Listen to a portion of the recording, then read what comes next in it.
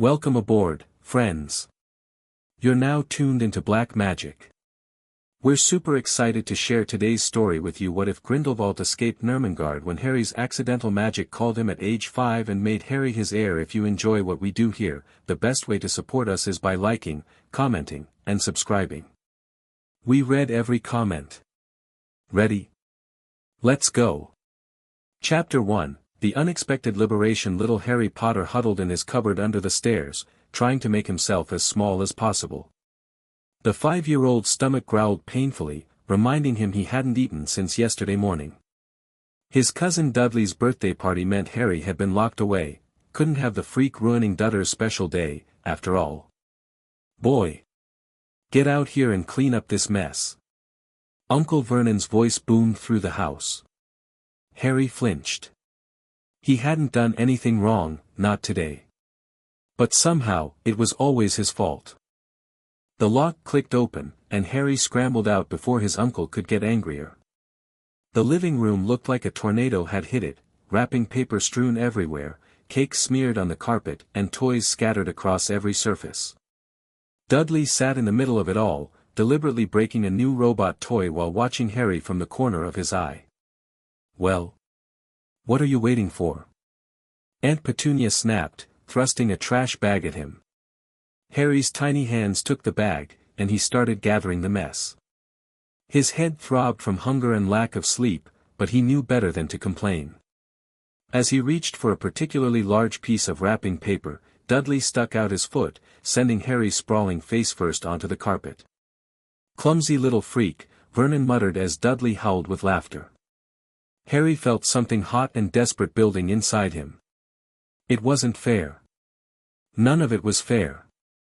I didn't trip, Harry said softly. Dudley, Vernon's face purpled instantly.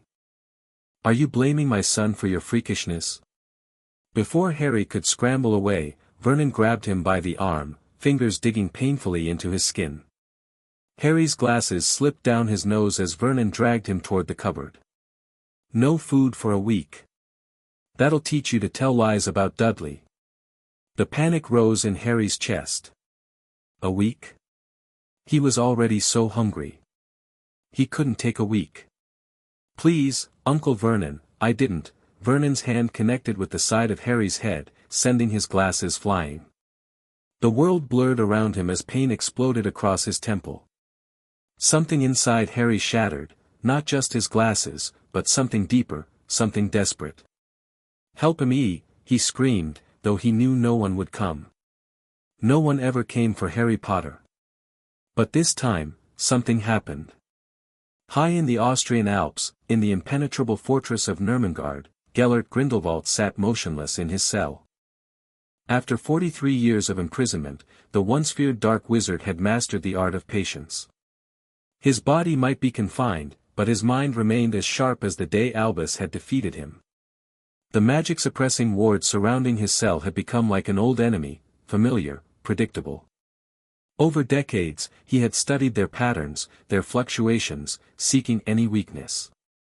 But Albus had been thorough in his work. The prison Grindelwald had built for his enemies now held him securely. Until today. A strange vibration disturbed his meditation, a magical signature so pure and desperate it cut through the wards like they were smoke. Grindelwald's eyes snapped open. He hadn't felt magic like that in decades, raw, uncontrolled, powerful. And it was calling to him. Specifically to him. The magical signature pulsed again, stronger this time. A child. A magical child in terrible distress, somehow broadcasting across thousands of miles directly to him. The connection was impossibly strong, as though their magic recognized each other across the vast distance. Grindelwald rose from his cot, moving to the center of his cell. He closed his eyes, focusing on the connection, tracing it back to its source. Britain. The signature was coming from Britain. Another pulse, stronger still, and with it came fragments of emotion, fear, hunger, desperation. And something else. Something that made Grindelwald's breath catch in his throat. This was no ordinary magical child. Moving with purpose for the first time in years, Grindelwald approached the edge of his cell. The wards hummed against his skin, repelling him as they always had. But now he could feel something different, a thread of foreign magic weaving through the barriers, creating microscopic fractures. Fascinating, he murmured. The next magical surge was catastrophic in its intensity. Whoever this child was, they were in mortal peril, and their magic was responding with everything it had. Grindelwald seized the moment, driving his own consciousness along that connection, following it back to its source while simultaneously pressing against the fractures in his prison's wards. For an instant, Grindelwald glimpsed a flash of green eyes, a lightning-shaped scar, a raised hand about to strike again. The wards around Nurmengard shuddered. Grindelwald hadn't held a wand in over 4 decades, but he hadn't been the most feared wizard in Europe for nothing. Wandless magic was difficult, but not impossible for a wizard of his caliber. And right now, with this unprecedented connection feeding him power, he had a chance. He slammed his will against the weakened wards, feeling them bend under the pressure. The guards would be alerted soon, he had moments at most. With a final, desperate push, Grindelwald channeled everything he had left into breaking the enchantments around his cell. The magical backlash threw him against the wall, but he felt it, the distinctive snap of wards collapsing. Alarms blared throughout Nurmengard. Guards would be converging on his cell within seconds. Grindelwald didn't waste time savoring his victory. He staggered to his feet, drew on decades of magical theory, and disapparated, something that should have been impossible within Nurmengard's walls. He reappeared on a mountainside several miles away, falling to his knees in the snow. His muscles, weak from confinement, screamed in protest. But he was free.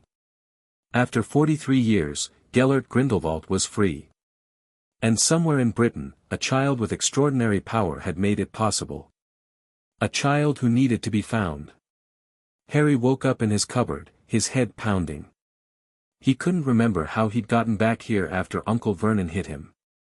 Something strange had happened, a massive burst of energy, followed by all the lights in the house shattering at once. Uncle Vernon had been livid, screaming about freakishness while Aunt Petunia hustled Dudley away from the contamination. They'd thrown Harry into his cupboard and locked it securely. That had been 2 days ago. No one had opened the door since. Harry's throat felt like sandpaper. His stomach had stopped growling and now just ached dully. He couldn't tell if it was day or night anymore. Worst of all, a strange buzzing had started in his head, like someone was trying to talk to him from very far away. "Water," he croaked, though no one was listening. "Please." The buzzing in his head intensified. Harry squeezed his eyes shut, trying to make it stop. Instead, he felt something shift, as though someone had finally tuned into the right frequency.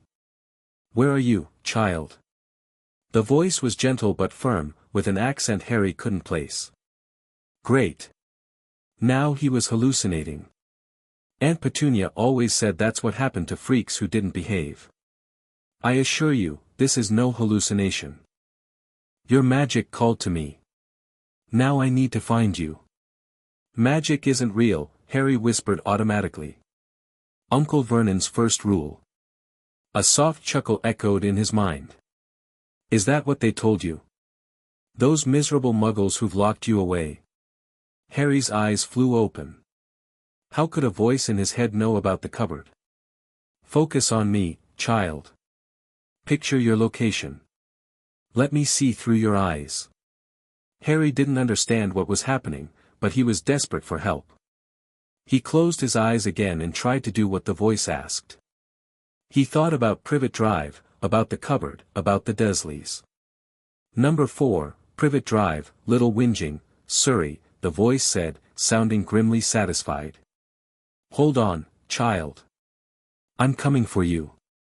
The connection faded, leaving Harry more alone than ever. He curled into a ball on his thin mattress, trying to convince himself that it had just been a dream. No one was coming. No one ever came. He must have drifted off again, because the next thing he knew, the house was shaking. A tremendous boom rattled the cupboard door. Dust rained down from the stairs above. What in blazes? Uncle Vernon's shout cut off abruptly, followed by Aunt Petunia's shrill scream. Harry heard the sound of footsteps, then a voice, the same voice that had been in his head, but now it was real, speaking aloud in the Dursleys' hallway. "Where is the boy?" "I don't know what you're talking about," Vernon blustered. "There's no boy here. Just my family. You're breaking and entering. Do not test my patience." The voice was calm but carried an undercurrent that made Harry shiver. "The child. Harry Potter. Where is he?" A moment of silence, then Aunt Petunia's trembling voice, "How do you know that name?" "The cupboard under the stairs," the voice said, not answering her question. "You've locked a magical child in a cupboard. Did you think there wouldn't be consequences?" Harry heard footsteps approaching his door. The lock clicked, and the door swung open. Light flooded the cupboard, momentarily blinding him. Harry squinted, making out a tall figure silhouetted in the doorway. "Hello, Harry Potter," the man said softly. "My name is Gellert Grindelwald. And I've come to take you home." Harry stared up at the stranger. He was tall and lean, with short white blonde hair and penetrating eyes, one blue, one strangely dark. Despite appearing elderly, he stood with the straight-backed confidence of a much younger man. His clothes were odd, a high-collared white shirt and dark trousers that looked like they belonged in an old photograph. "You were in my head," Harry whispered. The man, Grindelwald, smiled. "Your magic called to mine. A most unusual circumstance, but fortunate for us both." He knelt down to Harry's level. "May I come in?" Harry nodded mutely. No adult had ever asked his permission for anything before. Grindelwald's gaze swept over the tiny cupboard, taking in the spider-webbed ceiling, the threadbare mattress, the few broken toy soldiers that were Harry's only possessions. His expression didn't change, but the temperature in the cupboard seemed to drop several degrees. "How long have they kept you here, child?" "Always," Harry replied. "It's my room." Something flashed in Grindelwald's mismatched eyes. "I see. And when did you last eat?" Harry tried to remember. "Before Dudley's birthday. 3 days, I think." Grindelwald nodded once, then stood. "Come. There's nothing here worth taking." Harry hesitated. "But Uncle Vernon will not stop us." Grindelwald extended his hand. "They have imprisoned you, starved you, and denied your magic. They have no claim on you now." Harry didn't fully understand, but the promise of escape was too powerful to resist. He placed his small hand in Grindelwald's larger one and allowed himself to be helped to his feet. His legs wobbled dangerously. Without a word, Grindelwald scooped Harry up, carrying him as though he weighed nothing. Harry was too surprised to protest. No one had ever carried him before. When they emerged into the hallway, the scene that greeted them was bizarre. Uncle Vernon and Aunt Petunia stood perfectly still, as though frozen in place. Dudley was nowhere to be seen. "What did you do to them?" Harry asked, fascinated and a little frightened. "A simple immobilization charm," Grindelwald replied. "It will wear off once we're gone." He carried Harry into the kitchen and set him down at the table. With a wave of his hand, just a wave, Harry noted with wide eyes, the refrigerator door opened, and food began floating out, assembling itself into a small meal on a plate. "Eat," Grindelwald instructed. "Slowly. Your stomach will need time to adjust." While Harry cautiously ate the sandwich, Grindelwald moved around the kitchen, opening cupboards and examining the Dursleys' belongings with a look of mild distaste. "You said magic isn't real," Grindelwald commented, watching Harry eat. "Yet here I am, making objects move without touching them. What do you think of that?" Harry swallowed his bite. "Uncle Vernon says magic is freakish." "And is that why they call you freak? Because of your magic?" Harry's eyes widened. "How do you know that?" "I heard it in your thoughts when you called to me." Grindelwald leaned against the counter. Have strange things happened around you, Harry? Things you couldn't explain. Harry thought about it. His hair growing back overnight after Aunt Petunia had nearly shaved him bald. Appearing suddenly on the school roof when Dudley's gang was chasing him. The sweater that shrunk when Petunia tried to force him to wear it. Sometimes, he admitted cautiously. That's your magic, Grindelwald said. You're a wizard, Harry. A potentially very powerful one. Harry stared at him. I can't be a wizard. Can't you? Grindelwald waved his hand again, and Harry's glasses, broken for days, flew to the table, repairing themselves instantly before settling back on his nose. The world suddenly snapped into focus. How did you, Harry began, then stopped as Grindelwald raised a finger to his lips. Company, he murmured. A moment later, Harry heard it too, a series of sharp cracks from outside, followed by voices calling instructions to each other. Grindelwald's expression hardened. Aurors. Faster than I expected. He turned to Harry. We need to leave. Now. What's an auror? Harry asked, sliding off his chair. Magical law enforcement. Grindelwald took Harry's hand. They're looking for me. I've been away for a very long time. They won't be pleased to find I've escaped. Before Harry could ask any more questions, the front door burst open with a flash of red light. Grindelwald pulled Harry behind him protectively. Stay close to me, he instructed, his voice deadly serious. Harry peeked around Grindelwald's legs as men and women in flowing robes rushed into the house, holding what appeared to be polished sticks pointed outward like weapons. Grindelwald. A tall black man in purple robes stepped forward. Release the boy and surrender yourself. Grindelwald chuckled. Kingsley Shacklebolt, isn't it? You've made quite a name for yourself since I've been gone. The child, Grindelwald. Now. The child has been neglected, abused, and starved by these muggles, Grindelwald replied coolly. Ask him yourself if he wishes to stay. Harry felt everyone's eyes turn to him. Harry, said Kingsley, his deep voice gentler now. I'm an auror, a magical policeman. This man is dangerous. Come here, and we'll take you somewhere safe. Harry looked up at Grindelwald, who simply raised an eyebrow, leaving the choice to him. He fixed my glasses, Harry said finally. And he didn't call me freak. I want to go with him. The boy doesn't understand, another auror began. The boy understands perfectly well what it means to be locked in a cupboard for days without food, Grindelwald cut in, his voice like ice. Now, I suggest you all step aside. I have no wish to harm anyone today. The aurors exchanged glances, clearly weighing their options. Harry could feel tension building in the air, like the pressure before a thunderstorm. Suddenly, Grindelwald swept Harry into his arms and spun on the spot. Harry felt a horrible squeezing sensation, as though he was being forced through a very tight rubber tube. The Dursleys' kitchen vanished in a swirl of color and sound. When the world stopped spinning, they were standing in a sunlit room Harry had never seen before.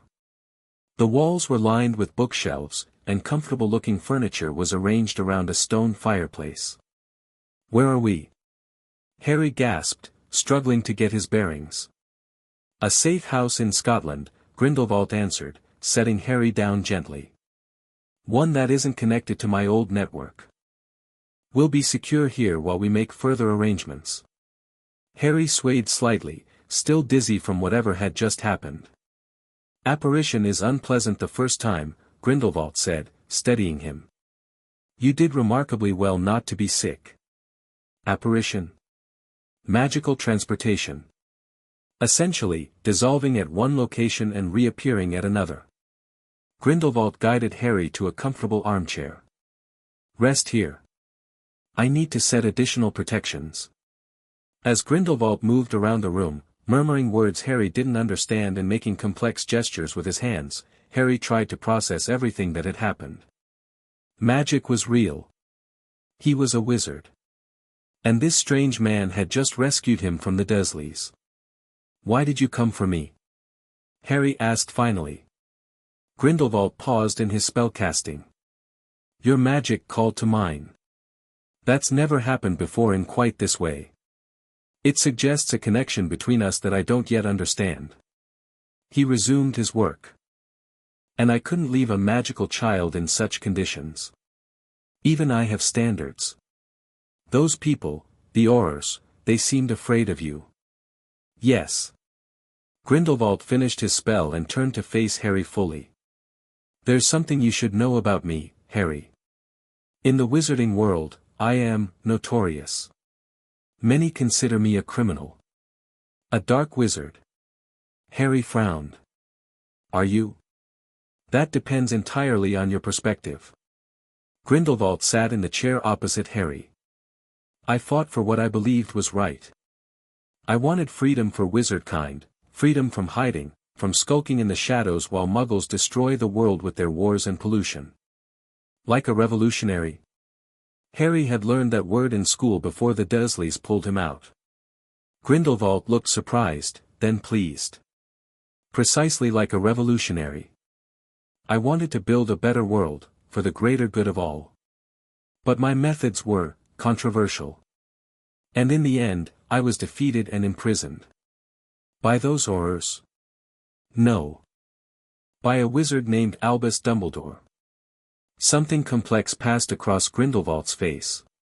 "We were once, very close. But we had different visions for the future." Harry tried to make sense of it all. "So you're a bad guy?" "History is written by the victors, Harry," Grindelwald said softly. "I don't consider myself evil. But I did things that hurt people in pursuit of my goals. That's something I've had 43 years in prison to contemplate." 43 years. Harry's eyes widened. "Indeed." Grindelwald leaned forward. "And now I find myself free, thanks to your extraordinary magic, with the famous Harry Potter in my care. Quite the turn of events, wouldn't you say?" "Famous?" Harry echoed. "Me?" Grindelwald studied him carefully. "You don't know, do you? About your parents? About what happened to you?" Harry shook his head. "Aunt Petunia said they died in a car crash. That's how I got this." He pushed his fringe aside to reveal the lightning scar. "A car crash," Grindelwald repeated flatly. "How conveniently Muggle." He sighed. "Your parents, Lily and James Potter, were murdered, Harry. By a dark wizard called Lord Voldemort." Harry felt like the floor had dropped away beneath him. "Murdered?" "Voldemort was rising to power when I was in prison. He targeted your family for reasons I'm still piecing together. He killed your parents, and then he tried to kill you." "Me? But I was just a baby." "Indeed. And therein lies the miracle." Grindelwald gestured to Harry's scar. "When Voldemort cast the killing curse at you, a spell that no one had ever survived, it rebounded. It destroyed him instead, leaving only that mark on you. You became the boy who lived, a hero in the wizarding world while still in diapers." Harry's head was spinning. "But, if I'm famous, why did no one come for me? Why did they leave me with the Dursleys?" Grindelwald's expression darkened. "An excellent question. One I intend to investigate thoroughly. But I suspect Albus Dumbledore's hand in this. It bears his particular brand of manipulation, sacrificing immediate happiness for some greater plan. Do you hate him?" "Dumbledore? Hate?" Grindelwald considered the question. "No, not hate. Our relationship is far too complex for simple hatred. I respect him, even as I disagree with him fundamentally." He fixed Harry with his mismatched gaze. "But I question his judgment in placing you with those muggles." Harry fell silent, trying to absorb everything he'd learned. His parents hadn't died in a car crash. They'd been murdered by an evil wizard. And he, somehow, had defeated that wizard as a baby. It seemed impossible. You must be hungry still, Grindelwald said, changing the subject. Let me prepare something more substantial than that pitiful sandwich. With a wave of his hand, Grindelwald summoned a tray laden with food, a steaming bowl of soup, fresh bread, and slices of fruit. It floated gently to the table beside Harry. Eat as much as you can manage, Grindelwald instructed. We have much to discuss, but your health comes first. As Harry ate, slowly, as Grindelwald had advised, he watched the older wizard moving around the room, occasionally consulting ancient-looking books or making notes on parchment. Despite everything, Harry felt safer than he had in his entire life. What happens now? He asked finally, setting aside his empty bowl. Grindelwald turned to him. Now we have choices to make. He returned to his chair, sitting across from Harry. The wizarding world will be searching for both of us. They'll want to return you to your relatives or place you with a wizarding family they consider suitable. I don't want to go back to the Dursleys, Harry said immediately. And you won't, Grindelwald assured him. But we need to decide what comes next. I could find a good wizarding family to take you in, one that would treat you properly, teach you about magic. Or. Harry sensed there was more. Or you could stay with me.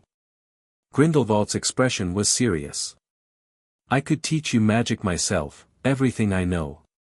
And I know a great deal, Harry. Would I be your son? Grindelwald considered this.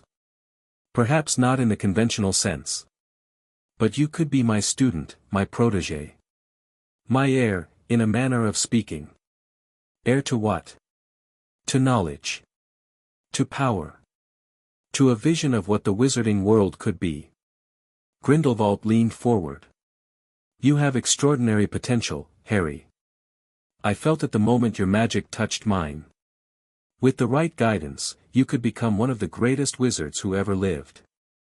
Harry thought about it. The idea of a normal family was appealing. He dreamed of being rescued by unknown relatives for as long as he could remember. But Grindelwald offered something different. Something that spoke to a part of Harry he hadn't known existed until today. Would you ever lock me in a cupboard? He asked finally. Grindelwald's expression softened almost imperceptibly. Never. I may be many things, Harry Potter, but I am not cruel to children. You would have your own room. Books. Proper clothes. And most importantly, respect. And you teach me magic. Every day. Harry nodded slowly. Then I want to stay with you. Grindelwald studied him for a long moment. Are you certain? This won't be an easy path. The entire wizarding world will have opinions about your choice. I'm sure, Harry said, feeling more confident with each word. You rescued me. You told me the truth. And you can teach me magic. Very well. Grindelwald extended his hand. Then let us begin, Harry Potter. Harry took the offered hand, feeling something shift in the air around them, as though magic itself was acknowledging their pact. There's so much I need to learn, Harry said, suddenly overwhelmed by the vastness of this new world. And so you shall, Grindelwald promised. But first, you need rest and recovery. Your relative's treatment has left you weakened. He led Harry to a small bedroom off the main room. It was simple but comfortable, with a real bed, bigger than anything Harry had ever slept on, and a window overlooking rolling Scottish hills. Your room, Grindelwald said. The bathroom is through there. I've placed fresh clothing in the wardrobe. It may need adjusting, but it will suffice for now. Harry stared at the space, hardly able to believe it was for him. Thank you, he whispered. Rest now, Grindelwald instructed. Tomorrow, we begin your education in earnest. As the door closed behind Grindelwald, Harry sat on the edge of the bed, running his hands over the soft blankets. Just this morning, he'd been locked in a cupboard, starving and alone. Now he was in a wizard's house, with his own room, and the promise of learning magic. For the first time in his life, Harry Potter fell asleep feeling hopeful about the future. Albus Dumbledore strode through the Ministry of Magic, ignoring the whispers that followed in his wake. News traveled fast. Grindelwald's escape from Nurmengard was already common knowledge. What wasn't yet known was Harry Potter's disappearance, and the possible connection between the two events. Albus. Cornelius Fudge, the Minister for Magic, hurried to intercept him before he reached the Auror offices. "Thank goodness you're here. This business with Grindelwald, it's a disaster. The press is clamoring for statements. The international community is in uproar. How could this happen?" "That, Cornelius, is precisely what I intend to find out," Dumbledore replied gravely. "Where is Kingsley?" "Debriefing the team that encountered Grindelwald in Surrey," Fudge said, hurrying to keep pace with Dumbledore's longer strides. "Surrey. Can you believe it? What could he possibly want there?" Dumbledore didn't answer. They both knew what, or rather who, was in Surrey. They reached the Auror headquarters, where organized chaos reigned. Maps covered the walls, marked with possible sightings and escape routes. Aurors hurried back and forth, checking sources and coordinating search teams. Kingsley Shacklebolt looked up as they entered. "Albus. Minister." He nodded to each in turn. "I was just about to contact you." "Tell me everything," Dumbledore said without preamble. Kingsley led them to a private office, closing the door behind them. "We received an alert of unauthorized magic at number 4, Privet Drive, Harry Potter's residence.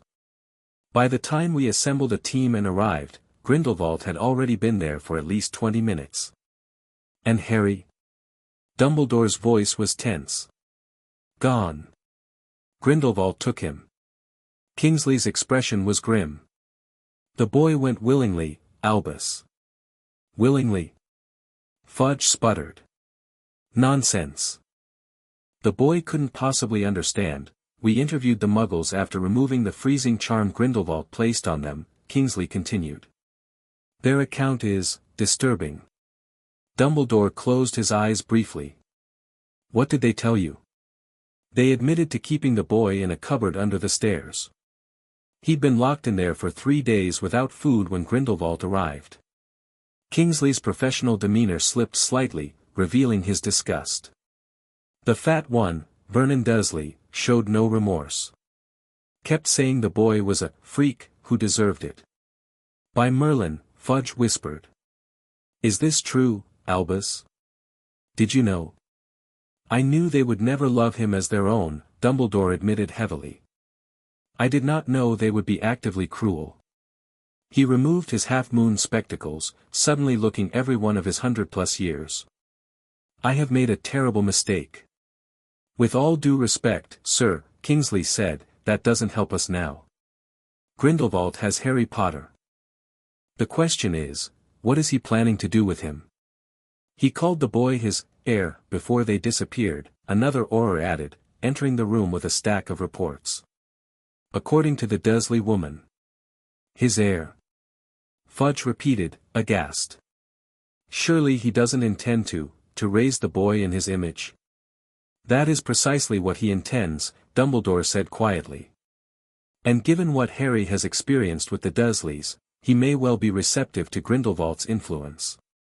"Then we must find them immediately," Fudge declared. "Before Grindelwald can poison the boy's mind." "If Gellert Grindelwald doesn't want to be found, Minister, I fear even our best efforts may prove futile," Dumbledore warned. "He was always exceptionally skilled at concealment charms and wards. With 43 years to plan his next move, I imagine he's prepared thoroughly." "Then what do you suggest?" Fudge demanded. "We can't just let Grindelwald raise the boy who lived. The public would have our heads." "We will search, of course," Dumbledore assured him. "But we must also prepare for the possibility that we won't find them until Grindelwald wants to be found, or until Harry is old enough to attend Hogwarts." 6 years? Kingsley looked troubled. "That's a long time for Grindelwald to influence a child." "Indeed." Dumbledore replaced his spectacles. "And that is what concerns me most. Not what Gellert might do to Harry physically. Despite his reputation, he was never cruel to children. But his ideas, his vision, those could shape Harry in ways that would be difficult to undo. Then we must redouble our efforts, Fudge insisted. I'll authorize additional resources, international cooperation, whatever it takes. As the minister bustled away to make arrangements, Dumbledore turned to Kingsley. There's something else, isn't there? He asked quietly. Kingsley nodded. The magical surge that alerted us to Privet Drive, it wasn't just accidental magic, Albus. Our sensors recorded power levels that shouldn't be possible for a child Harry's age. I feared as much, Dumbledore murmured. Harry has always been exceptional. And now that potential is in Gellert's hands. Do you think he'll harm the boy? Not intentionally, Dumbledore said. But harm comes in many forms, Kingsley. And Gellert Grindelwald's vision of the greater good has always had a high cost. Harry woke to sunlight streaming through unfamiliar windows. For a moment, panic seized him. Where was he? Then yesterday's events came rushing back. The accidental magic. Grindelwald. The escape. He was free from the Dursleys. Harry sat up, noticing for the first time that he felt different. Better. The constant hunger pains were gone, and the bruise on his temple from Uncle Vernon's blow had disappeared completely. Had Grindelwald healed him while he slept? A set of clothes lay folded at the foot of the bed, not the oversized hand-me-downs from Dudley, but proper clothes that looked like they might actually fit. Harry dressed quickly, marveling at the feeling of wearing pants that didn't need to be held up with a belt. When he emerged from his room, he found Grindelwald already awake, seated at a table covered with open books and scrolls of parchment. Good morning, Harry, Grindelwald said without looking up. Did you sleep well? Yes, sir, Harry replied. Better than ever. Good. And please, there's no need for, sir. Gellert will do, at least in private. Harry nodded, though it felt strange to call an adult by their first name. Did you fix me while I was sleeping? I feel different. Grindelwald glanced up, those mismatched eyes studying him.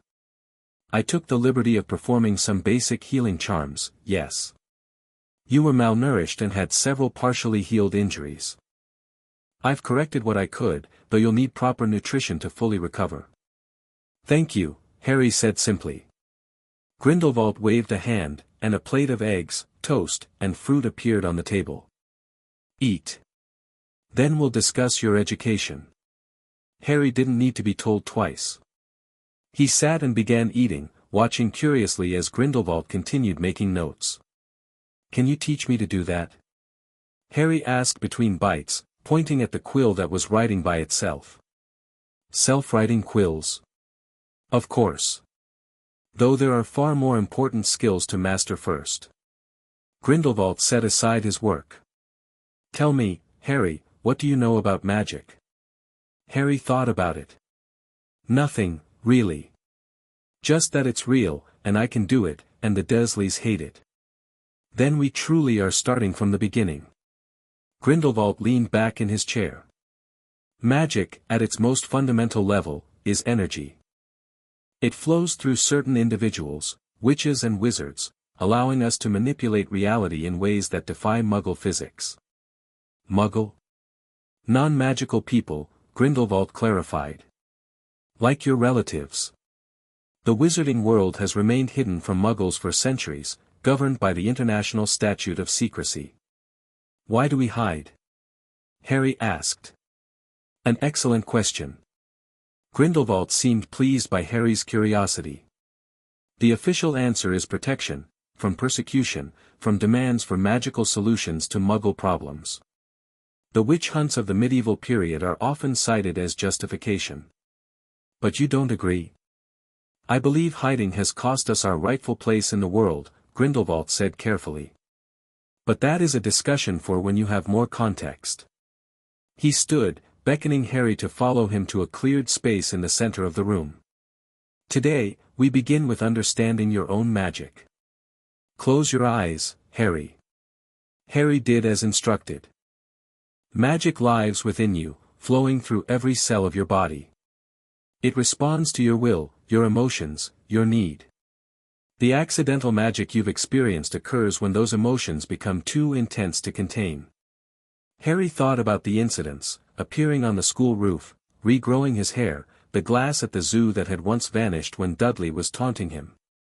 The key to controlling magic is threefold: intent, focus, and channel, Grindelwald continued. Intent, knowing exactly what you want to happen. Focus, directing your magical energy precisely. And channel, typically a wand, though advanced practitioners can perform wandless magic with sufficient practice. Like you do, Harry observed, opening his eyes. Indeed. Grindelwald looked pleased at Harry's perception. I was exceptionally skilled at wandless magic even before my imprisonment. 43 years without a wand forced me to refine that skill to its utmost. Will I need a wand? Eventually, yes. For now, we'll work on sensing and directing your innate magic. Grindelwald placed a feather on the table before them. Watch closely. With a subtle gesture, Grindelwald levitated the feather, making it dance through the air in complex patterns. The incantation for this charm is Wingardium Leviosa, he explained, but the words are merely a focus for your intent. The true magic comes from within. He set the feather down and stepped back. Your turn. Don't worry about the gesture or incantation for now. Simply feel your magic and will the feather to rise. Harry stared at the feather dubiously. Just, tell it to float. Essentially, yes. You've done far more complex magic accidentally. This is simply about learning control. Harry concentrated on the feather, trying to recapture the feeling he'd had during those bursts of accidental magic. Nothing happened. I can't do it, he said, disappointed. Patience, Grindelwald advised. You're thinking too much. Magic isn't an intellectual exercise, it's instinctual. Close your eyes again. Remember how you felt when you most needed magic to help you. Harry closed his eyes, thinking back to the cupboard, to the desperate plea that had somehow reached across thousands of miles to find Grindelwald. He remembered the feeling, like electricity coursing through his veins, like a dam breaking inside him. Now, open your eyes and channel that feeling toward the feather, Grindelwald instructed softly. Will it to rise? Harry opened his eyes, focusing on the feather. Rise, he thought. Float for me. For a moment, nothing happened. Then, slowly, the feather twitched, rose an inch off the table, and hung there, trembling with Harry's effort. Excellent, Grindelwald murmured. Now, guide it. Show me what you can do. Sweat beaded on Harry's forehead as he concentrated. The feather drifted sideways, then upward, moving jerkily but definitely under his control. I'm doing it. Harry exclaimed, and promptly lost his concentration. The feather fluttered back to the table. Indeed you are, Grindelwald said, and Harry was startled to see genuine pride in the older wizard's expression. Most children your age cannot perform even the simplest magic without a wand. You, Harry Potter, are exceptional. Harry flushed with pleasure at the praise. Can we try again? Of course. But first, let's discuss what just happened. Grindelwald guided Harry to sit down. You accessed your magical core directly, something that takes most wizards years of training to accomplish. That suggests your connection to your magic is unusually strong. Is that good? It's remarkable, Grindelwald corrected. And it confirms what I sensed when your magic called to mine. You have the potential to become truly powerful, Harry. Perhaps even more powerful than I was at my peak. Harry's eyes widened. Really? Power isn't everything, Grindelwald cautioned. Wisdom in its application matters more, something I learned too late. His gaze grew distant momentarily, before refocusing on Harry. But yes, your raw potential is extraordinary. Which makes your proper education all the more important. What will you teach me first? Control, Grindelwald said firmly.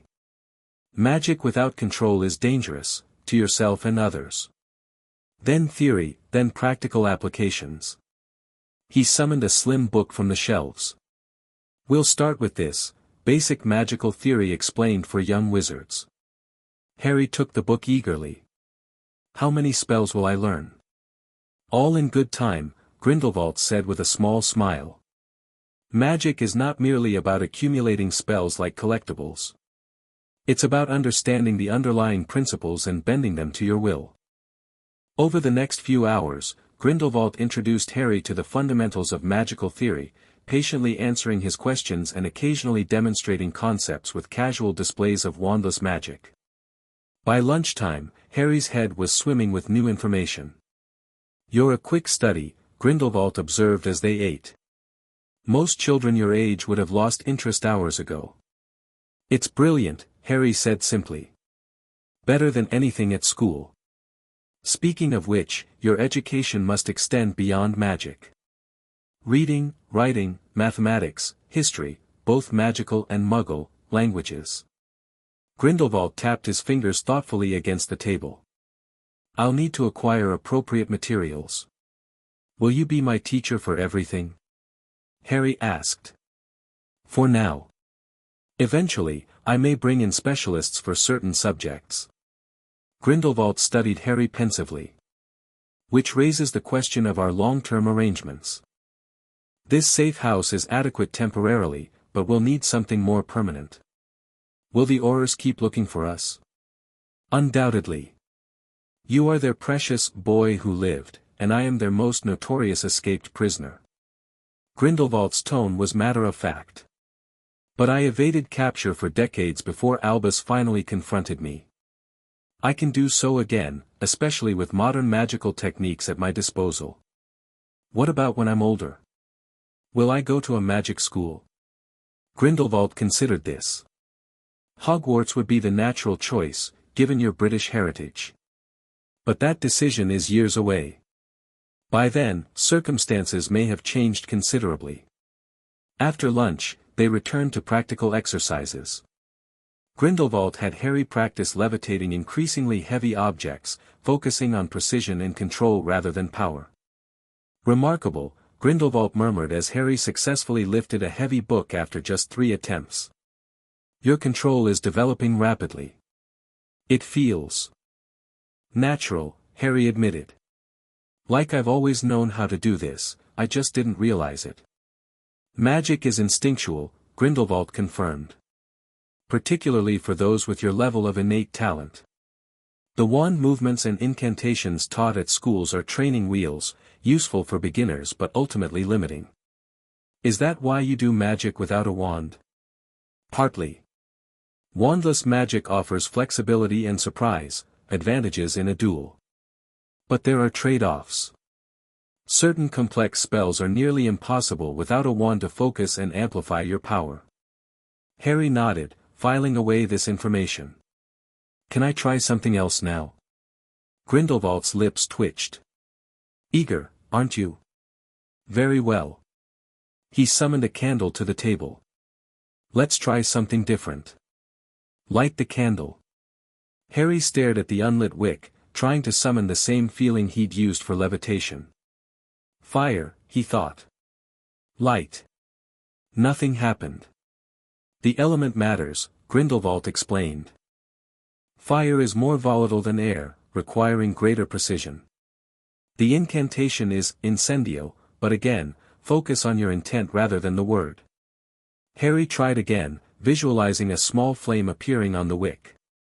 He felt his magic stirring, gathering, the entire candle erupted in a fireball that singed Harry's eyebrows and sent him stumbling backward. Grindelwald extinguished it with a casual wave, looking more amused than concerned.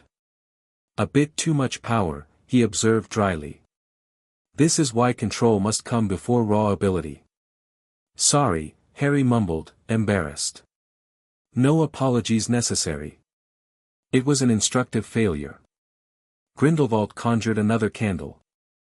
Try again, but imagine the smallest possible flame, just enough to light the wick. By dinner time, Harry had successfully lit the candle without immolating it, levitated objects with increasing precision, and even managed a simple color-changing charm on a handkerchief. He was exhausted but exhilarated. "You've accomplished more in one day than most magical children do in months," Grindelwald told him as they ate. "But we must be careful not to overtax your magical core. You're still developing." "I'm not tired," Harry protested, even as he stifled a yawn. "Your body disagrees," Grindelwald said firmly. "Magic draws on your physical energy, especially wandless magic. Rest is essential." After dinner, Grindelwald showed Harry to the small bathroom and explained how to adjust the magical shower to the right temperature. "Clean towels are in the cabinet. I've placed pajamas on your bed." The hot shower was a luxury Harry had rarely experienced at the Dursleys. He stayed under the warm spray until his fingers pruned, savoring the simple pleasure of being clean and warm. When he returned to the main room, he found Grindelwald seated by the fire, reading an ancient-looking tome. "Sir, I mean, Gellert," Harry said hesitantly. "I've been thinking." Grindelwald looked up. "Yes. You said I'm famous in the wizarding world. That people call me the boy who lived." "That's correct. So people will have expectations about what I should be like," Harry continued, working through his thoughts. "They'll expect me to be good. By their definition of good, perhaps," Grindelwald agreed cautiously. "Where are you going with this, Harry? What if I disappoint them?" Harry asked, voicing the fear that had been growing all day. "What if I'm not what they want me to be?" Grindelwald closed his book and gave Harry his full attention. "Come sit," he said, gesturing to the chair opposite his. Once Harry was seated, Grindelwald continued. "The wizarding world has indeed constructed a narrative around you, a symbol of hope, of good triumphing over evil.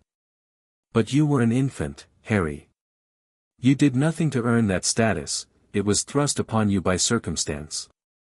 "But, let me finish," Grindelwald said gently. "You owe the wizarding world nothing. Their expectations are their problem, not yours. Your only obligation is to become the best version of yourself, whatever that may be. Even if that's not what they want.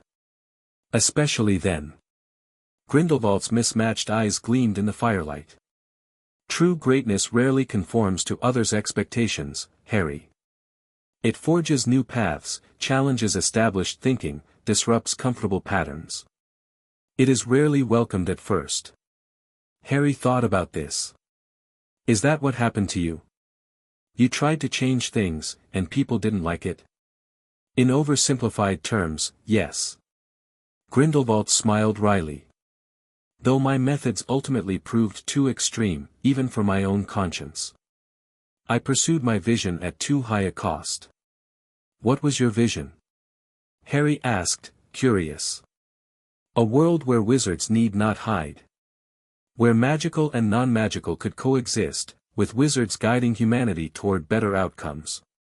Grindelwald's voice took on a passionate edge Harry hadn't heard before. "Think of it, Harry, no more children like you, suffering under the care of muggles who fear and hate magic. No more hiding our gifts. No more watching from the shadows as muggles destroy each other and the planet." "That sounds good," Harry said carefully. "Why did people fight against that?" "Because I believed wizards should rule, not merely coexist as equals. For the greater good became my justification for increasingly harsh methods." Grindelwald's expression turned reflective. "Albus saw the dangers before I did. He understood that power corrupts, even power wielded with the best intentions." "Is that why he defeated you?" "That," Grindelwald said softly, "and other, more personal reasons." He seemed to shake himself from a memory.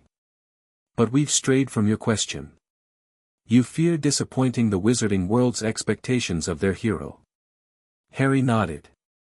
"Consider instead that expectations are chains, Harry. They bind you to others' visions rather than your own. True freedom comes from defining yourself." Grindelwald leaned forward.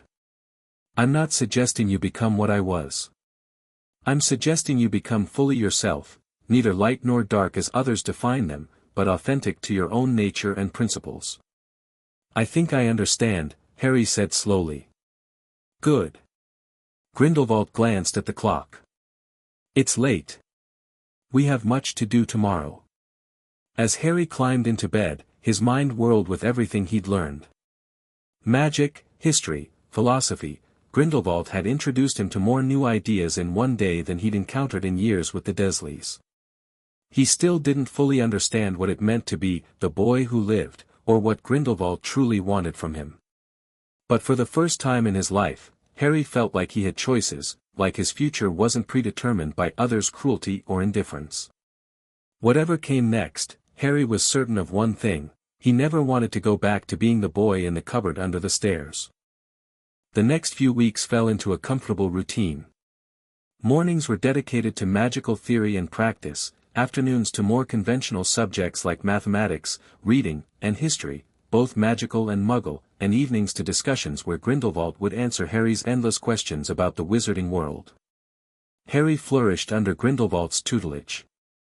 The regular meals and proper care rapidly improved his physical condition. He grew an inch in the first month alone and began to lose the underfed, waif-like appearance the Dursleys' neglect had given him.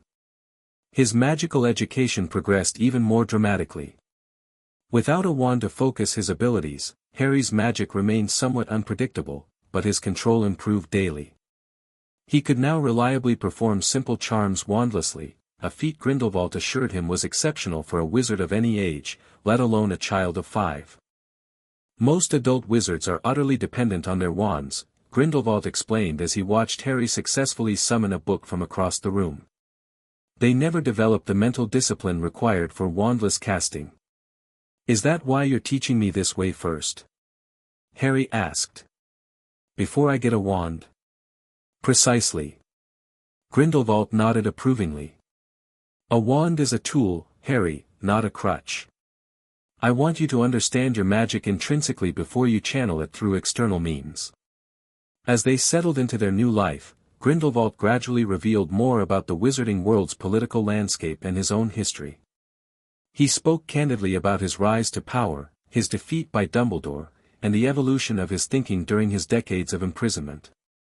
I still believe in the fundamental injustice of the statute of secrecy, he told Harry one evening as they sat by the fire. But I've come to recognize that force is not the answer. Revolution must come through ideas, through cultural change, not through conquest. Is that what you want me to do? Harry asked. Continue your revolution. Grindelwald studied him thoughtfully. I want you to form your own opinions, Harry. I'm sharing my perspective, but your path must be your own. As spring turned to summer, Grindelwald deemed their temporary safe house too restrictive for Harry's development. You need fresh air, space to run, to be a child as well as a student, he declared one morning. I've secured a more suitable property. Their new home was a modest cottage deep in the Welsh countryside, surrounded by meadows and forests, with no neighbors for miles. Extensive wards and enchantments ensured their privacy and security. No one will find us here unless we wish to be found, Grindelwald assured Harry as they settled into the cottage. And you'll have room to play as well as study. The cottage became a sanctuary for them both, a place where Harry could experience a normal childhood alongside his extraordinary education. Grindelwald proved surprisingly adaptable to the needs of a young boy, conjuring toys, arranging outings to nearby magical locations, always carefully disguised, of course, and even teaching Harry to fly on a child's training broom. As months passed, Harry began to see beyond Grindelwald's fearsome reputation to the complex man beneath. Brilliant but fallible, visionary yet haunted by past mistakes, Grindelwald was neither the monster of wizarding history books nor the hero of his own narrative. He was something in between, a revolutionary who had gone too far, now seeking a different kind of legacy through Harry. For his part, Grindelwald seemed genuinely surprised by his growing attachment to the boy. What had begun as a strategic acquisition, the famous boy who lived, shaped to further Grindelwald's ideological goals, had evolved into something neither had anticipated, a genuine bond. You remind me of myself at your age, Grindelwald admitted one evening as he watched Harry master a particularly difficult transfiguration exercise. Eager, talented, questioning everything. But you have something I lacked. What's that? Harry asked, looking up from the silver goblet he'd just transformed from a wooden cup. Compassion, Grindelwald said simply. Even after everything those muggles did to you, you retain a fundamental kindness. It's admirable. Harry didn't quite know how to respond to that. At 5, nearly 6 years old, he didn't fully understand the weight of Grindelwald's observation. But he recognized the approval in those mismatched eyes and basked in it. As Harry's 6th birthday approached, Grindelwald announced it was time to expand their horizons. You've mastered the basics of wandless magic faster than I anticipated, he told Harry over breakfast. It's time we obtained a proper wand for you. Harry looked up eagerly. Really? But I thought children didn't get wands until 11. That's the standard practice, yes, Grindelwald agreed. But you are far from standard, Harry. And I see no reason to hamper your development by adhering to arbitrary restrictions. But won't the wand shops report it? You said the ministry tracks that sort of thing. Grindelwald smiled. We won't be visiting Ollivanders or any official wand maker. I have alternative arrangements in mind. 2 days later, Grindelwald brought them to a remote valley in the Swiss Alps. Harry, now accustomed to the unpleasant sensation of magical transportation, recovered quickly, taking in the breathtaking mountain scenery. Where are we? He asked, staring up at the snow-capped peaks surrounding them. Near my birthplace, Grindelwald replied, a hint of nostalgia in his voice. And the home of Herr Weber, an old acquaintance who owes me a favor. They hiked up a narrow trail to a cottage perched precariously on the mountainside. Smoke curled from its chimney, the only sign of habitation in the otherwise pristine wilderness. Stay close, Grindelwald instructed as they approached. Gregorius is eccentric, but brilliant. And discreet, which is what matters most. The door opened before they could knock, revealing a wizened old man with wild white hair and piercing blue eyes. He stared at Grindelwald for a long moment, then burst into raucous laughter. So the rumors are true, he exclaimed in heavily accented English. The great Gellert Grindelwald walks free once more. His gaze shifted to Harry. And with a child, no less. My, how times change. Gregorius, Grindelwald acknowledged with a slight nod. May we come in? Of course, of course. The old wand-maker stepped aside, waving them into a workshop cluttered with wood shavings, strange tools, and jars of mysterious substances. I've been expecting you since I heard of your liberation. Harry stayed close to Grindelwald's side, wide-eyed at the strange surroundings. Wands in various stages of completion hung from the ceiling beams, and workbenches overflowed with exotic materials. The boy needs a wand, Grindelwald stated without preamble. Something exceptional, untraceable by the British ministry. Gregorius circled Harry, studying him with undisguised curiosity. Extraordinary, he murmured. Such power in one so young. And the scar. His eyes widened as he brushed aside Harry's fringe. By the gods, Gellert, is this? Yes, Grindelwald cut him off. And I'd prefer if you kept that information to yourself. The wand-maker laughed again. Who would I tell, up here on my mountain? Besides, I've never cared for politics, only for my craft. He knelt before Harry. Tell me, young one, have you done magic already? Harry glanced at Grindelwald, who nodded encouragingly. Yes, sir, Harry answered. Gellert's been teaching me wandless magic. Wandless, at your age? Gregorius looked impressed. Show me.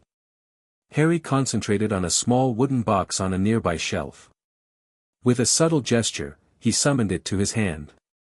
Magnificent, the wand-maker exclaimed. A natural talent, indeed. He turned to Grindelwald. You've chosen your protégé well, old friend. The boy chose me, in a manner of speaking, Grindelwald replied cryptically. Now, about that wand? Yes, yes. Gregorius bustled around his workshop, pulling out boxes of materials. For one with such innate ability, we need something special.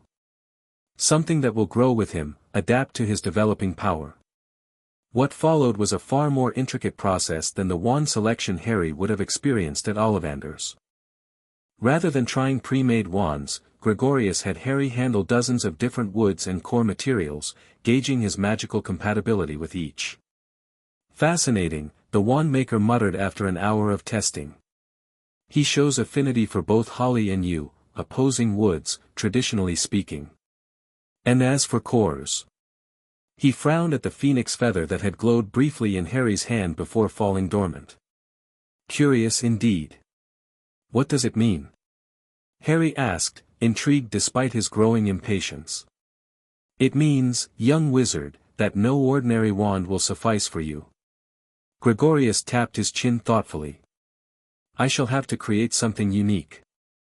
A dual-core wand, perhaps, to balance the conflicting affinities. Grindelwald raised an eyebrow. Is that wise? Dual cores are notoriously unstable. For an average wizard, yes, Gregorius agreed. But this boy is far from average. His magic could stabilize what would overwhelm others. He turned back to his workbenches. It will take time. Return tomorrow. We'll stay in the village, Grindelwald decided. Come, Harry. As they descended the mountain trail, Harry bombarded Grindelwald with questions about wand making, magical affinities, and the significance of different woods and cores. Each wand is unique, Grindelwald explained patiently. They choose the wizard as much as the wizard chooses them.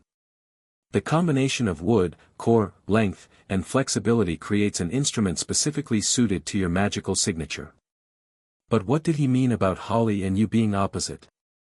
Holly is traditionally associated with protection, light magic, and defense. Yew with transformation, dark magic, and power over death. Grindelwald gave Harry a considering look.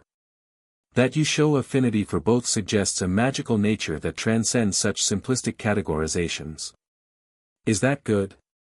It's neither good nor bad, Grindelwald replied. Simply unusual. And potentially very powerful. The next day, they returned to find Gregorius bleary-eyed but triumphant, a slender box cradled in his gnarled hands. It is done, he announced dramatically. My finest work in decades. He opened the box to reveal a wand unlike any Harry had seen in Grindelwald's books on wand lore.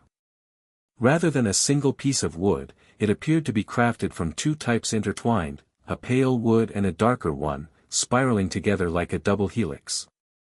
Holly and yew, Gregorius explained, harvested from trees that grew together on the boundary between light and shadow. The cores are equally unique, a phoenix feather and a thestral hair, opposing forces balanced within. It's beautiful, Harry whispered. Take it, the wand maker urged. It awaits its master. Hesitantly, Harry reached for the wand. The moment his fingers closed around it, a surge of warmth rushed up his arm, and a shower of silver and gold sparks erupted from the tip. The sensation was unlike anything he'd experienced, as though a missing piece of himself had finally been found. A perfect match, Gregorius declared, beaming with pride. It will serve you well, young wizard. What do I owe you? Grindelwald asked, reaching for a pouch at his belt. The wand maker waved him off. Consider it payment for old debts. And perhaps. His eyes twinkled mischievously, an investment in the future. As they prepared to leave, Gregorius pulled Grindelwald aside while Harry practiced simple charms with his new wand, delighting in the enhanced precision and power it provided. The boy is extraordinary, the wand maker murmured. But that scar, it carries a magical signature not his own. Something dark lingers there. I'm aware, Grindelwald replied quietly. I'm researching solutions. Be careful, old friend, Gregorius warned. History will not look kindly on you stealing Harry Potter from his guardians. I didn't steal him, Grindelwald corrected. I rescued him. A distinction the rest of the wizarding world may not appreciate. The wand-maker glanced at Harry, who had successfully levitated every object in the vicinity. Though looking at him now, perhaps you did both him and the world a service. Such talent, nurtured properly. He shook his head in wonder. Indeed, Grindelwald agreed, watching Harry with something like pride. Now we just have to keep him safe until he's ready to face that world and its expectations. And when will that be? When he chooses, Grindelwald said simply. His path will be his own to determine. I'm merely providing the map. Again, Grindelwald instructed, his voice calm but firm. Focus on your intent, not just the incantation. Harry, now 7 years old, wiped sweat from his brow and raised his wand again. They'd been practicing shield charms all morning, and his magical core was starting to fatigue. Protego, he called, visualizing an impenetrable barrier surrounding him. The shield that materialized was stronger than his previous attempts, a translucent dome of shimmering energy.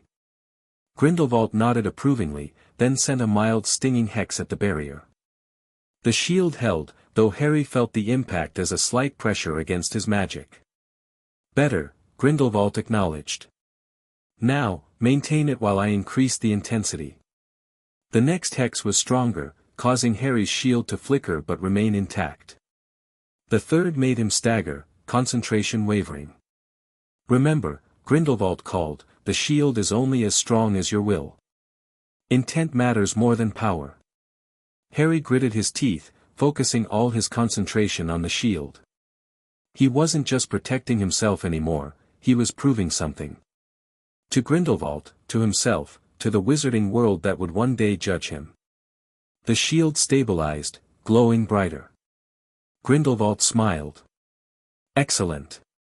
Now, he broke off suddenly, head tilting as though listening to something beyond human hearing. End the spell, Harry. Now. Harry dropped the shield, instantly alert. Over the past 2 years, he'd learned to recognize that tone in Grindelwald's voice, danger. What is it? Someone's testing the outer wards, Grindelwald replied quietly, moving to the window. Someone skilled. They had relocated 3 times since the Welsh cottage, never staying in one place longer than 6 months. Their current home was a converted lighthouse on a remote Scottish island, isolated, defensible, with clear sight lines in all directions. Aurors?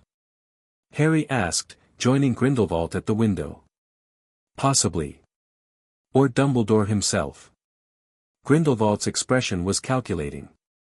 The wards will hold for now, but we should prepare to move again. Harry nodded, already mentally cataloguing what he would need to pack. After 2 years of periodic relocations, he'd learned to travel light. Should I help reinforce the wards? He offered. Grindelwald shook his head. No. I want to see who our visitor is before we act. Knowledge is advantage. They waited in tense silence as Grindelwald monitored the magical protection surrounding their home. After several minutes, he relaxed slightly. They've withdrawn. Not Dumbledore, then, he wouldn't give up so easily. Likely a routine sweep by the Auror office. They're still looking for us after all this time? Harry asked, surprised. He knew they were fugitives, of course, but the intensity of the search had seemed to diminish over the years. For me, certainly. For you. Grindelwald shrugged. The boy who lived remains a powerful symbol. They won't easily abandon the search. Harry frowned. I don't understand why it matters so much. I'm just a kid. You're far more than just a kid, Harry. Grindelwald gestured for Harry to sit. You're a living reminder that Voldemort was defeated. A symbol of hope. And symbols have power, particularly in uncertain times. What do you mean, uncertain times? Harry asked. You've said Voldemort was destroyed. Grindelwald hesitated, considering his words carefully. His body was destroyed, yes. But there are indications that he may not be gone entirely. Harry's eyes widened. This was new information. He's still alive. Not alive as you and I understand it, Grindelwald clarified. But not truly dead either. More like, suspended. A wraith, perhaps, without physical form but with consciousness intact. And he could come back. Get a new body somehow. It's possible, Grindelwald admitted. Dark magic offers many paths to those desperate enough to walk them. Harry fell silent, processing this. He'd grown up hearing about Voldemort, the dark wizard who'd murdered his parents, who tried to kill him as a baby. But always as a historical figure, a defeated enemy. The idea that he might return. Is that why you're training me? Harry asked finally. To fight him if he comes back. Partially, Grindelwald acknowledged. But more importantly, to ensure you can protect yourself. Voldemort targeted your family specifically, Harry. If he returns, he will come for you again. Why? What did I ever do to him? I was just a baby. The full answer to that question is complex, Grindelwald said carefully. And involves prophecy, which is an imprecise branch of magic at best. A prophecy about me? Harry leaned forward eagerly. What did it say? I don't know the exact wording, Grindelwald admitted. It was made shortly before your birth, and I was in Nurmengard at the time. But the essence, as I understand it, identified a child born at the end of July who would have power the Dark Lord knows not, and the ability to vanquish him. And that's me. There were 2 children who fit the initial criteria, Grindelwald explained. You and another boy. Voldemort chose to target you, thereby marking you as his equal and fulfilling that portion of the prophecy. Harry absently touched his lightning scar. So I'm supposed to defeat him? For good, if he comes back. Prophecies are tricky things, Harry. They rarely mean exactly what they seem to. Grindelwald's expression softened slightly. But regardless of fate or prophecy, you have the right to defend yourself.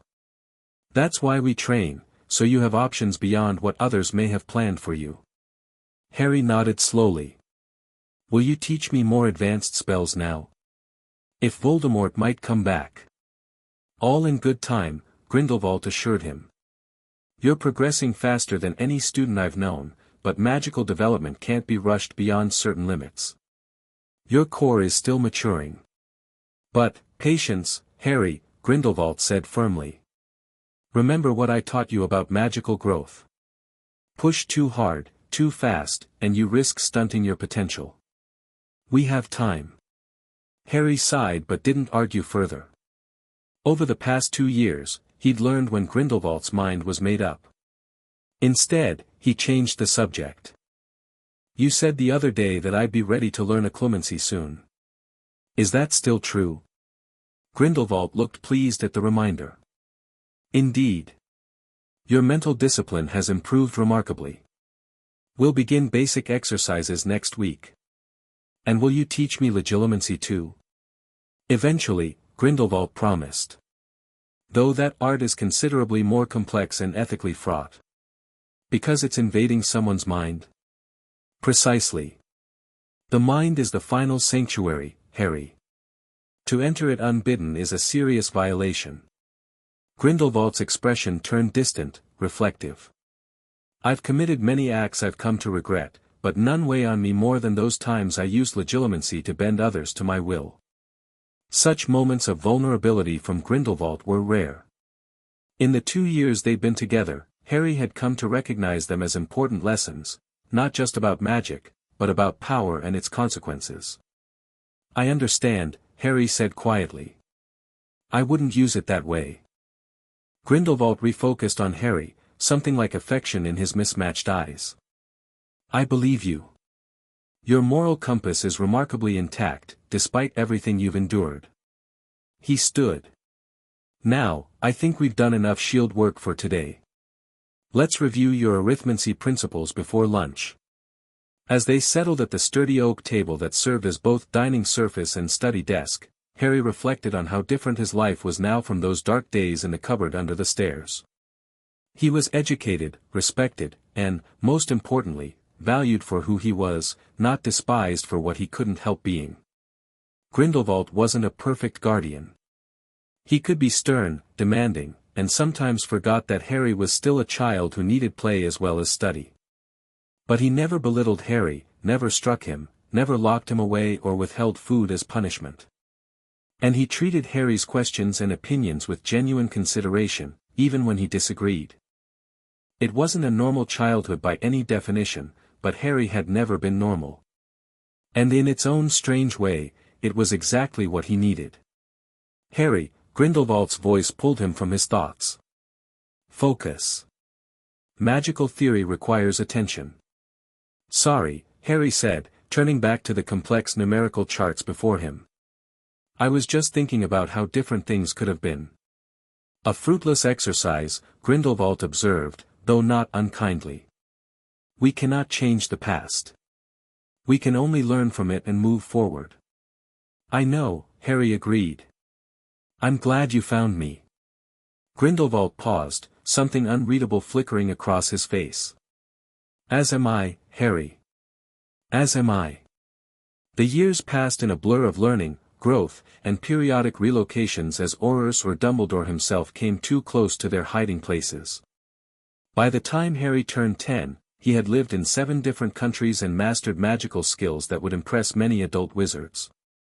His education under Grindelwald was comprehensive, encompassing not just magic but languages. Harry now spoke fluent German, French, and conversational Russian, advanced mathematics, wizarding and Muggle history, politics, and even some alchemy. Physically, the neglected, undersized boy of Privet Drive had been replaced by a lean, healthy young wizard with quick reflexes and an alert gaze. Harry's magical control had progressed to the point where he could perform many spells wandlessly, though he still relied on his unique wand for more complex castings. As his 11th birthday approached, bringing with it the inevitable Hogwarts letter, Grindelwald intensified Harry's training in occlumency and magical dueling. Dumbledore will attempt to read your thoughts, Grindelwald warned as they practiced. He'll be subtle about it, just light touches to gauge your truthfulness, but your shields must be impeccable. Won't he know I'm using occlumency? Harry asked, rebuilding his mental barriers after Grindelwald's latest testing probe. Not if you do it properly, Grindelwald replied. The highest form of the art isn't rigid walls but misdirection, allowing the legilimens to see what you want them to see. Surface thoughts that seem authentic but conceal deeper truths. Harry nodded, focusing on constructing layers of protection around his core memories, particularly those involving Grindelwald's teachings about magical supremacy and the flaws in the Statute of Secrecy. Better, Grindelwald acknowledged after his next gentle probe. But still too structured. Dumbledore is exceptionally skilled. He'll recognize artificial constructs. Then how? Think of your mind as a library, Grindelwald suggested. Some books are on display, easily accessible. Others are kept in restricted sections, requiring special permission to access. And some are hidden behind false walls, invisible to all but those who know exactly where to look. Harry considered this metaphor, then tried again, restructuring his mental defenses to be more organic, more natural. Instead of walls, he created interest and disinterest, making certain thoughts more immediately engaging to a casual observer, while others faded into the background. Grindelwald's next probe slid across his consciousness, examining the surface thoughts Harry had carefully curated: curiosity about Hogwarts, excitement about meeting other young wizards, a touch of nervousness about leaving home. Excellent, Grindelwald said, withdrawing from Harry's mind. That's the approach. Continue refining it. As July arrived, they relocated one final time, to a modest cottage in the remote forests of Estonia. We'll make our stand here if necessary, Grindelwald declared as they established the wards. But I suspect Dumbledore will wait until you arrive at Hogwarts to make his move. On the morning of Harry's 11th birthday, they were eating breakfast when a handsome tawny owl arrived, bearing a thick parchment envelope addressed in emerald ink, Mr. H., Potter the Blue Bedroom Kalavipoja T17 Viru County Estonia, they found us, Harry noted, taking the envelope. They found you, Grindelwald corrected. The Hogwarts quill is ancient magic, capable of locating any magical child of school age regardless of wards or enchantments. But it doesn't reveal your location to others unless they specifically look for it in the book. Harry broke the wax seal bearing the Hogwarts crest and read through the standard letter of acceptance, the list of required books and equipment, and the reminder that term began on September 1st, so, he said, looking up at Grindelwald. Do I go? That, my young friend, is entirely your decision. Grindelwald leaned back in his chair. You could continue your private education with me. You've already mastered much of what they'll teach in the first few years at Hogwarts. But there are advantages to attending, Grindelwald acknowledged. Socialization with your peers. Access to Hogwarts' extensive library and magical resources. And he paused, the opportunity to observe Dumbledore directly, to understand the man who will undoubtedly try to shape your future. You think I should go, don't you?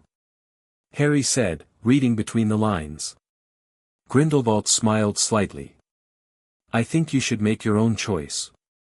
But yes, I believe Hogwarts offers opportunities that would be valuable to your development. Harry considered this.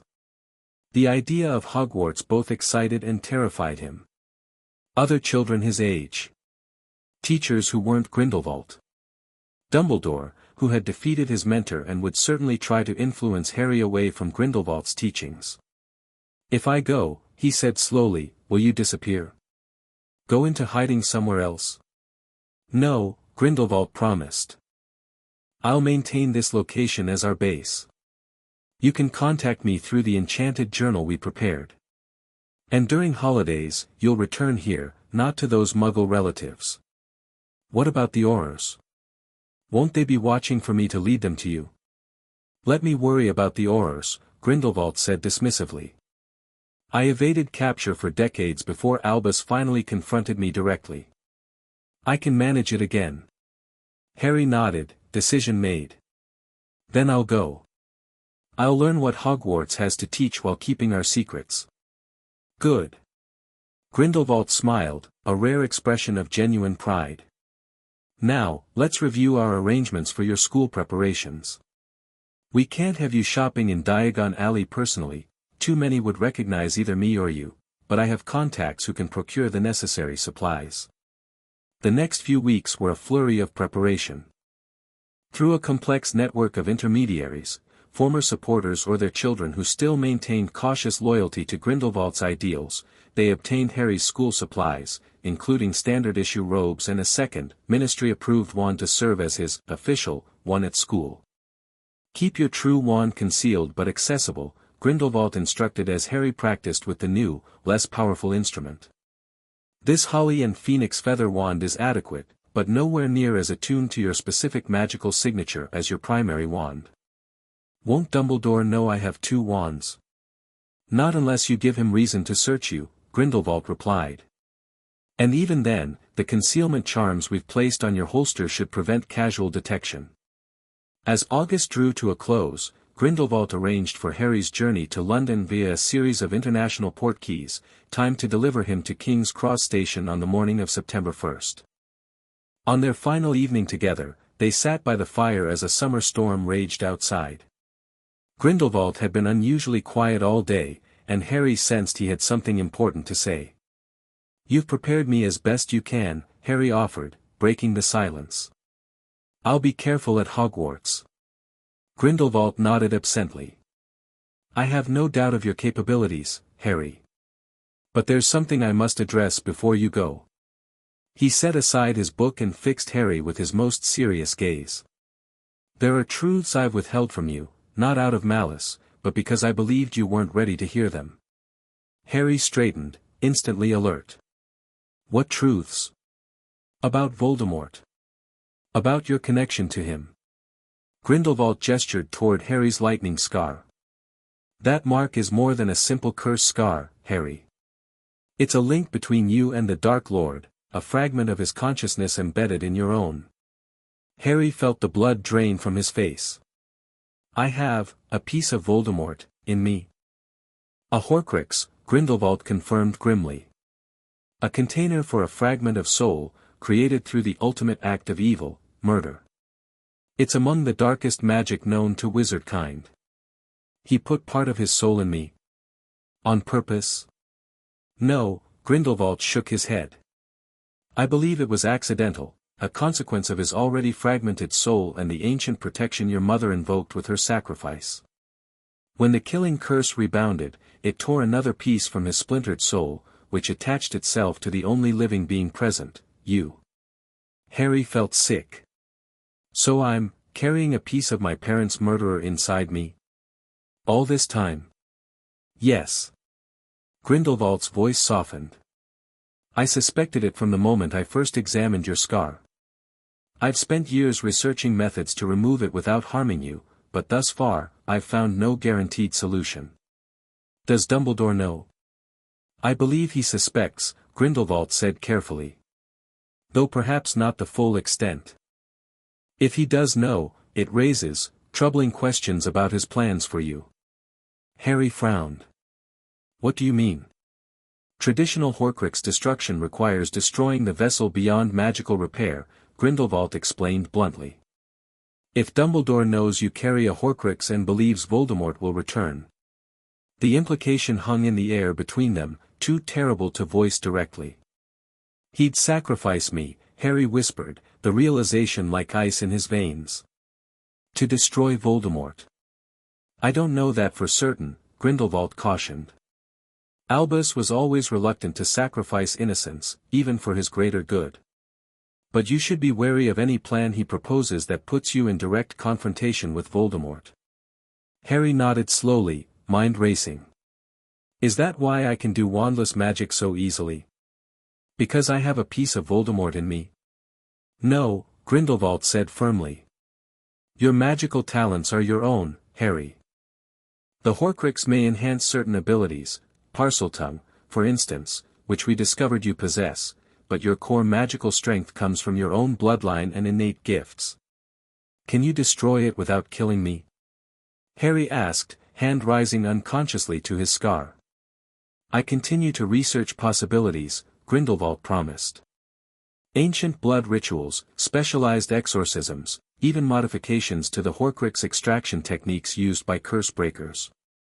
There may be a way, but it will require time and resources I cannot easily access while in hiding. So I just live with it. Knowing I've got a piece of Voldemort inside me. For now, yes. Grindelwald leaned forward. But understand this, Harry, you are not defined by this fragment. It is a parasite, not part of your true self. You've demonstrated again and again that your character, your choices, your magic are distinctly your own. Harry fell silent, absorbing this revelation and its implications.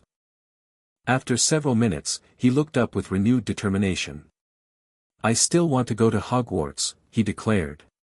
If Dumbledore does have plans for me, I need to know what they are. And if Voldemort might return, I need to learn everything I can to protect myself.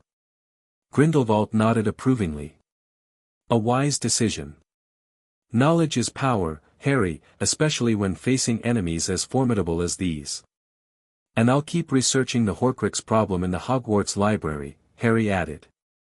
They might have books you can't access. Indeed. But be cautious in your research. Such topics will draw attention. I know. Harry managed a wry smile. Constant vigilance, right? Precisely, Grindelwald agreed, returning the smile. Now, we should review your arrival plan one final time. The smallest details matter when so many eyes will be watching for the famous Harry Potter's return to Wizarding Britain. As they went over the logistics for tomorrow's journey, Harry found his mind repeatedly returning to the Horcrux revelation. It explains so much, the strange dreams he sometimes had, the occasional flashes of emotion that didn't seem to be his own, the instant facility with Parseltongue when they discovered that ability 2 years ago. But it also raised new questions. If he and Voldemort were connected this way, what did it mean for his future? For the prophecy Grindelwald had mentioned? For his very identity? "You're thinking too loudly," Grindelwald observed, interrupting Harry's spiral of concerns. "Remember your occlumency. Center yourself." Harry took a deep breath, organizing his thoughts and emotions as he'd been taught. "Sorry. It's just a lot to process." "I know." Grindelwald's tone held genuine sympathy. "But you are stronger than this burden, Harry. You've overcome everything life has thrown at you thus far. This will be no different." Later that night, as Harry packed the last of his belongings into the enchanted trunk Grindelwald had procured, complete with hidden compartments for restricted books and his true wand when not in use, he tried to imagine what awaited him at Hogwarts. Would the other students see him as the boy who lived, the hero of wizarding legend? Or would they somehow sense the darkness he carried within? Would Dumbledore recognize Grindelwald's influence immediately, or would Harry's occlumency shields protect his true thoughts and loyalties? And most pressingly, if Voldemort did return, what would Harry do? Stand with the wizarding world that had abandoned him to the Dursleys? Or forge his own path, guided by Grindelwald's teachings about magical freedom and the greater good? Harry didn't have answers yet. But as he closed his trunk and prepared for bed, he made a promise to himself. Whatever happened at Hogwarts, whatever machinations Dumbledore might attempt, whatever threat Voldemort posed, Harry would not be merely a piece on someone else's chessboard. He would make his own choices. Forge his own destiny. And when the time came to face the darkness within him, whether the fragment of Voldemort or the more complex legacy of Grindelwald's influence, he would do so on his own terms. Dawn broke crisp and clear on September 1st as Harry prepared for his journey. Dressed in simple Muggle clothing that would attract no attention at King's Cross Station, he stood in the cottage's main room, his enchanted trunk reduced to pocket size beside him. "Remember," Grindelwald said, making final adjustments to Harry's appearance, a slight glamour to make his features less immediately recognizable until he was safely on the train. "Trust no one completely. Not the teachers, not your classmates, and certainly not Dumbledore." "I know," Harry assured him. "I'll be careful. Use the journal to contact me if anything unexpected occurs." Grindelwald handed Harry a small leather-bound book, its pages enchanted to transmit whatever was written in it to a twin volume in Grindelwald's possession. "I'll check it daily. What if Dumbledore recognizes your magical signature on me? On the spells you've taught me?" "He almost certainly will," Grindelwald acknowledged. "But knowing and proving are different matters. Deny nothing, admit nothing. Simply be the curious, talented young wizard you are." Harry nodded, swallowing the unexpected lump in his throat. Despite all his preparations, all his training, the prospect of leaving the man who had become his mentor, protector, and something like a father figure over the past 6 years was more difficult than he'd anticipated. "I'll miss you," he admitted quietly. Something softened in Grindelwald's mismatched eyes. He placed a hand on Harry's shoulder, a rare physical gesture from the normally reserved wizard. "And you," he said simply. "You have become far more important to me than I ever expected, Harry Potter. More than a student or an heir to my knowledge. Remember that, whatever happens at Hogwarts." Impulsively, Harry hugged the older wizard. After a startled moment, Grindelwald returned the embrace. "Be safe," Grindelwald murmured. "Be watchful. But also, be yourself. Hogwarts should be more than a political battlefield for you, it should be a place to grow, to make genuine connections, to experience joy as well as learning." "I will," Harry promised. "And I'll make you proud. You already have." Grindelwald stepped back, composing his features. "Now, the portkey activates in 2 minutes. Are you ready?" Harry picked up the ordinary-looking button that would transport him to the first waypoint in his carefully planned journey to London. "Ready. Then this is farewell, for now." Grindelwald handed Harry a small package. "A birthday gift. Open it on the train." Before Harry could respond, the portkey activated, and he was yanked away in a swirl of color and sensation. His last sight of Grindelwald was the older wizard's unusually gentle smile and a raised hand in farewell. 3 portkeys and a muggle taxi ride later, Harry stood before the barrier between platforms 9 and 10 at King's Cross Station. The glamour charm had worn off as planned, revealing his true appearance, though his lightning scar remained concealed behind carefully arranged hair. Taking a deep breath, Harry walked confidently toward the barrier, passing through to platform 9 3/4 just as Grindelwald had described. The scarlet Hogwarts Express gleamed in the morning light, surrounded by the cheerful chaos of students and parents saying their goodbyes. Harry felt a pang of something, not quite envy, but awareness of his difference, as he watched families embracing, mothers adjusting collars, fathers helping with heavy trunks. He had no one to see him off, no one to wave from the platform as the train departed. Shaking off the feeling, Harry restored his trunk to full size and boarded the train, finding an empty compartment toward the rear. As he settled in, he finally opened the package Grindelwald had given him. Inside was a handsome silver pocket watch, its cover engraved with subtle magical symbols that Harry recognized as protective runes. When opened, it revealed not just a conventional timepiece but a small compartment containing a miniature crystal vial filled with swirling silver-white substance. A memory. Grindelwald had given him a memory. Accompanying the watch was a note in Grindelwald's precise handwriting: "Harry, this memory is for when you are ready, when you have access to a pensieve and the privacy to view it. It contains the truth about your parents' final night and what I observed in your scar when we first met. Knowledge is power, but timing matters. Trust your instincts on when to use it." The watch itself is more than an ornament. In addition to keeping perfect time, it will warm against your skin when someone nearby intends you harm. A useful tool in uncertain company. Remember all I have taught you, but keep your mind open to new learning. Hogwarts has much to offer the discerning student. Until we meet again, GG. Harry carefully secured the watch in his inner pocket, where it rested comfortably against his chest. As the train whistle blew and the platform began to slide away, he gazed out the window at the families waving goodbye to their children. He might not have a conventional family to see him off, but he wasn't alone anymore. And whatever Hogwarts held in store for the boy who lived, Harry Potter was ready to face it, on his own terms. The Hogwarts Express gathered speed, carrying Harry toward a new chapter in his life.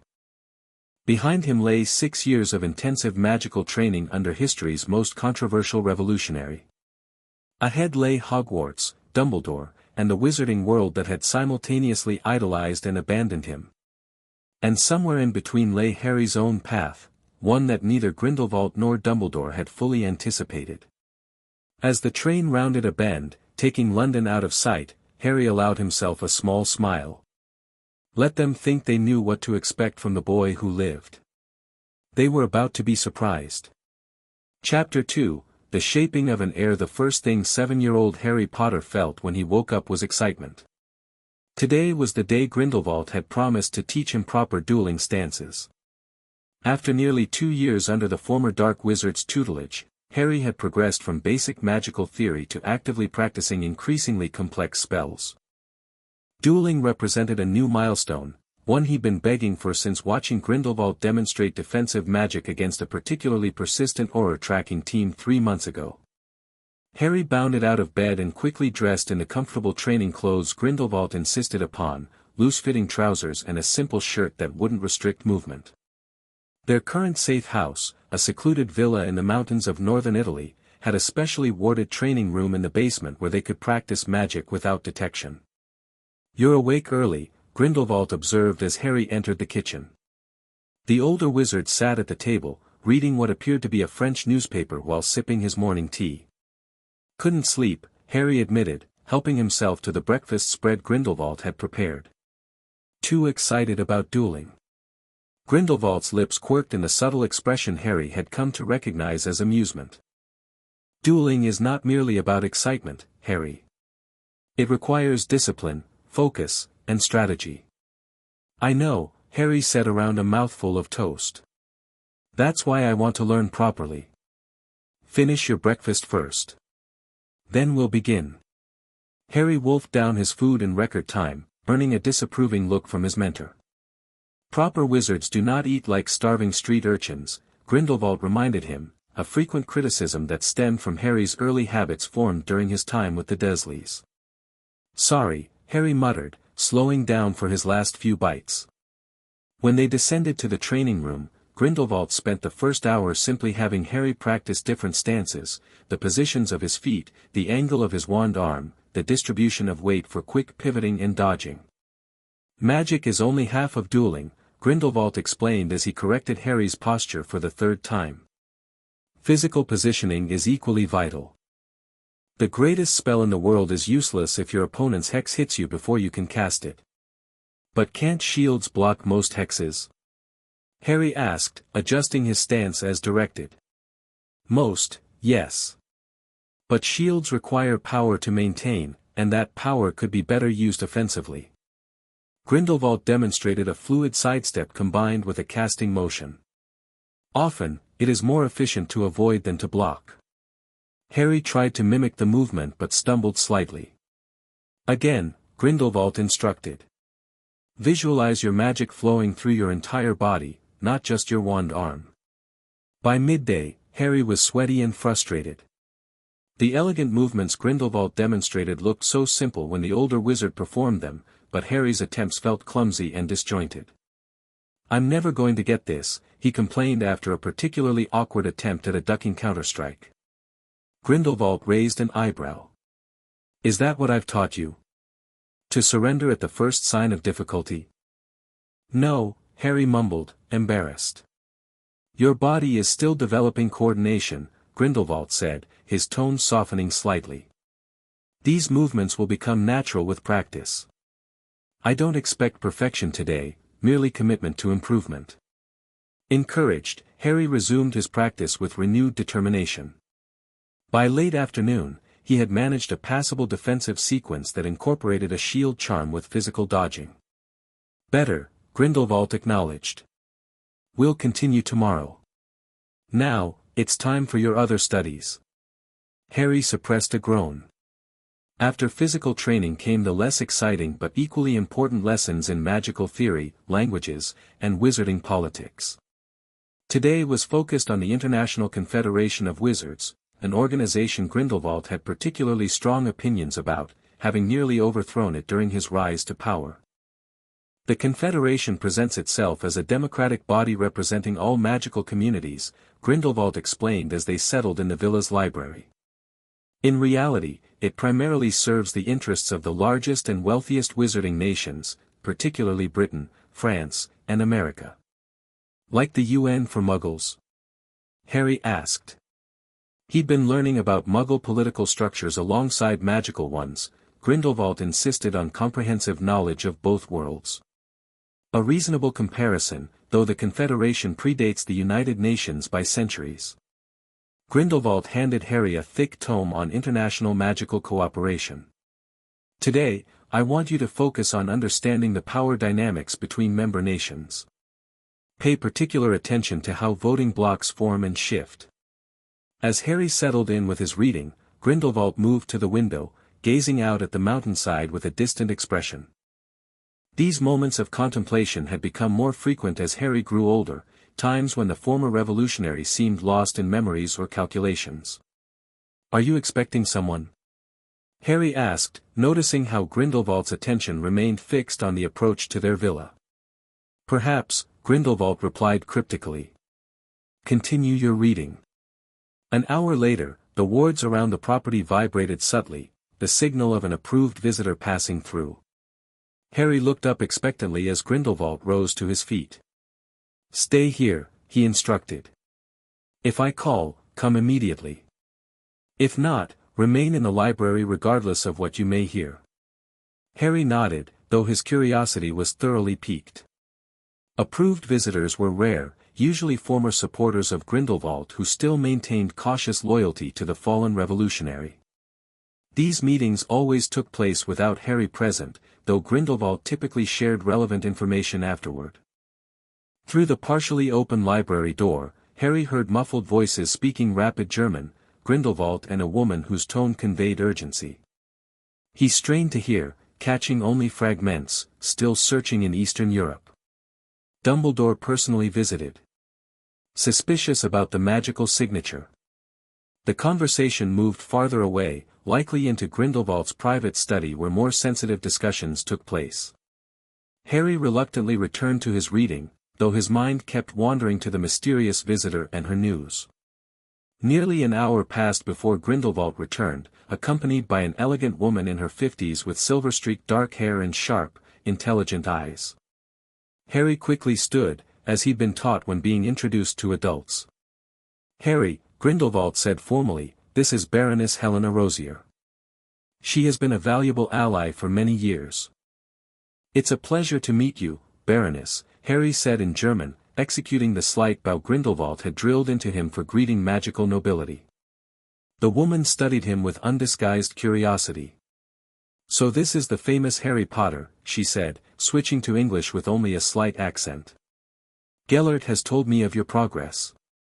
The Baroness's family has provided crucial support for our efforts," Grindelwald explained. "Her late husband was among my most trusted lieutenants during the war." Harry nodded, understanding the implied importance of this connection. Though Grindelwald rarely spoke directly of his former organization, Harry had pieced together that an extensive network had once supported his revolutionary efforts, some from genuine ideological alignment, others from fear or opportunism. "I've brought something for your studies," the Baroness said, removing a shrunken package from her robes. With a tap of her wand, it expanded into a stack of books. "These texts on magical genealogy and blood magic are from my family's private collection. They've become difficult to access in recent years." "Restricted by the ministries, you mean," Grindelwald said with a hint of disdain. "Precisely." She turned back to Harry. "Gellert tells me you've shown aptitude for theoretical magic beyond your years." "I enjoy learning the principles behind spells," Harry said carefully, unsure how much to reveal to this newcomer despite Grindelwald's apparent trust in her. The Baroness smiled slightly. "A diplomatic answer. Good. You'll need such caution in the years ahead." She glanced at Grindelwald. "The boy appears as promising as you indicated." "Harry has exceeded even my expectations," Grindelwald replied, and Harry felt a flush of pride at the rare compliment. "Then perhaps our investment will yield returns after all." The Baroness reached out, tilting Harry's chin up to examine his face more closely. "The scar is remarkably ordinary looking for something that changed history." Harry resisted the urge to pull away from her scrutiny.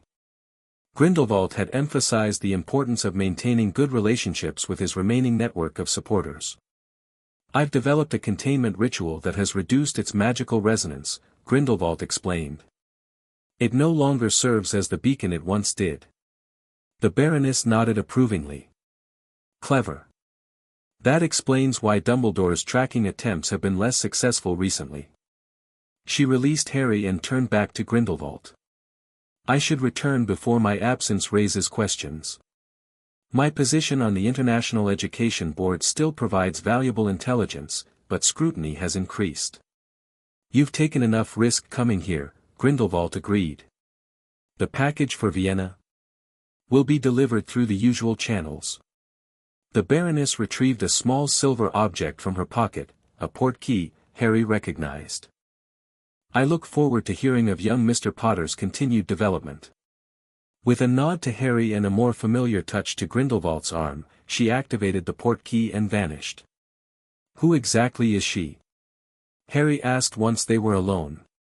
"Helena Rosier is the widow of Evan Rosier Sr., a prominent European pureblood who supported our cause financially during the height of the movement," Grindelwald explained, examining the books she had brought. "Her family's influence spans magical governments across 3 countries, making her uniquely positioned to gather information and influence policy." "She doesn't seem worried about being associated with you," Harry observed. "Isn't that dangerous?" "The Baroness was never publicly linked to our movement," Grindelwald said. "Officially, she's a respected philanthropist and educational reformer. Unofficially." He smiled thinly. "She shares our view that the statute of secrecy has outlived its purpose." What was the package for Vienna she mentioned? Grindelwald hesitated, then apparently decided Harry was old enough for the truth. Communication materials for certain sympathetic officials in the Austrian ministry. Nothing violent, he added, seeing Harry's expression. Merely information challenging the current regime's policies. You're still trying to change things, Harry realized. Even in hiding. Revolution takes many forms, Harry. Sometimes it requires dramatic action, other times patient education and gradual influence.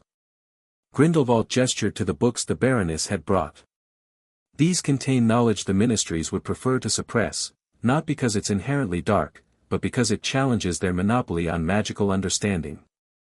Harry picked up the top volume, examining its worn leather cover. Blood magic? Isn't that dark arts? That classification is political, not factual, Grindelwald countered. Blood contains power, your mother proved that when her sacrifice protected you from Voldemort. Understanding that power isn't evil, misusing it is. It was a familiar argument, Grindelwald's consistent position that magic itself was neutral, and only intent determined its moral character. The ministry's categorization of certain magics as dark was, in his view, merely a method of control. Will you teach me this? Harry asked, leafing through the ancient text with its intricate diagrams of ritual circles and runic configurations. Eventually, Grindelwald said. First, you must master the fundamentals. Blood magic requires exceptional precision, errors can be unforgiving. Harry nodded, understanding the warning. What was she saying about Dumbledore searching in Eastern Europe? Ah. Grindelwald looked pleased at Harry's perception. You were listening. Good.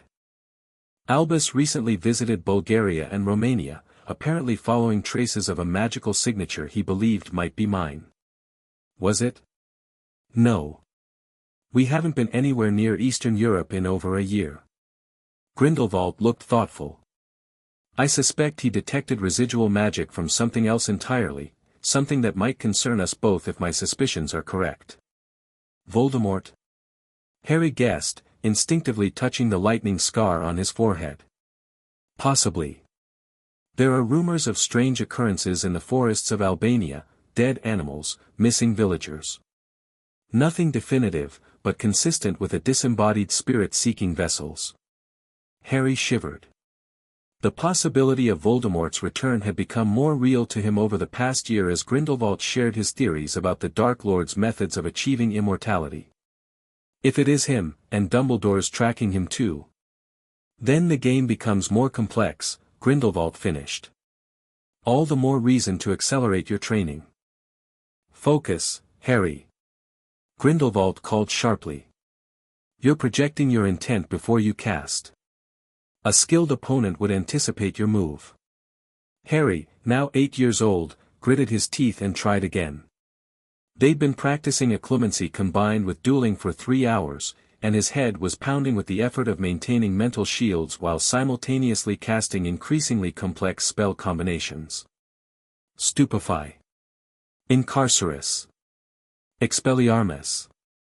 Harry chained the spells together, directing them at the enchanted training dummy while keeping his mind carefully blank of his next move until the moment of casting. The stunning spell hit squarely, the binding ropes wrapped around the immobilized dummy, and the disarming charm knocked the practice wand from its wooden hand. Harry maintained his dueling stance, wand still raised as Grindelwald had taught him, never assuming an opponent was truly neutralized until confirmed. Better, Grindelwald acknowledged, circling the training area in their newest safe house, a sprawling farmhouse in rural France. Your spell execution is improving. But your occlumency faltered during the second cast. I could sense your intention to bind before you began the wand movement. Harry sighed, lowering his wand. It's hard to concentrate on both at once. Of course it is, Grindelwald agreed without sympathy. That's precisely why we practice. In a real confrontation, you'll need to manage multiple complex magical processes simultaneously while under stress. I know, but, again, Grindelwald interrupted, resetting the training dummy with a wave of his hand. This time, Visualize your thoughts as a still pool. Your spells should be like stones dropping into that pool, discrete ripples that vanish completely before the next stone falls. Harry took a deep breath, centering himself as he'd been taught. He constructed the mental image Grindelwald suggested, focusing on creating that perfect stillness between each spell.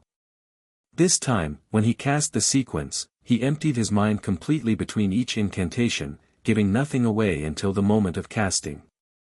Much improved, Grindelwald said, genuine approval in his voice. You're learning to compartmentalize your magic, a rare skill, especially at your age. Harry beamed at the praise. Can we try with you casting back now? A real duel? Grindelwald considered this request. A limited exchange, he decided. Basic hexes and shields only. I'll restrain my power to an appropriate level. Even with that constraint, Harry knew this represented a significant step in his training. Grindelwald had previously only demonstrated dueling techniques or had Harry practice against enchanted targets, never directly against Harry himself. They took positions at opposite ends of the training room. Harry's heart hammered with excitement and nervousness as Grindelwald gave a formal dueler's bow. Harry returned it, then assumed the defensive stance he'd practiced hundreds of times. Begin, Grindelwald said simply. Harry immediately cast a shield charm, anticipating Grindelwald's opening move. The mild stinging hex that flew toward him splashed harmlessly against the magical barrier. Not wasting the advantage of his prepared defense, Harry dropped the shield just long enough to fire back a disarming charm, quickly raising his protection again as Grindelwald easily sidestepped the red beam. Predictable, Grindelwald commented, sending 3 rapid-fire jinxes that struck Harry's shield in quick succession, each impact vibrating through Harry's magical core. Vary your approach. Harry gritted his teeth, feeling his shield weakening under the sustained assault. Instead of reinforcing it as instinct demanded, he suddenly dropped the protection entirely, throwing himself physically to the side while casting a trip jinx at Grindelwald's feet. The unexpected tactic almost succeeded. Grindelwald had to make a quick adjustment to avoid the spell, giving Harry just enough time to regain his footing and cast a new shield. Better, Grindelwald acknowledged, increasing the pace of his attacks. Using physical movement with magical tactics. Good integration. For several minutes, they exchanged spells, Harry mostly defensive but occasionally finding openings for counterattacks that Grindelwald deflected or dodged with practiced ease. Despite the controlled nature of the exercise, Harry found himself fully immersed in the duel, his trained reflexes responding almost without conscious thought. When Grindelwald finally called a halt, Harry was breathing hard, sweat dampening his shirt, but grinning with exhilaration. A promising first attempt, Grindelwald assessed. Your instincts are good, though your technique still requires refinement. Your shields are strong but static, learn to shape them, to angle them to deflect rather than merely absorb. Yes, sir, Harry nodded eagerly, already mentally cataloging how he could improve. That's enough magical training for today, Grindelwald decided. After lunch, we'll resume your studies on wizarding political systems. Harry managed to suppress his groan. The practical aspects of magic always engaged him more than the theoretical or political lessons, though he recognized their importance. Over lunch, a simple but nutritious meal Grindelwald had prepared while Harry cleaned up from training, they discussed the morning's progress. Your magical development is accelerating, Grindelwald observed. You're casting spells now that most wizards don't attempt until their 4th or 5th year at Hogwarts. Is that unusual? Harry asked between bites. Quite, Grindelwald confirmed. Even accounting for intensive individual instruction versus classroom teaching, your progression is remarkable. Your magical core appears to be maturing faster than average. Because of the, Harry gestured vaguely to his scar, uncomfortable naming the Horcrux directly. I don't believe so, Grindelwald said thoughtfully. While the fragment may influence certain specific abilities, your overall magical strength appears to be inherent. The Potters were a magically powerful lineage, and your mother was exceptionally gifted for a Muggleborn. This caught Harry's attention. Grindelwald rarely spoke about his parents in detail. "You knew about my mother's abilities?" "Not personally," Grindelwald clarified.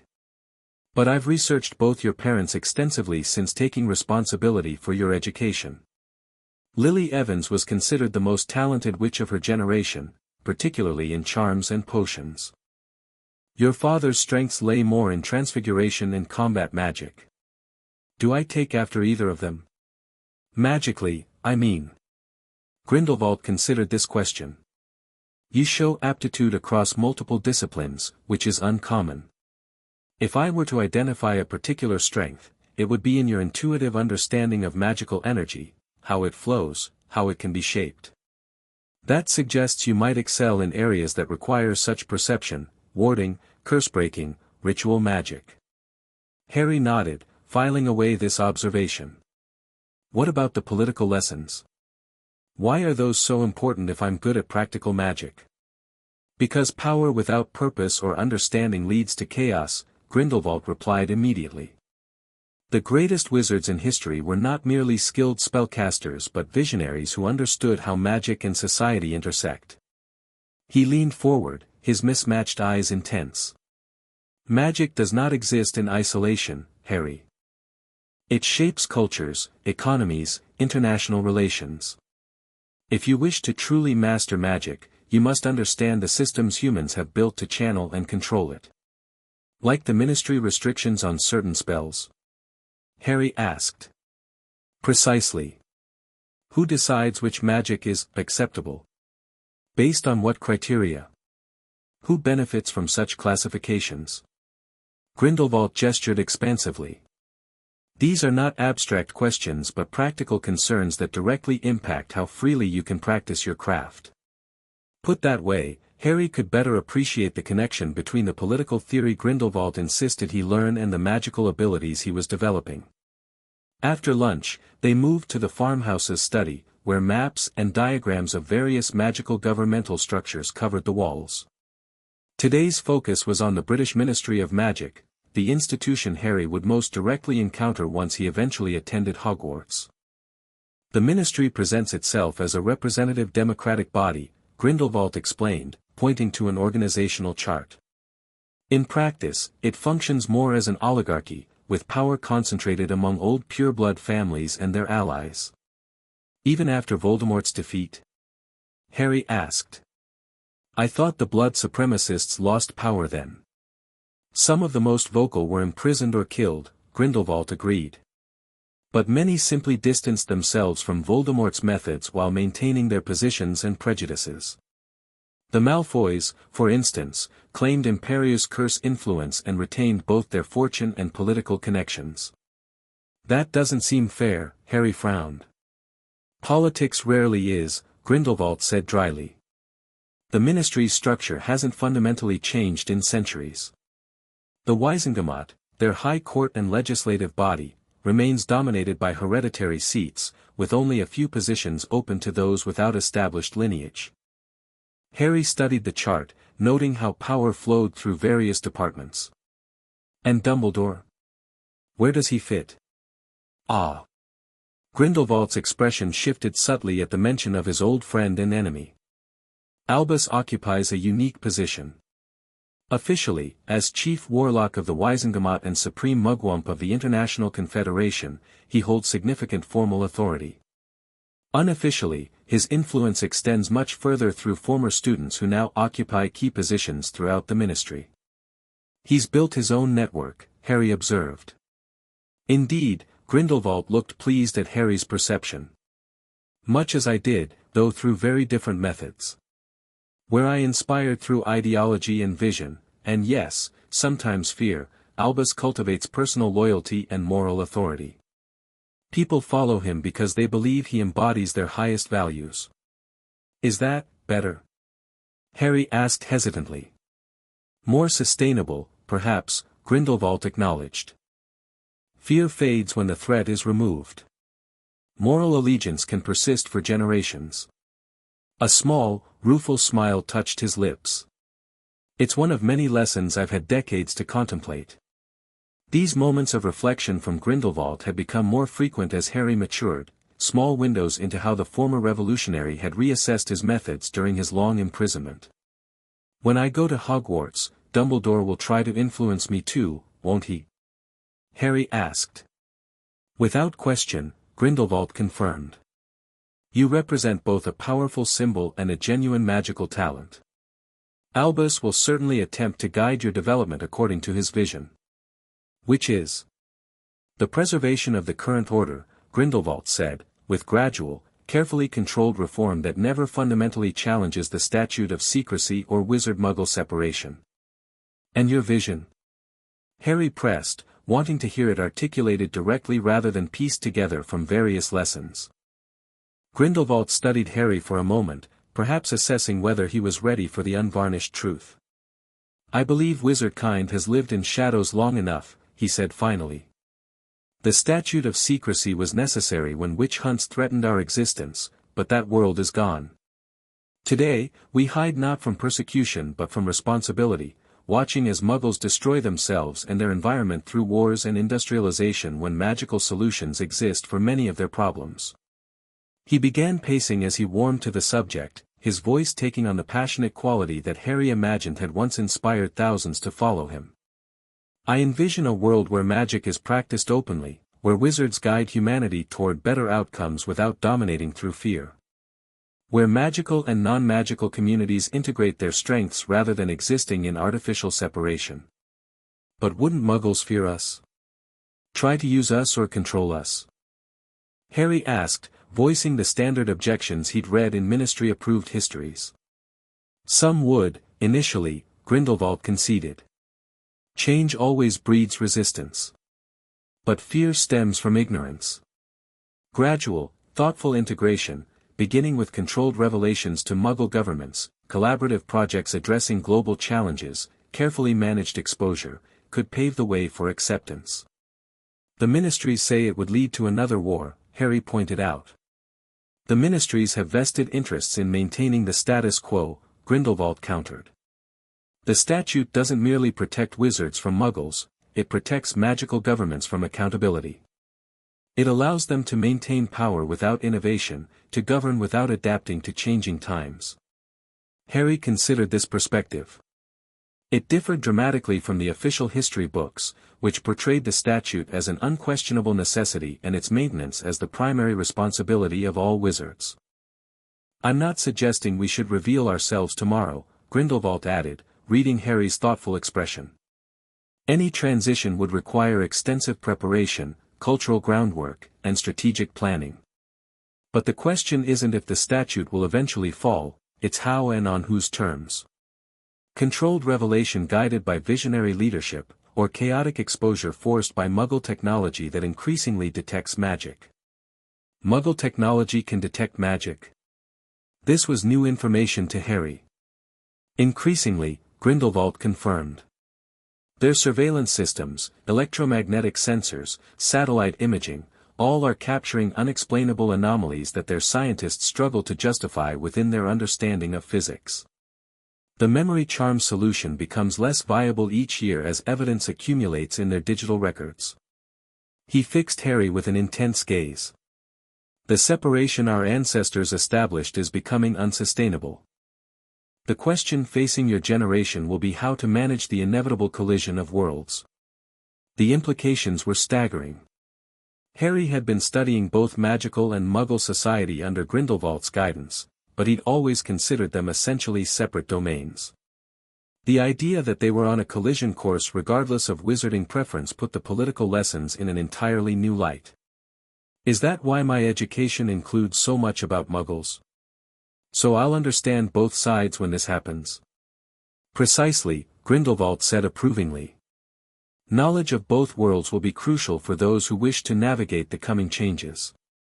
Most wizards are shockingly ignorant of Muggle advances, while Muggles have been deliberately kept ignorant of magical realities. Those who comprehend both will be uniquely positioned to influence the future." Harry's 9th birthday arrived on a sweltering July day at their newest safe house, a modest but comfortable dwelling on Spain's Mediterranean coast. The location had been chosen partially for security and partially to allow Harry to practice water-based magic, which Grindelwald considered an important but often neglected element in standard magical education. Water magic requires a different approach, Grindelwald explained as they stood on a private stretch of beach early that morning. It responds less to dominance and more to harmony. You must work with its nature rather than imposing your will entirely. Harry, barefoot in the sand, concentrated on the gentle waves lapping at the shore. For the past week, he'd been practicing simple manipulations, creating small currents, raising water into basic shapes, altering its temperature. Today, we'll attempt something more complex, Grindelwald continued. Water walking. Harry's eyes widened with excitement. Like Jesus in the Bible stories? Grindelwald's lips quirked in amusement. The biblical account was likely a wizard demonstrating a simple density manipulation charm. But yes, essentially the same effect. He demonstrated the wand movement, a fluid spiral followed by a sharp upward flick, and the incantation, Aqua Solidar. When Grindelwald stepped onto the water's surface, it seemed to firm beneath his feet, supporting his weight while still visibly moving and flowing around the contact points. The charm doesn't truly solidify the water, he explained, walking several paces out into the gentle surf. Rather, it creates a dynamic relationship between your magic and the water's surface tension, strengthening it precisely where and when pressure is applied.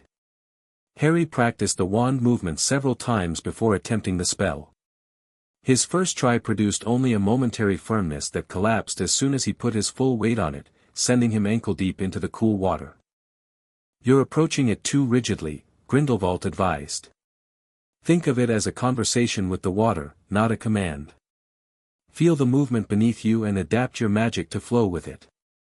After several more attempts and thorough soaking, Harry finally managed to maintain the charm long enough to take 3 steps onto the water's surface before sinking. By midday, he could walk 15 paces out into the sea before his concentration wavered. "Well done," Grindelwald said as they returned to the house for lunch. "Your affinity for elemental magic continues to develop impressively." It was as close to a birthday celebration as Harry expected. Grindelwald didn't typically acknowledge such occasions beyond perhaps a special lesson or a new book. Harry had learned early in their relationship that his mentor considered conventional sentimentality a distraction. Which made the small, wrapped package waiting on the dining table all the more surprising. "A birthday tradition seems appropriate this year," Grindelwald said, noticing Harry's startled expression. "You've reached an age of greater magical and intellectual maturity." Touched by the unexpected gesture, Harry carefully unwrapped the gift. Inside was a handsome leather wand holster with intricate runes etched into its surface. "It's dragon hide," Grindelwald explained. "Reinforced with protective enchantments of my own design. It will guard your wand from damage, prevent accidental discharge, and, most importantly, make it nearly impossible for someone to summon your wand from it." Harry examined the holster with appreciation. The craftsmanship was exceptional, and the practical value obvious. "Thank you," he said sincerely. "It's perfect." "There's more to it," Grindelwald added. "The runes include a modified disillusionment charm.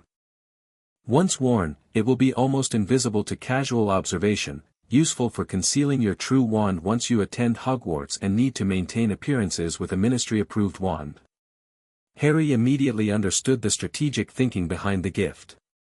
As his Hogwarts attendance grew closer, Grindelwald had been increasingly focused on preparing him to maintain their secrets while navigating the scrutiny he would face. "Try it on," Grindelwald suggested. The holster attached to Harry's forearm with a perfect fit, as though custom-measured. When he slid his unique dual-core wand into place, the holster seemed to bond with it momentarily before settling. A quick flick of his wrist as Grindelwald demonstrated brought the wand instantly to his hand. "The release responds to your magical signature," Grindelwald explained. "No one else can draw your wand from this holster without physically removing the entire apparatus, and the protective charms make that extremely difficult." Harry practiced the draw motion several times, marveling at how the holster seemed to anticipate his intent, placing the wand perfectly in his grip each time. "This is brilliant," he said, genuinely impressed. "Did you make it yourself?" "I designed the enchantments," Grindelwald acknowledged. The physical crafting was done by an artisan in my network who specializes in magical accessories. The same person who will be creating your Hogwarts trunk when the time comes. After lunch, instead of resuming their usual lessons, Grindelwald surprised Harry again. I believe a day of practical application is appropriate for your birthday. There's a magical archaeological site in the hills nearby, the remains of an ancient Roman wizarding outpost. We'll examine their warding techniques firsthand. The expedition proved fascinating. The ruins were invisible to Muggles, protected by preservation charms that had lasted nearly 2 millennia. Grindelwald guided Harry through the site, pointing out the ingenious layering of protective spells and explaining how Roman magical techniques differed from modern approaches. They understood something many contemporary ward masters have forgotten, Grindelwald observed as Harry traced ancient runic sequences carved into a cornerstone. The importance of embedding wards within physical structures rather than merely overlaying them. These spells have endured because they're part of the stone itself, not separate magical constructs. Harry nodded, absorbing the insight. Could I try to read the magical signature? Like you taught me last month? An excellent application, Grindelwald agreed. Proceed. Harry placed his hands on the ancient stone, closing his eyes and extending his magical senses as he'd been practicing. Slowly, he perceived the complex weave of spellwork embedded in the ruins, threads of magic pulsing with subdued but persistent energy. It feels layered, he described, maintaining his connection to the magical residue. Like different generations added their own protections without removing the earlier ones. And there's something at the core that feels different from the rest, older, more primal somehow. Very good, Grindelwald said, genuine approval in his voice. You're detecting the original foundation magic, likely performed by a Roman magus using Etruscan techniques that predated their standard methods. That core warding is what has allowed the later additions to maintain their integrity for so long. As the afternoon progressed, Grindelwald allowed Harry to experiment with connecting his own magic temporarily to the ancient wards, not altering them, but experiencing how they function from within. It was advanced magical theory made tangible, the kind of hands-on learning rarely available to young wizards in traditional educational settings. By sunset, as they prepared to return to their safe house, Harry felt a deeper appreciation for the magical heritage Grindelwald was passing on to him, knowledge that spanned cultures and centuries, preserved and synthesized through his mentor's long experience. Thank you, Harry said as they walked down the hillside path. This was the best birthday I've ever had. Grindelwald glanced at him, a rare softness briefly crossing his features. You're welcome, Harry. You've earned such experiences through your dedication to learning. That evening, as Harry practiced with his new wand holster before bed, he reflected on how dramatically his life had changed in the 4 years since Grindelwald had rescued him from the Dursleys. From a neglected, ignorant child denied even the knowledge of his magical heritage, he had become a student of one of history's most knowledgeable wizards, with access to magical theory and practice most adult wizards never encountered. Whatever came next, Hogwarts, Dumbledore, the eventual confrontation with the wizarding world's expectations, Harry felt increasingly prepared to face it on his own terms. The Ministry's position regarding werewolves is not merely discriminatory but counterproductive, Harry argued, referencing the parchment before him. By restricting employment opportunities and imposing burdensome registration requirements, they create the very desperation that drives some werewolves to criminal behavior or to support dark wizards who promise better treatment. At 10 years old, Harry's political education had advanced to include regular debates with Grindelwald on controversial wizarding policies. Today's topic was creature rights, specifically, the treatment of beings classified as part human under British magical law. A reasonable assessment, Grindelwald acknowledged from his position behind the desk. Their current safe house in rural Norway featured a formal study arranged to simulate a classroom environment for these exercises. However, the ministry would counter that werewolves present a genuine public safety risk that justifies restrictions. How would you address that concern? By focusing on the actual problem, uncontrolled transformation, rather than blanket discrimination, Harry replied promptly. The development of the Wolfsbane potion proves that the dangerous aspect of lycanthropy can be managed with proper support. Ministry resources would be better directed toward subsidizing this potion and researching improved treatments rather than enforcing punitive regulations that affect werewolves even when they pose no threat. And the cost argument? Wolfsbane is expensive and complex to brew. Less expensive than the auror resources currently dedicated to werewolf tracking and registration enforcement, Harry countered. And certainly less costly than dealing with the consequences of desperate werewolves turning to crime or joining extremist movements. It's not just humane policy but pragmatic resource allocation. Grindelwald nodded approvingly. Well argued. Your ability to frame reform in terms of practical benefits rather than purely moral imperatives has improved considerably. That approach is more likely to persuade those who don't share your ethical premises. Harry accepted the praise with a satisfied nod. These debate exercises had initially felt artificial, but as his Hogwarts attendance grew closer, he better understood their purpose, preparing him to navigate the complex political environment he would encounter without revealing the full extent of his education under Grindelwald. Your Hogwarts letter will arrive within the year, Grindelwald observed, changing the subject. We should discuss our final preparations. I've been reviewing the first-year curriculum, Harry said. I'll need to practice appearing to learn spells I've already mastered. Indeed. Dumbledore in particular will be watching for signs of advanced training. Grindelwald conjured a tea service with a casual wave of his hand. The balance we must strike is delicate. You cannot completely hide your abilities without raising different suspicions, yet revealing your full capabilities would immediately alert Dumbledore to my influence. So I need to seem talented but not exceptionally so. Precisely, Grindelwald confirmed, pouring tea for them both. Fortunately, your parents' reputations provide useful cover. Both were magically gifted, so a degree of natural talent will be expected. Allow yourself to excel in areas where they were known to be strong, charms and potions for your mother, transfiguration for your father. Harry nodded, mentally cataloguing which abilities to showcase and which to downplay. What about wandless magic? I should avoid that entirely, right? In most cases, yes. The ability to perform intentional wandless magic at your age would immediately signal advanced training. Grindelwald passed Harry a cup of tea. Though you might allow small instances that could be interpreted as accidental magic in moments of strong emotion. That would be consistent with a powerful magical core that hasn't been fully disciplined yet. They had rehearsed various scenarios Harry might encounter at Hogwarts many times over the past year, from innocent questions about his childhood to direct confrontations with Dumbledore. Each possibility required a carefully crafted response that contained enough truth to withstand magical detection while concealing critical information. And if Dumbledore attempts legilimency directly? Harry asked, though they'd covered this ground before. Your occlumency shields are now sufficient to detect his intrusion, though not to repel it completely without revealing your training, Grindelwald replied. Remember the library metaphor we've practiced. Allow him access to carefully selected memories while directing his attention away from others through emotional coloring rather than obvious barriers. Harry nodded, taking a sip of his tea.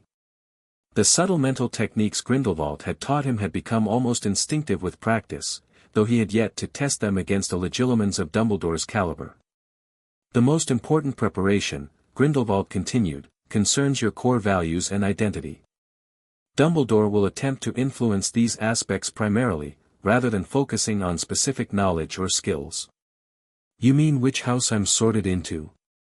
Whether I make friends with certain students? Harry asked. Those and more fundamental questions, Grindelwald confirmed. How you view magical authority.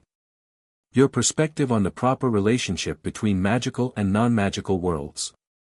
Your understanding of power and its purposes. He leaned forward slightly. Albus is a master of gentle influence, suggesting rather than demanding, guiding through apparent choice rather than direct instruction. Whereas you've always been direct about your views, Harry observed. A small smile touched Grindelwald's lips. My methods have evolved with age and experience. But yes, I've presented my perspective explicitly while encouraging you to develop your own. Albus will appear to do the same while subtly reinforcing certain conclusions. How do I resist that without seeming suspicious? By knowing your own mind clearly before you enter his sphere of influence, Grindelwald answered. The next few months will focus on crystallizing your personal philosophy, not adopting mine wholesale, but developing a coherent worldview that can withstand external pressure to conform. This approach typified the difference between Grindelwald's educational method and what Harry imagined conventional wizarding instruction must be like. Where standard teaching seemed to focus on what to think, Grindelwald had always emphasized how to think, developing analytical frameworks and critical evaluation skills alongside magical technique. There's something else we must address, Grindelwald said after a moment's hesitation. Something I've delayed discussing until you were mature enough to handle its implications fully. Harry sat straighter, recognizing the serious tone. Is this about the Horcrux? Tangentially. Grindelwald set down his teacup. It concerns Voldemort's likely return and what that will mean for you personally. Thus far, we've discussed this as a distant possibility requiring preparation. Recent intelligence from my contacts suggests the timeline may be accelerating. He's getting stronger? Harry asked, a chill running through him despite the warm summer day. There have been disturbing reports from Albania, dark magical signatures, missing travelers, animals behaving unnaturally. Signs consistent with a disembodied spirit gradually gaining influence over its surroundings. Harry instinctively touched his scar, which occasionally still ached or burned when he experienced strong emotions. Do you think he'll try to come after me? Because of the prophecy? Without question, Grindelwald said bluntly. Your connection through the Horcrux likely makes you particularly significant in whatever restoration ritual he might attempt. Moreover, you represent both a symbolic and magical threat to his return to power. So what do we do? We continue your preparation while exploring methods to remove the Horcrux safely, Grindelwald replied. But we must also consider what your position will be when Voldemort eventually returns to physical form. Harry frowned, not fully understanding. My position? The wizarding world will expect their boy who lived to stand openly against him, Grindelwald explained. Dumbledore will certainly position you as a rallying symbol, if not a direct combatant depending on your age when it occurs. The Ministry will vacillate between denying Voldemort's return and attempting to control you as their figurehead. And what would you advise? Harry asked directly. Grindelwald considered his answer carefully. Neither blind resistance nor submission. A third path that considers your unique position and advantages. He tapped his fingers thoughtfully on the desk. The connection between you through the Horcrux is a vulnerability but also potentially an unprecedented source of intelligence. Your ability to sense his emotions, perhaps even access his thoughts, could prove invaluable. You think I should spy on him through the scar connection? With extreme caution and proper occlumency preparation, yes, Grindelwald confirmed. Knowledge of your enemy's plans provides strategic advantages that direct confrontation does not. But eventually I'll have to face him, won't I? The prophecies are notoriously subject to interpretation, Grindelwald interrupted. And often fulfilled in ways no one anticipates. What matters is not meeting others' expectations of your destined role, but maximizing your agency within the constraints you cannot change. It was a typically Grindelwaldian perspective, acknowledging fate's influence while emphasizing the importance of individual choice and strategic action. Over the years, Harry had come to appreciate this balanced approach that neither dismissed prophecy entirely nor surrendered to it fatalistically. So at Hogwarts, I should. Harry trailed off, trying to synthesize everything into a coherent plan. Learn, Grindelwald said simply. Not just the curriculum, but the people, the politics, the hidden dynamics of power. Watch Dumbledore carefully, his methods, his allies, his blind spots. Develop your own network of relationships based on genuine connection rather than manipulation. And most importantly, maintain our communication so we can adapt our strategy as circumstances evolve. Harry nodded, feeling both the weight of these responsibilities and a strange confidence in his preparation to handle them. After 5 years under Grindelwald's tutelage, he was no longer the frightened child in the cupboard nor a passive recipient of others' plans for his life. "I won't let you down," he said with quiet determination. "This isn't about me, Harry," Grindelwald corrected gently. "It's about you forging your own path in a world that will try to define you by their expectations. My role has been to give you the tools to make that journey successfully, not to dictate its direction." It was perhaps the most important lesson Grindelwald had imparted over their years together. For all his strong opinions and revolutionary history, the former Dark Wizard had consistently emphasized that Harry must ultimately define his own values and choose his own course. "Now," Grindelwald said, returning to a more practical tone, "let's review the specifics of your Hogwarts preparations. We need to establish your cover story for the years since leaving your relatives, acquire your school supplies through secure channels, and finalize arrangements for holiday communications." As they worked through these details, Harry reflected on how thoroughly Grindelwald had prepared him for the challenges ahead, not just magically, but intellectually, politically, and strategically. Whatever awaited him at Hogwarts, he would face it with resources and perspective few 11-year-olds could imagine. The Norwegian forest surrounding their safe house was blanketed in early morning mist as Harry, now 10 and a half, moved through a complex series of magical exercises. His wand flicked and swirled with practiced precision, transforming the environment around him in rapid sequence, stones to butterflies, fallen logs to sleek benches, patches of moss into soft cushions and back again.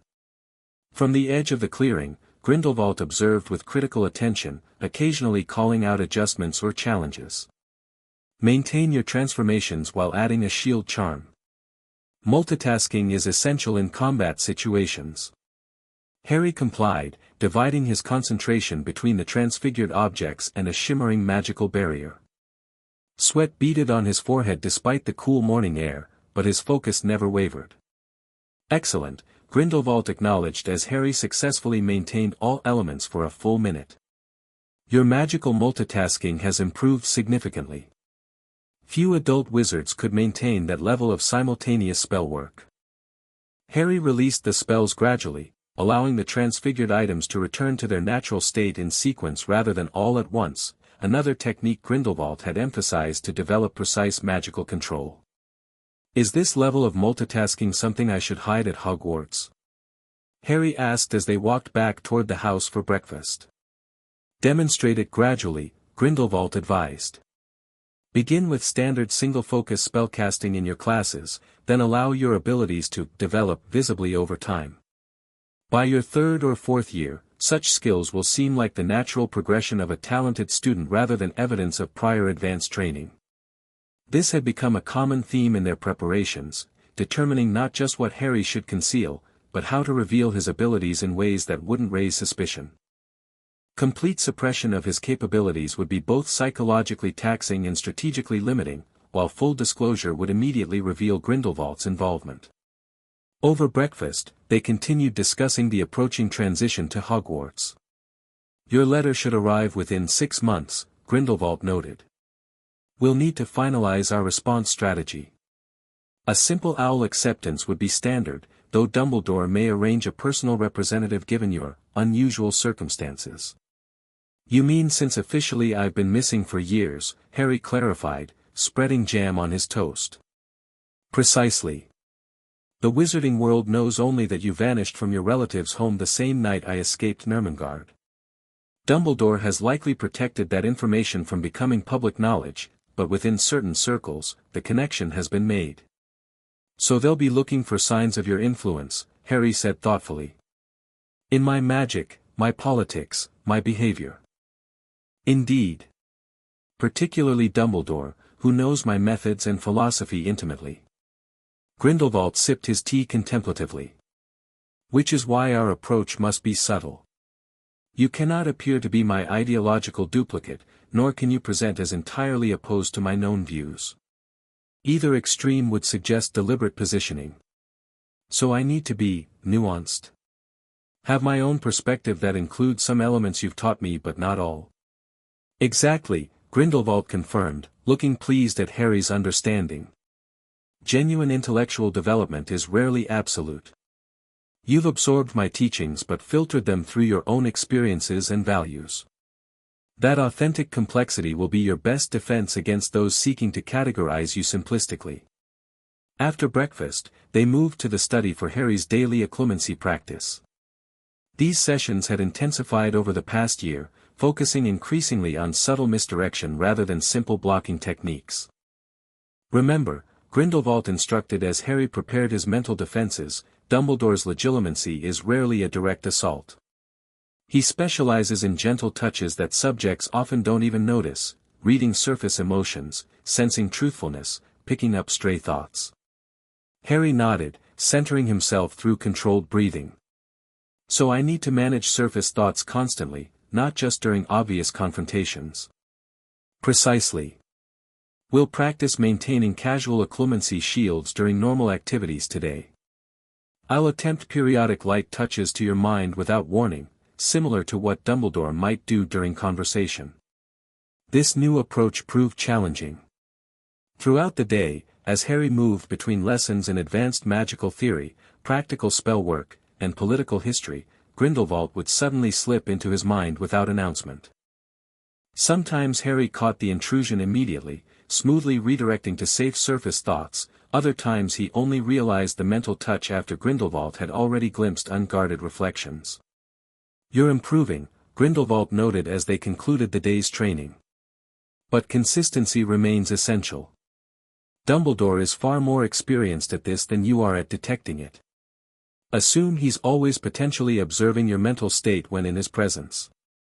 It's exhausting maintaining those shields constantly, Harry admitted. Hence why we're practicing months in advance, Grindelwald said practically. The mental pathways must become habitual, requiring minimal conscious effort. As winter deepened around their Norwegian refuge, Harry's training shifted increasingly toward Hogwarts-specific preparation. They reviewed the standard first-year curriculum extensively, with Harry practicing the peculiar art of appearing to learn spells he had mastered years before. Your wand work is still too precise, Grindelwald criticized during one such session. A student attempting Wingardium Leviosa for the first time would use excessive wrist movement, not the efficient flick you've developed. Remember to incorporate believable imperfection. Harry adjusted his technique, deliberately adding the small mistakes a novice might make while still successfully levitating the feather. Like this? Better, Grindelwald approved. The goal is controlled imprecision, errors that seem natural rather than artificial, with gradual improvement over time.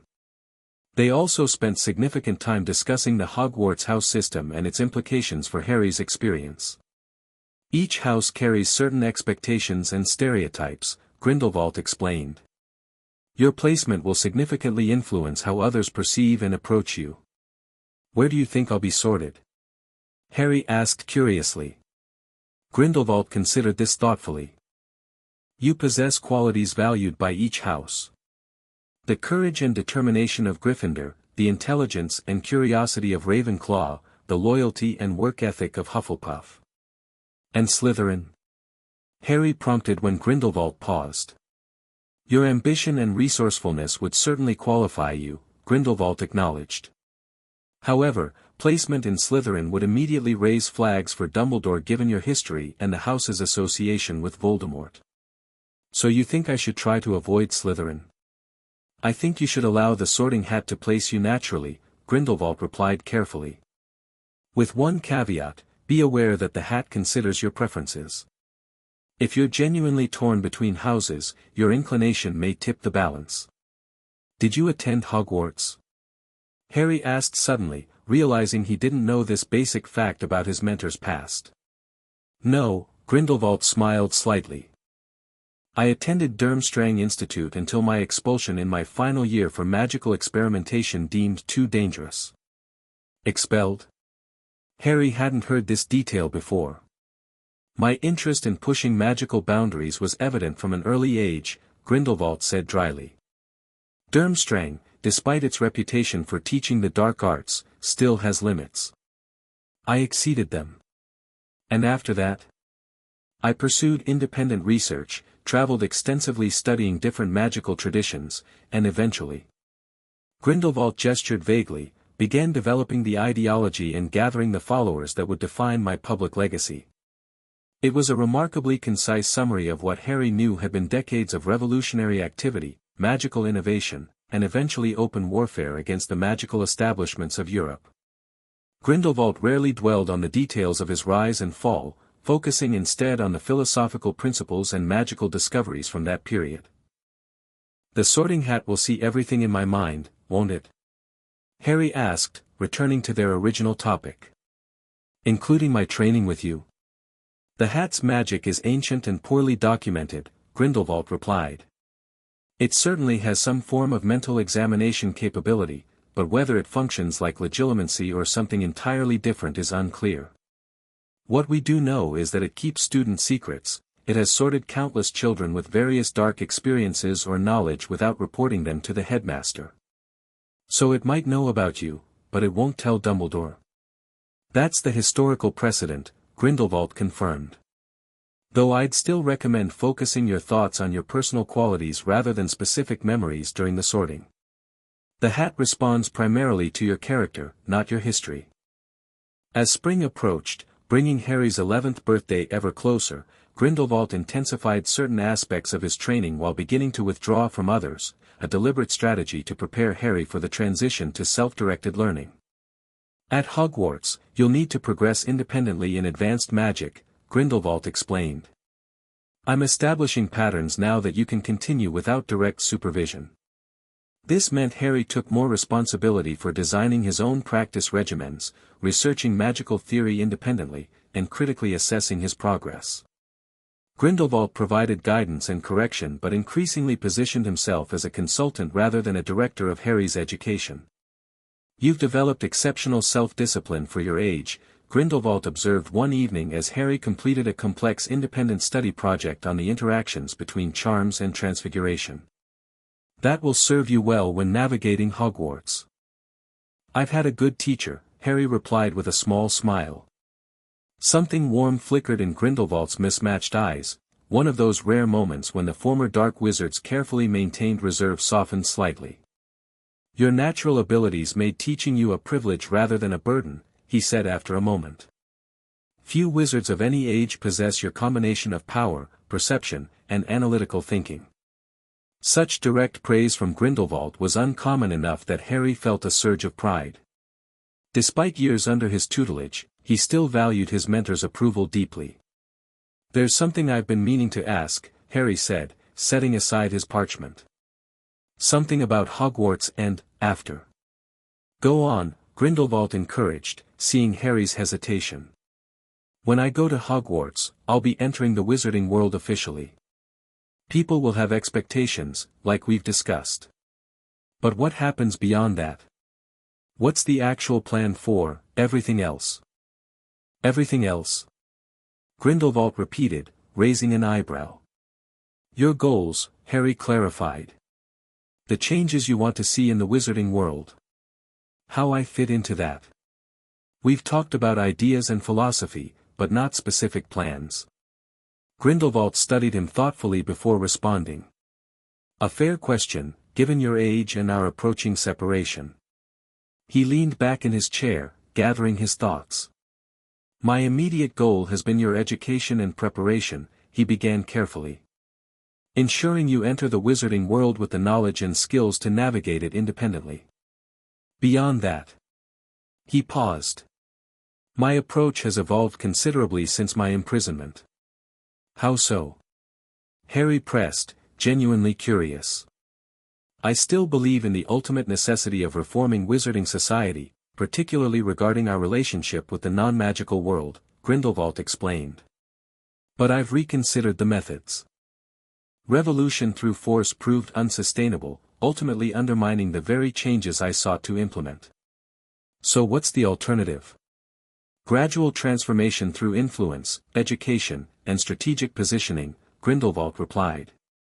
"Creating the conditions for change rather than imposing it. And that begins with individuals like yourself, positioned at the intersection of different worlds, capable of building bridges rather than walls." "You want me to change things from within the system," Harry summarized. "I want you to find your own path," Grindelwald corrected gently. I've shared my vision not as a blueprint you must follow, but as a perspective for you to consider alongside others you'll encounter. What you ultimately stand for must be your authentic choice, not my directive. Harry considered this carefully. Throughout their years together, Grindelwald had indeed presented his revolutionary philosophy as one perspective among many, encouraging Harry to question and analyze rather than simply accept. It was a far more nuanced approach than the indoctrination Harry imagined might have characterized Grindelwald's leadership during his rise to power. But you must have hopes for what I'll do with everything you've taught me, Harry pressed. Grindelwald's expression softened slightly. Of course I do. I hope you'll use your considerable gifts to improve the wizarding world rather than merely maintain it. I hope you'll question arbitrary restrictions on magic based on political classifications rather than actual harm. Most importantly, I hope you'll think beyond the artificial boundaries between magical communities and between magical and non-magical worlds. He leaned forward, his mismatched eyes intense. But those hopes are not demands, Harry. The greatest disservice I could do you would be to replace one destiny imposed by prophecy and Dumbledore's plans with another imposed by my own agenda. It was perhaps the clearest articulation of Grindelwald's educational philosophy that Harry had yet heard, a balance between providing direction and respecting autonomy that differed markedly from both the neglect of the Dursleys and the careful manipulation he suspected awaited him from Dumbledore. Thank you, Harry said quietly, for trusting me to make my own choices. You've earned that trust, Grindelwald replied simply. Now, let's continue your preparation. There's still much to accomplish before your Hogwarts letter arrives. The morning of Harry's 11th birthday dawned clear and warm at their current safe house, a charming cottage tucked into the French countryside. As Harry entered the kitchen, he found Grindelwald already awake, a familiar envelope with emerald green ink resting on the table before him. It arrived during the night, Grindelwald said, gesturing to the Hogwarts letter. Right on schedule. Harry picked up the envelope, examining the precise address. Mr. H. Potter, the East Bedroom Cottage de Roses, Provence, France. Should I be concerned that they can locate me so precisely? Harry asked, breaking the wax seal bearing the Hogwarts crest. The Hogwarts quill is ancient magic tied to the birth registration of magical children in Britain, Grindelwald explained. It can find any eligible student regardless of wards or concealment. However, the information isn't automatically shared with the ministry or even the full Hogwarts staff, only the headmaster and deputy have access to the addressing system. Harry nodded, unfolding the parchment to read the standard acceptance letter signed by Minerva McGonagall, deputy headmistress. The accompanying supply list contained no surprises, they had already reviewed the standard first-year requirements extensively. So Dumbledore knows exactly where I am now, Harry observed, setting down the letter. He knows where you were when the letter was addressed, Grindelwald corrected. Which is why we'll be relocating today as planned. They had prepared for this moment meticulously. Trunks were already packed with essential items, arrangements made for the secure transport of Grindelwald's extensive library and magical equipment to their next location. Only the most necessary items remained unpacked for immediate use. The owl that delivered this will wait for your response, Grindelwald continued. We've discussed the options. What do you think is the most prudent approach? This was typical of Grindelwald's teaching method, presenting problems they'd analyzed together, then allowing Harry to synthesize and apply their conclusions independently. A simple acceptance is safest, Harry decided after a moment's consideration. Anything too detailed might raise questions about my circumstances. But I should add that I'll need information about how to access school supplies, since I've been away from the wizarding world. Grindelwald nodded approvingly. Reasonable. That provides a natural opening for Dumbledore to arrange a representative to contact you, which we've anticipated. Harry quickly penned a response on the provided parchment. Dear Professor McGonagall, I am pleased to accept my place at Hogwarts School of Witchcraft and Wizardry. As I have been living outside the wizarding community, I would appreciate guidance regarding the purchase of school supplies and transportation to Hogwarts on September 1st. Sincerely, Harry Potter. He showed the note to Grindelwald, who read it and nodded. Appropriately worded. It acknowledges your unusual situation without providing specific details that could be verified or questioned. After sending the response with the waiting owl, they proceeded with the day's planned relocation. Their destination was another safe house, this one in rural England, carefully chosen to facilitate the final preparations for Harry's journey to Hogwarts. Being closer to London will make arrangements more manageable, Grindelwald explained as they completed the complex series of apparitions and portkey connections designed to obscure their trail. And it provides a more logical location from which to coordinate your official re-entry into British Wizarding Society.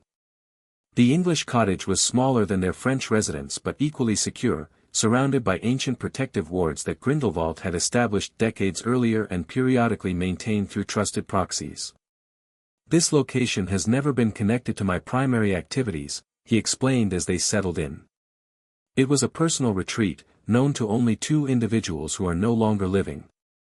The magical signature here is untraceable to me. Over the next few days, they finalized their preparations for Harry's transition to Hogwarts. Grindelwald's network procured the required school supplies through various intermediaries, delivering them in batches to avoid drawing attention with large purchases. Your trunk has been specially modified, Grindelwald explained, showing Harry the apparently ordinary school trunk that had arrived. The expanded interior includes a hidden compartment keyed to your magical signature. It will contain your true wand when not in use, our communication journal, and certain books that would raise questions if discovered. The trunk's concealment charms were impressively sophisticated, making the hidden compartment completely undetectable through standard magical inspection. Only Harry's specific magical touch in a particular sequence would reveal it. What about my official wand? Harry asked. This had been a significant point of planning, how to explain Harry having a wand when he supposedly had no access to the wizarding world. That arrives tomorrow, Grindelwald replied. I've arranged for Ollivander to discover a wand matching your magical signature, Holly and Phoenix Feather, as we discussed. The official record will show it was purchased by a proxy guardian acting on your behalf. And Dumbledore's representative? When do you think they'll contact me? Imminently, Grindelwald said. Most likely within the next day or 2.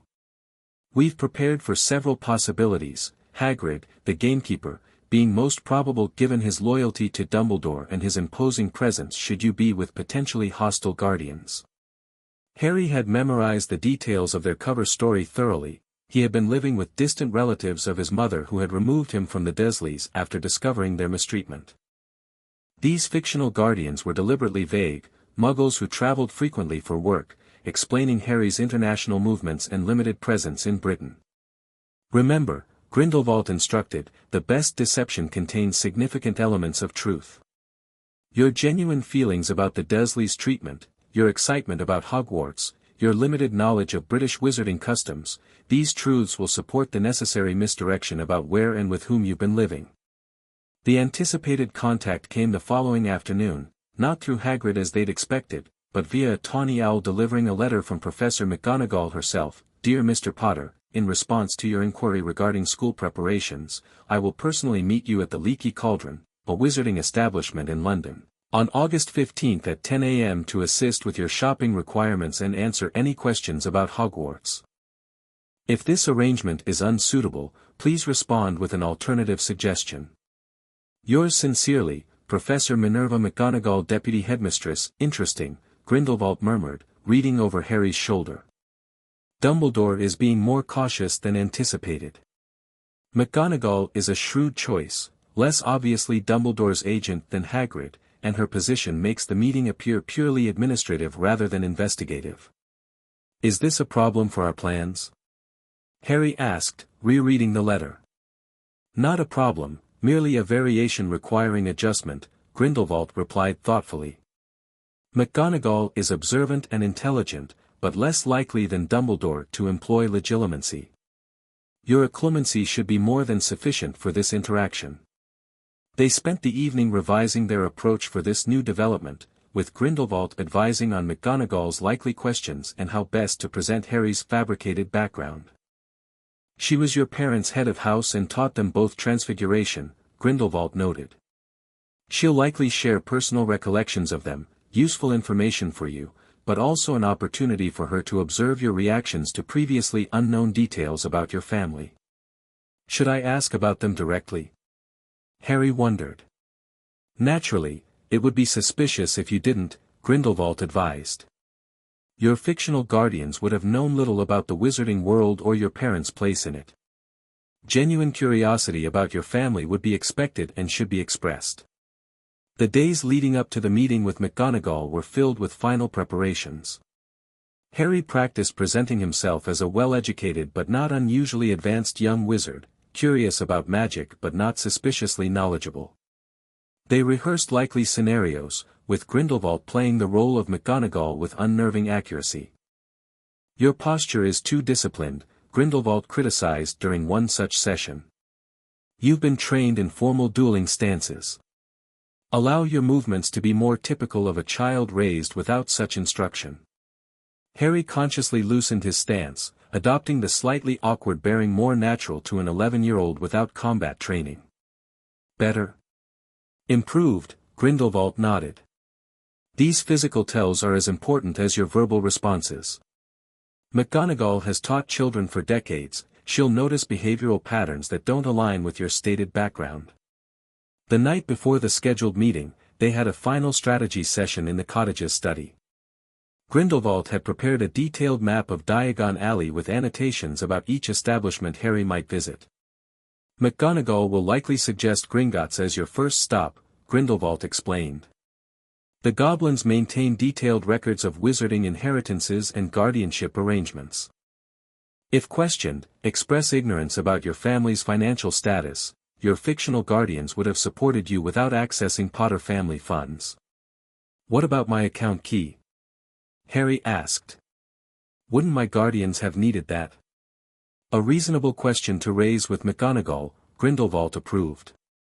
The official story is that your key remained in Dumbledore's safekeeping after your parents' death. This gives them a plausible excuse for monitoring your financial activities once you regain access.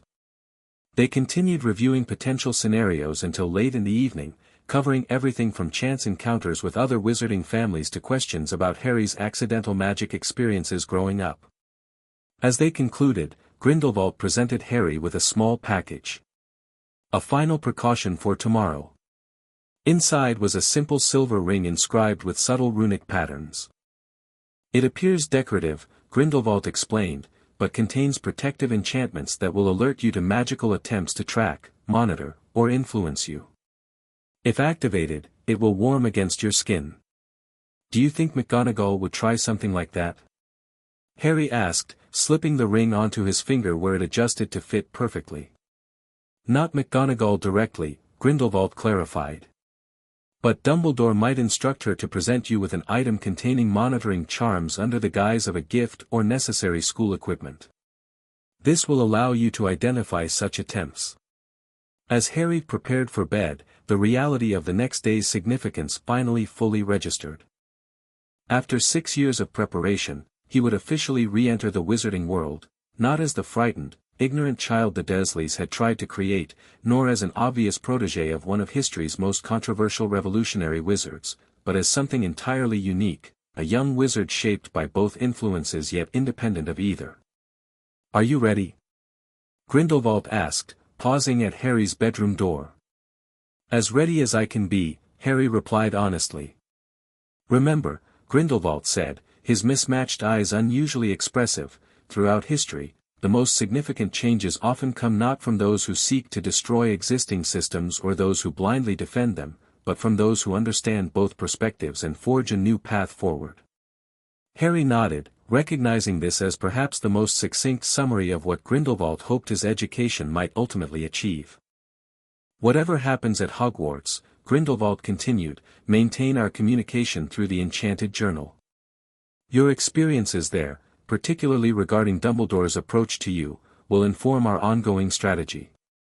I will, Harry promised. Grindelwald studied him for a moment longer, an uncharacteristically emotional expression briefly crossing his features. You've become far more than a student, Harry Potter. Remember that, whatever challenges lie ahead. It was as close to sentimentality as the former dark wizard ever ventured, and Harry understood the significance of the moment. "Thank you," he said simply. "For everything." The next morning, as Harry prepared to depart for his meeting with Professor McGonagall, Grindelwald performed a final check of his appearance and equipment. The transformation was remarkable. The disciplined, magically advanced student had been replaced by an ordinary-looking 11-year-old boy in neat but unremarkable Muggle clothing, a lightning scar partially visible beneath tousled hair. "The trace will activate once you enter Diagon Alley," Grindelwald reminded him. "From that point, the Ministry will detect any magic performed in your vicinity. Your wand, your official wand, should remain unused until you reach Hogwarts." Harry nodded, mentally reviewing their preparations one final time. "And you'll be nearby but undetectable," Grindelwald assured him. "I'll monitor your meeting from a distance but won't intervene unless absolutely necessary." After a final review of security measures and emergency protocols, it was time for Harry to depart. The journey to the Leaky Cauldron would be made through ordinary Muggle transportation, another layer of their careful misdirection. "Remember everything we've discussed," Grindelwald said as Harry prepared to leave. "But also, allow yourself to genuinely experience this moment. Your entry into the wizarding world should be memorable for authentic reasons as well as strategic ones." Harry nodded, appreciating the advice. Despite all their careful planning, there was a genuine excitement to finally seeing the wizarding world he'd learned so much about through Grindelwald's teachings. "I'll see you tonight," Harry said, straightening his shoulders with newfound confidence. "Indeed you will," Grindelwald confirmed. "Good luck, Harry Potter. The wizarding world awaits its returning hero, though they have no idea what to actually expect." With that, Harry stepped out of the cottage and toward his official re-entry into Wizarding Britain. Behind him stood 6 years of intensive training under history's most controversial revolutionary wizard.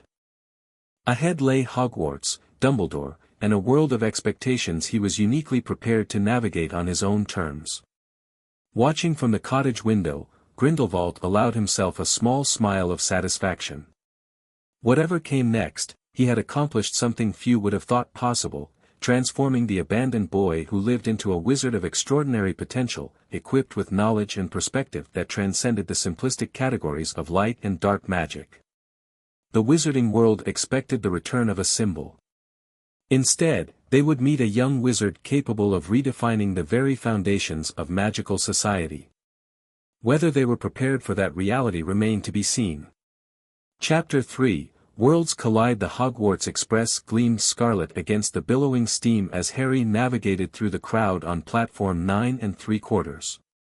2 weeks had passed since his meeting with Professor McGonagall, an encounter that had gone largely according to plan, though not without surprises. The stern deputy headmistress had been professionally courteous but watchful, her sharp eyes missing nothing as she guided Harry through Diagon Alley. "She definitely suspects something," Harry had reported to Grindelwald that evening. "She kept asking casual questions about my guardians and watching my reactions when she mentioned Dumbledore or my parents." Grindelwald had seemed unsurprised. "You maintained your cover story?" "Yes. I stuck to the basics, traveled frequently with my mother's distant cousins, homeschooled, limited knowledge of Wizarding Britain." She didn't push too hard, but she definitely wasn't convinced. Now, watching families say tearful goodbyes on the platform, Harry felt a twinge of something unfamiliar. Not quite loneliness, he'd grown accustomed to self-reliance, but awareness of his difference. Other students had parents fussing over them, siblings complaining, the messy web of family to launch them into this new chapter. Harry had Grindelwald's training and his own determination. "You'll do fine," he murmured to himself, echoing Grindelwald's parting words from earlier that morning. "Just remember the plan." The plan was simple in concept, complex in execution: be exceptional but not suspicious, make allies without compromising security, observe everything without appearing to do so, and above all, maintain the balance between his public persona and private knowledge.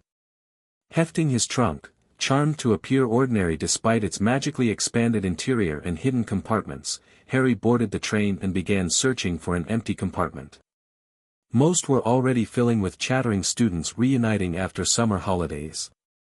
Finally, near the end of the train, he found one occupied by just a single red-haired boy who looked to be a first-year like himself. "Mind if I join you?" Harry asked, standing in the doorway. The boy looked up, shaking his head. "Go ahead. I'm Ron Weasley." "Harry Potter," he replied, carefully watching for the reaction. It came immediately, widened eyes, a quick glance at Harry's forehead, mouth slightly agape. "Bloody hell. Are you really?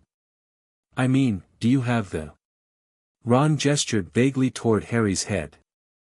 With practiced casualness, Harry lifted his fringe to reveal the lightning scar.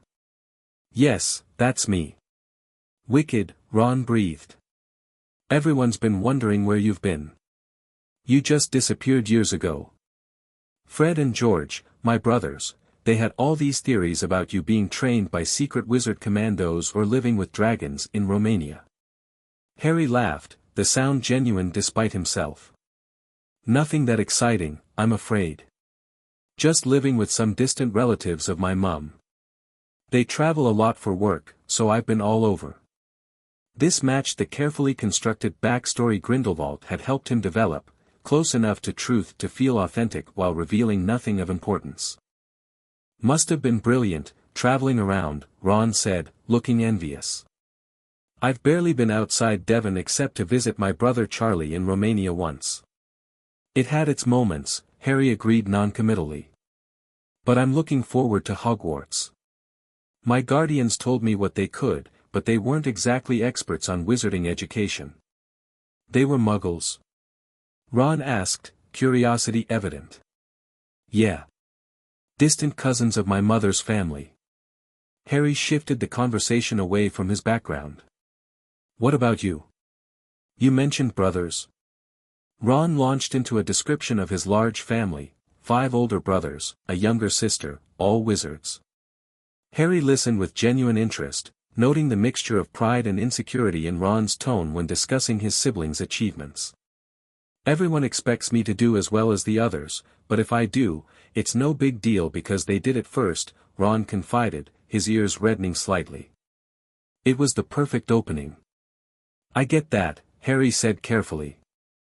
"Everyone's going to expect certain things from me too, because of, well, you know." He gestured to his scar. Ron looked surprised, then thoughtful.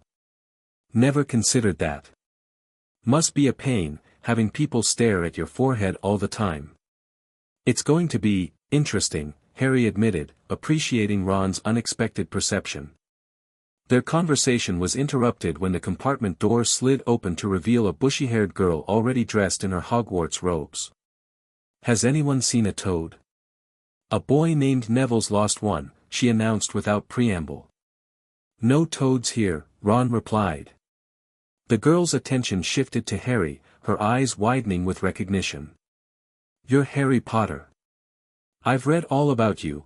You're in modern magical history, the rise and fall of the dark arts, and great wizarding events of the 20th century." Harry raised an eyebrow, genuinely curious despite himself. "Am I? What do they say?" "Oh, all about how you survived when you know who tried to kill you and how he disappeared afterward. No one knows how you did it." She studied him with undisguised interest. "The books don't mention that you disappeared from the wizarding world afterward, though that information must be in more recent editions." "I doubt they got much right," Harry said mildly. "I was 15 months old. I don't remember any of it." "Oh." The girl seemed momentarily thrown off script before recovering. "Well, I'm Hermione Granger."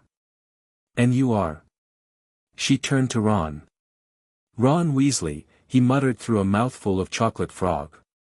"Pleasure," she said perfunctorily before turning back to Harry. "Did you know what house you'll be in?" "I've been asking around, and Gryffindor sounds by far the best. I hear Dumbledore himself was one. I suppose Ravenclaw wouldn't be too bad." The rapid-fire delivery reminded Harry of certain academic contacts Grindelwald occasionally corresponded with, brilliant minds so eager to share knowledge they forgot normal conversational pacing. "I don't think anyone knows until they're sorted," Harry replied diplomatically. "I suppose not. Anyway, I'd better keep looking for Neville's toad. You two should change into robes soon, I expect we'll be arriving shortly." With that whirlwind pronouncement, she was gone. "Whatever house I'm in, I hope she's not in it," Ron said, shaking his head. Harry smiled but said nothing, mentally filing Hermione Granger under potentially useful ally, intelligent, well-read, and eager to prove herself. Precisely the type of student who might have access to information he would need. Their journey continued with visits from other curious students, most transparently seeking a glimpse of the famous Harry Potter. Harry maintained his carefully crafted persona throughout, friendly but not overly forthcoming, interested in Hogwarts but not suspiciously knowledgeable, excited about magic without revealing his considerable training. The most interesting encounter came when a pale, blonde boy flanked by two larger students entered their compartment with an air of entitlement. "They're saying Harry Potter's in this compartment." "That's you, is it?" The boy had a pointed face and cold, appraising eyes. "Yes," Harry confirmed, studying the newcomer with equal assessment. "This is Crabbe and Goyle," the boy said casually, indicating his companions. "And I'm Malfoy. Draco Malfoy." Ron gave a slight cough that might have been disguising a snicker. Malfoy's head snapped toward him. "Think my name's funny, do you? No need to ask who you are. Red hair, hand-me-down robes, you must be a Weasley." His tone dripped with disdain before he turned back to Harry. "You'll soon find some wizarding families are better than others, Potter. You don't want to go making friends with the wrong sort. I can help you there." He extended his hand. Harry looked at it thoughtfully, his mind racing. Grindelwald had specifically mentioned the Malfoys, a politically powerful family with former connections to Voldemort who had maintained their position through strategic denials and generous donations. This encounter was an early test of Harry's political acumen. "I appreciate the offer," Harry said, not taking the hand but not outright rejecting it either. "But I think I can figure out the wrong sort for myself." Malfoy's pale cheeks flushed slightly. "I'd be careful if I were you, Potter. Unless you're politer, you'll go the same way as your parents." They didn't know what was good for them either. Harry felt genuine anger flare at the implied threat, but controlled his expression. "Is that your professional assessment, or are you just repeating something you heard at home?" His tone was mild but carried a subtle edge that made Malfoy's eyes narrow. "You'll see I'm right, Potter. Some lessons come the hard way." With that, Malfoy and his companions withdrew. "Blimey, Harry," Ron said, looking impressed. "That was brilliant. Most people don't stand up to Malfoy like that. His father's got loads of influence at the Ministry." Harry shrugged. "Seems like I should form my own opinions about people rather than take his word for it." As the train continued north toward Scotland, Harry allowed himself to relax slightly into genuine conversation with Ron, discussing Quidditch, expressing appropriate enthusiasm while being vague about his actual knowledge, wizarding sweets, authentic delight here, as Grindelwald had never prioritized such frivolities, and house expectations. "I'll probably be Gryffindor," Ron said glumly. "Everyone in my family is." "You sound disappointed," Harry observed. Ron looked uncomfortable. "It's not that. It's just, another thing where I'll just be following along. Nothing special." Harry nodded, understanding. "Maybe the hat will surprise you. What about you? Where do you think you'll go?" It was the question Harry had prepared for extensively. "Not sure," he said thoughtfully. "My parents were Gryffindors, but I don't know if that matters." "It doesn't always," Ron confirmed. "But it often runs in families." By the time they arrived at Hogsmeade Station, Harry had established a comfortable rapport with Ron Weasley, a potentially valuable first connection that felt surprisingly genuine despite Harry's strategic considerations. As they followed Hagrid's booming instructions to board the small boats that would carry first-years across the lake, Harry allowed himself a moment to appreciate the sheer majesty of Hogwarts Castle looming against the night sky. For all Grindelwald's detailed descriptions and historical context, the sight still took Harry's breath away. Ancient magic hummed in the very stones, a presence he could feel even from this distance thanks to his training in magical sensitivity. This was power of a different sort than Grindelwald's precisely controlled spellwork, older, more organic, built of centuries of accumulated magical intention. "Amazing," he whispered, the word escaping unbidden. "Yeah," Ron agreed beside him, equally awestruck. The small boats glided across the Black Lake, carrying them toward the castle that would be their home for the next 7 years. Harry felt the weight of the moment, his official entry into the wizarding world's most hallowed educational institution, and the beginning of his most significant test yet.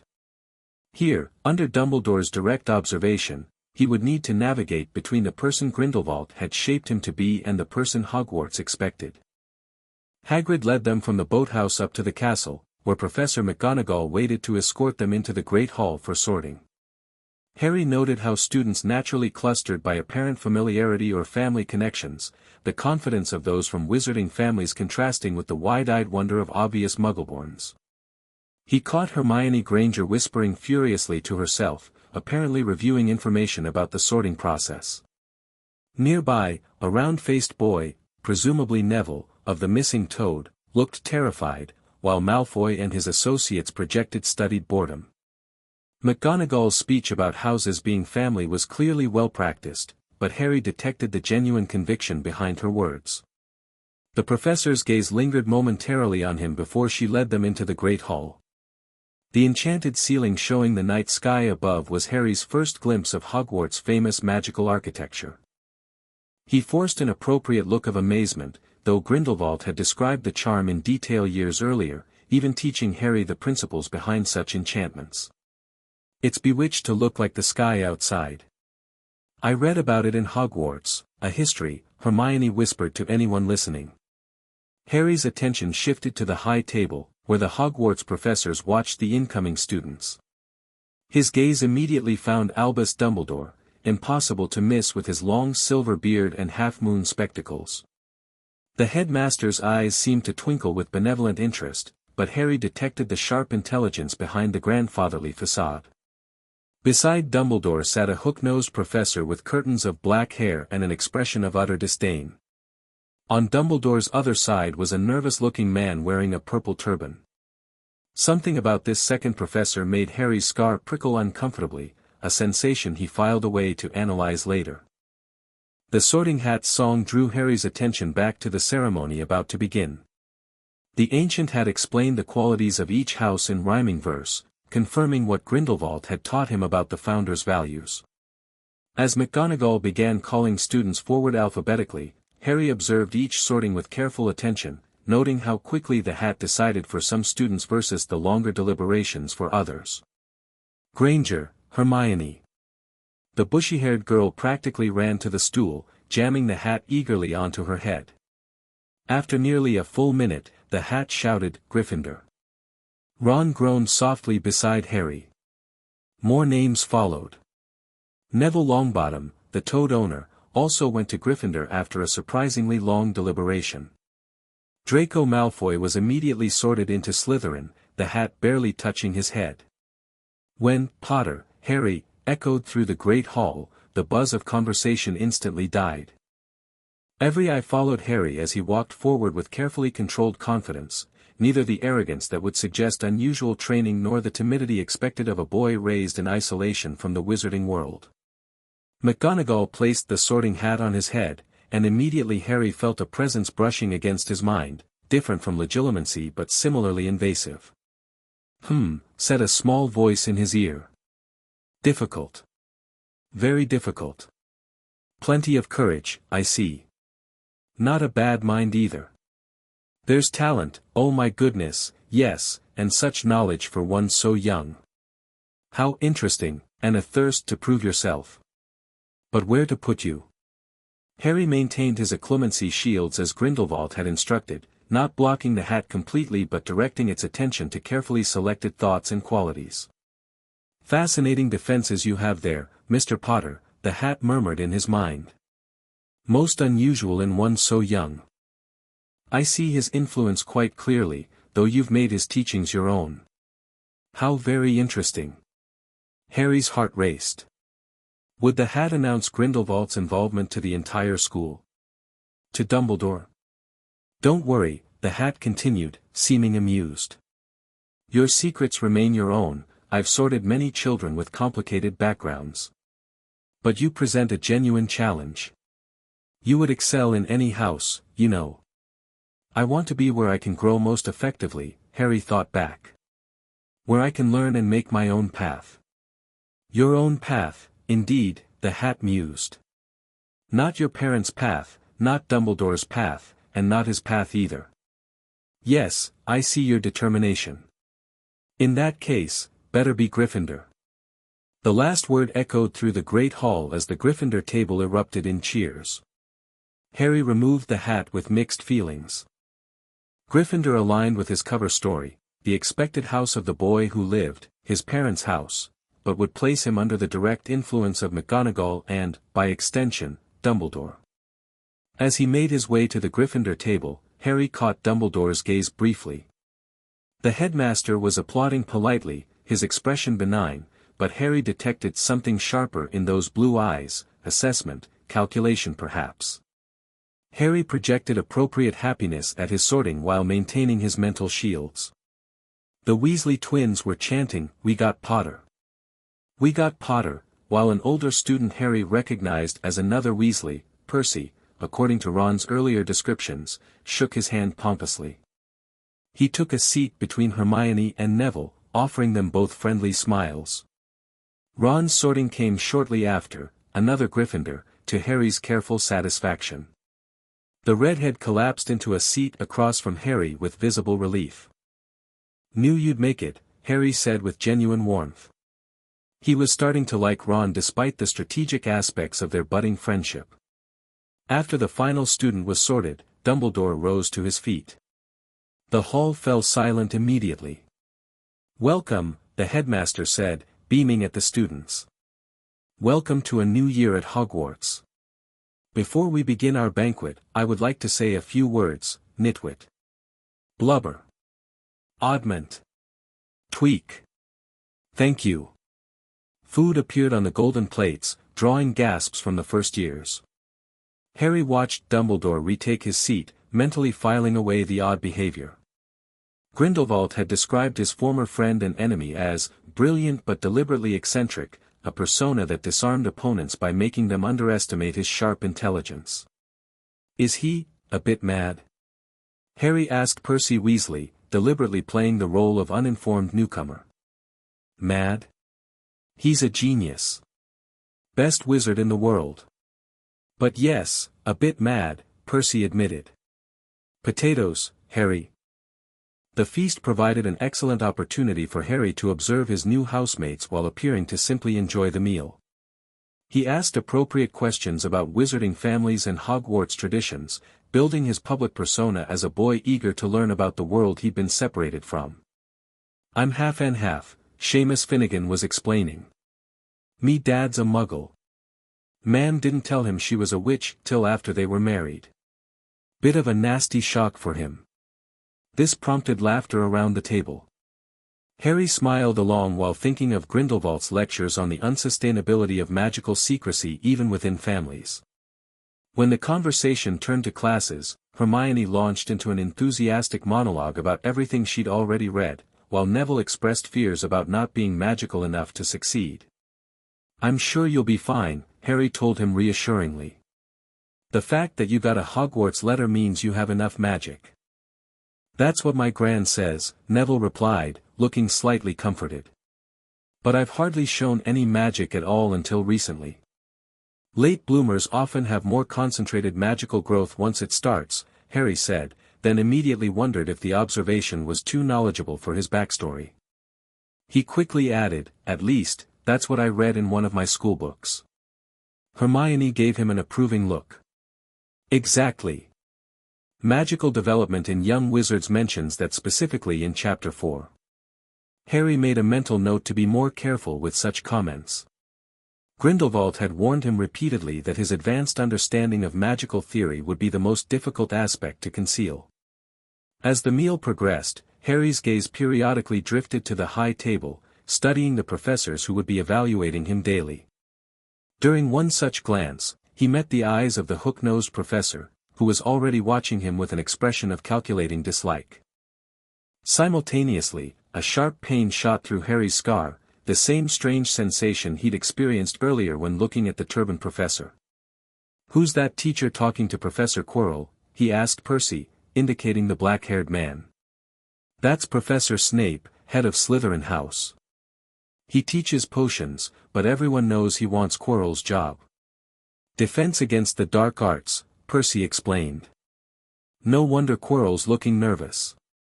Snape's known to favor his own house, especially against Gryffindors." Harry filed this information away while discreetly rubbing his scar. The pain had subsided as quickly as it had come, but the experience was concerning. His scar rarely bothered him these days. Grindelwald's containment ritual had largely suppressed the Horcrux's more obvious manifestations. That it would act up now, in proximity to certain Hogwarts professors, merited further investigation. After dessert, Dumbledore rose again to deliver announcements, standard procedural warnings about the Forbidden Forest and magic in corridors, plus a curious prohibition against the third-floor corridor, to those who do not wish to die a very painful death. Harry noted the seriousness beneath Dumbledore's light tone and filed that away too. Grindelwald would want to know about such an unusual restriction. The school song followed, a chaotic performance that seemed to reflect Dumbledore's cultivated eccentricity, before they were dismissed to their dormitories. As the Gryffindor first-years followed Percy up the marble staircase, Harry took in everything: the moving portraits, the secret passages Percy pointed out, the trick steps to avoid. His magical sensitivity allowed him to feel the ancient enchantments layered throughout the castle, wards, charms, transfigurations that had accumulated over centuries.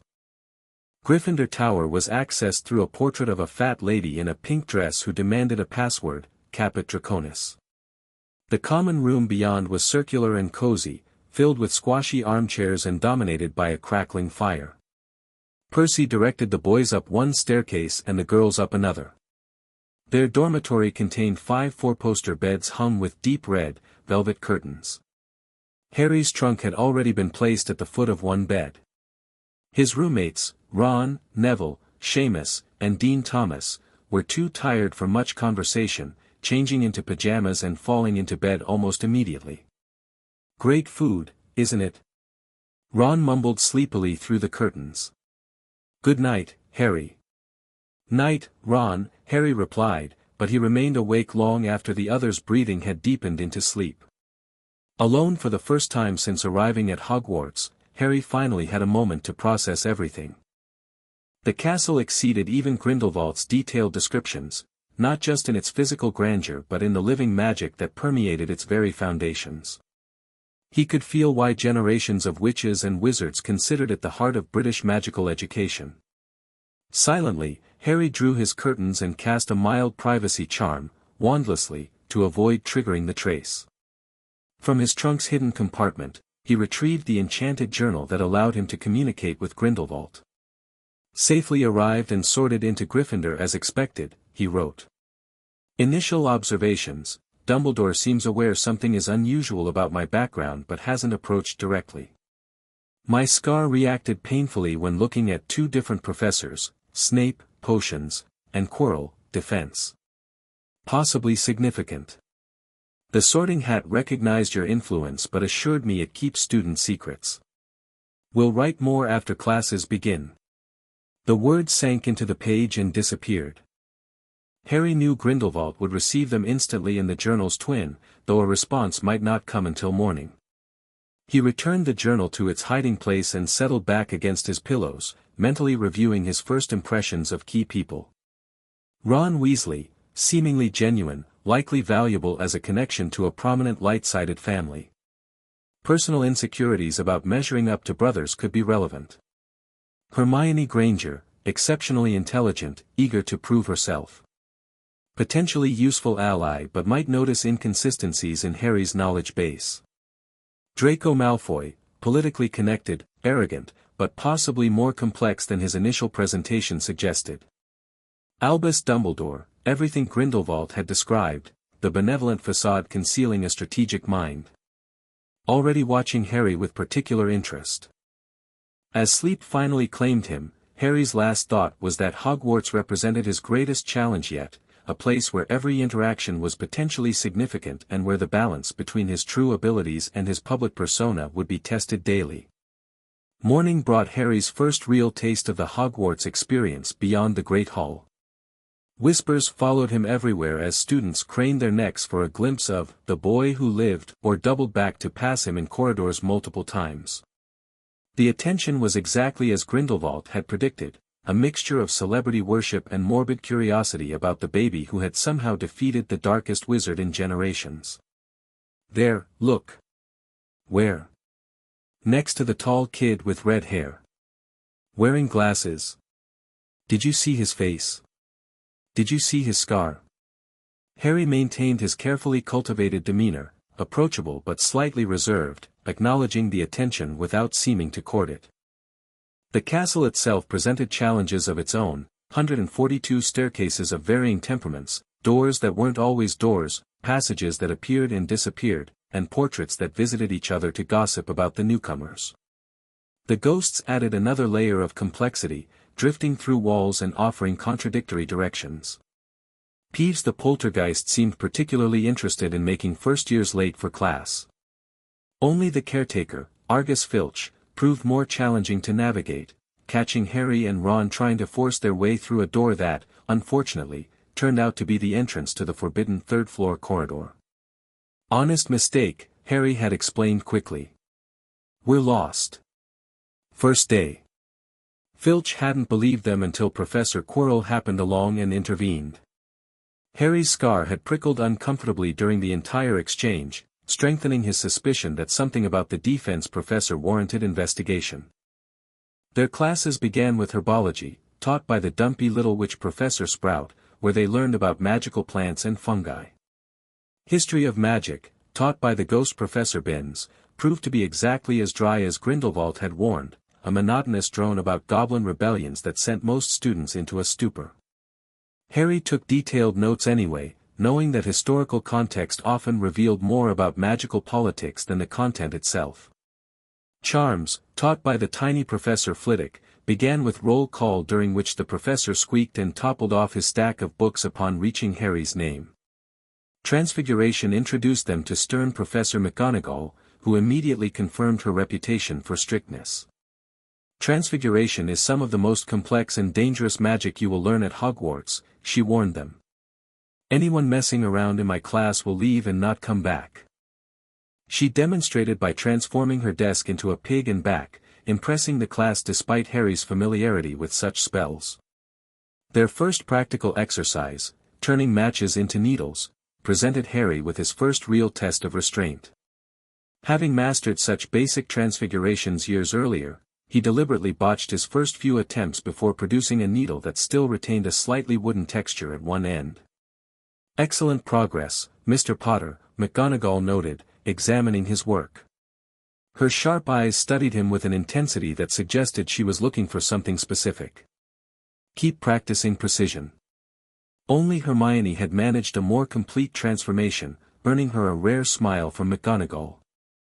Harry congratulated her sincerely, recognizing genuine talent. Thanks, she beamed. I've been practicing the wand movement since I got my books. How did you manage yours? Your technique looked different from what's in the textbook. It was an astute observation that caught Harry off guard. Just experimenting, he said casually.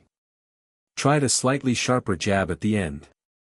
Hermione immediately attempted to replicate his movement with her own match, demonstrating the adaptability that made her academically formidable. Harry made a mental note to be more careful with his wand work around her. Defense against the dark arts, which many students had been eagerly anticipating, proved disappointing. Professor Quirrell's classroom smelled strongly of garlic, allegedly to ward off a Romanian vampire he'd encountered.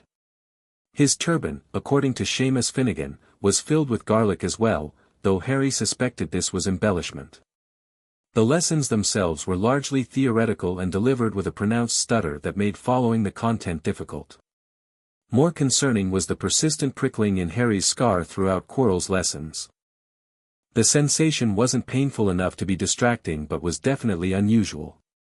During their second defense class, Harry tried subtle occlumency techniques to determine whether the reaction was to Quirrell himself or something magical in the classroom. The discomfort remained specifically tied to the professor's proximity, particularly when Quirrell's back was turned toward him. Friday brought their first potions lesson with Professor Snape, an experience Grindelwald had specifically prepared Harry for, having explained the complex history between James Potter and Severus Snape during their school days. Expect personal animosity disguised as professional assessment, Grindelwald had warned. Snape was skilled in both potions and dark arts from an early age. He will recognize advanced knowledge if you display it too openly. The potions classroom was located in the dungeons, cold and creepy, with pickled animals floating in glass jars around the walls. Snape began class with roll call, pausing dramatically at Harry's name. "Ah, yes," he said softly, "Harry Potter. Our new celebrity." Draco Malfoy and his friends Crabbe and Goyle sniggered behind their hands. Snape finished calling names and looked up at the class, his black eyes cold and empty. "You are here to learn the subtle science and exact art of potion making," he began in barely more than a whisper. The class hung on his every word as he described the power and glory of properly brewed potions. "I can teach you how to bottle fame, brew glory, even stop or death, if you aren't as big a bunch of dunderheads as I usually have to teach." Silence followed this little speech. Harry maintained a neutral expression while mentally comparing Snape's introductory technique to Grindelwald's early lessons, both designed to establish dominance and weed out the uncommitted, though Grindelwald had never needed intimidation to command respect. "Potter," Snape said suddenly. "What would I get if I added powdered root of asphodel to an infusion of wormwood?" Harry recognized the ingredients for the draught of living death, a sixth-year potion far beyond first-year curriculum. Grindelwald had taught him the principles, though they hadn't brewed it practically. "A sleeping potion, sir," Harry answered carefully, balancing knowledge with appropriate uncertainty. "I think it's called the draught of living death." Snape's eyes narrowed slightly. "Where would you look if I told you to find me a bezoar?" "The stomach of a goat," Harry replied, more confidently this time as this was standard first-year knowledge. "What is the difference between monkshood and wolfsbane?" Harry allowed himself a small frown of concentration. "They're the same plant, sir. Also called aconite." Snape stared at him for a long moment, his expression unreadable. "Correct," he finally said, sounding almost disappointed. "It appears fame isn't everything, though one wonders where a boy raised outside the wizarding world acquired such specific knowledge." "I read ahead in my textbooks, sir," Harry said with deliberate politeness. "I wanted to be prepared." Something flickered in Snape's eyes, suspicion, perhaps, or recognition of a half-truth. "A single point to Gryffindor for basic preparation," he said coldly. "The rest of you should take note, celebrity status will earn you no special treatment in this classroom." The lesson continued with students pairing up to mix a simple potion to cure boils. Snape swept around the dungeon, criticizing almost everyone except Malfoy, whom he seemed to favor. He was just telling everyone to look at the perfect way Malfoy had stewed his horned slugs when clouds of acid green smoke and a loud hissing filled the dungeon. Neville had somehow managed to melt Seamus's cauldron, and their potion was seeping across the stone floor. "Idiot boy!" Snape snarled, clearing the spilled potion with a wave of his wand. "I suppose you added the porcupine quills before taking the cauldron off the fire?" Neville whimpered as boils sprang up all over his arms and face. "Take him to the hospital wing," Snape spat at Seamus, then rounded on Harry and Ron, who had been working next to Neville. "You, Potter, why didn't you tell him not to add the quills?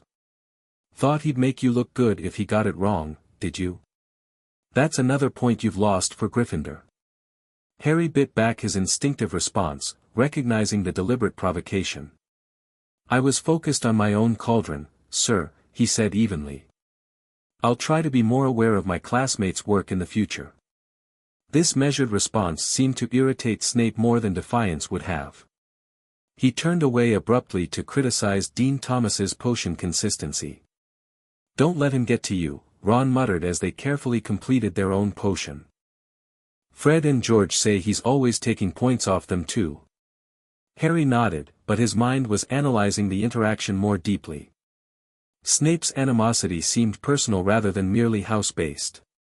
The pointed questions, the accusatory tone, they suggested someone looking for evidence of something specific, not just a teacher disliking a student on principle. That afternoon, Harry accepted Hagrid's invitation to tea at his hut near the Forbidden Forest. Ron accompanied him, visibly nervous about the enormous boarhound named Fong who greeted them enthusiastically. Hagrid's rock cakes lived up to their name, nearly breaking their teeth, but the gamekeeper's obvious warmth made the visit worthwhile from both personal and strategic perspectives. Harry genuinely liked Hagrid's straightforward manner, while recognizing his obvious loyalty to Dumbledore made him a potential source of information. So, Harry, Hagrid said after they'd settled with tea, how are ya in Hogwarts? Makin' friends? His beetle-black eyes studied Harry with undisguised curiosity. It's brilliant, Harry replied honestly. Different from what I expected, but amazing. And yes, I'm making friends, he added with a nod toward Ron. Good, good, Hagrid beamed. Dumbledore was worried, you know, after ya disappeared from your relatives. Searched everywhere for ya, he did. Harry maintained a carefully neutral expression. I wasn't exactly lost. My guardians took good care of me. These guardians, Hagrid said casually, they're muggles, aren't they? Relatives of your mum? Distant cousins, Harry confirmed, sticking to his prepared story. They travel internationally for work. It was educational, seeing different places. Still, must have been hard not knowing about the wizardin' world all that time, Hagrid pressed. Your parents be in, who they were and all. They told me what they could, Harry said with a slight shrug.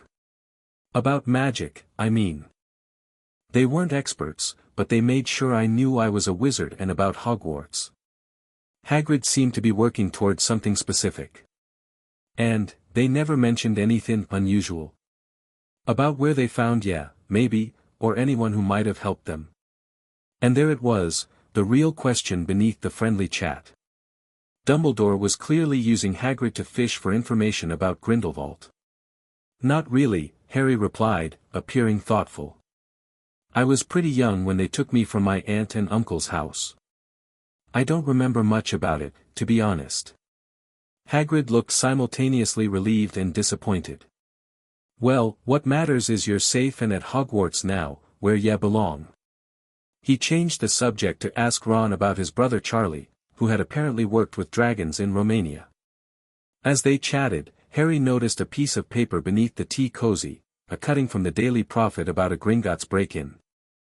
According to the article, the attempted theft had occurred on July 31st, Harry's birthday, but nothing had been taken, as the targeted vault had been emptied earlier that day. Hagrid. Harry said, pointing to the article. This Gringotts break-in happened on my birthday. It might have happened while we were there with Professor McGonagall. Hagrid definitely avoided meeting Harry's eyes at this observation, mumbling something about forgetting to return the newspaper. His discomfort was obvious enough that even Ron noticed, exchanging a curious look with Harry.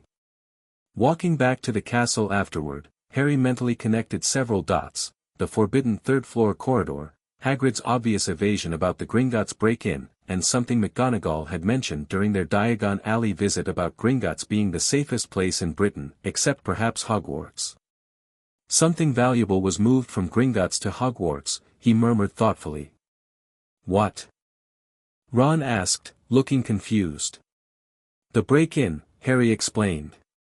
Hagrid knows something about it. And I'm betting whatever they tried to steal is now behind that door on the third floor. Blimey, Ron whispered, eyes widening. You think that's why Dumbledore said we'd die if we went there? It's guarding something valuable. Or dangerous, Harry added, remembering Grindelwald's teachings about magical artifacts powerful enough to warrant such extreme protection. Maybe both. This mystery presented an opportunity to establish Harry's character at Hogwarts, curious and clever, but not suspiciously so. Investigating alongside Ron and potentially others would help solidify his friendships while potentially uncovering information valuable to Grindelwald. That evening in the dormitory, Harry wrote in his enchanted journal, first week completed successfully. Established solid connections with Ron Weasley and begun tentative friendship with Hermione Granger, exceptionally intelligent Muggleborn. Snape appears suspicious of my knowledge base, will be more careful in his class. Significant mystery developing regarding third-floor corridor and Gringotts break-in, apparently connected to something valuable moved from bank to school. Scar continues to react to Professor Quirrell, stronger when his back is turned toward me. Possibly significant. Dumbledore using Hagrid to gather information about my guardians, maintained cover story effectively. The next morning brought Grindelwald's reply, maintain your academic balance, demonstrate talent but not mastery. Quirrell reaction warrants close observation, note all patterns and contexts. The third floor/Gringotts connection indeed suggests valuable magical artifact.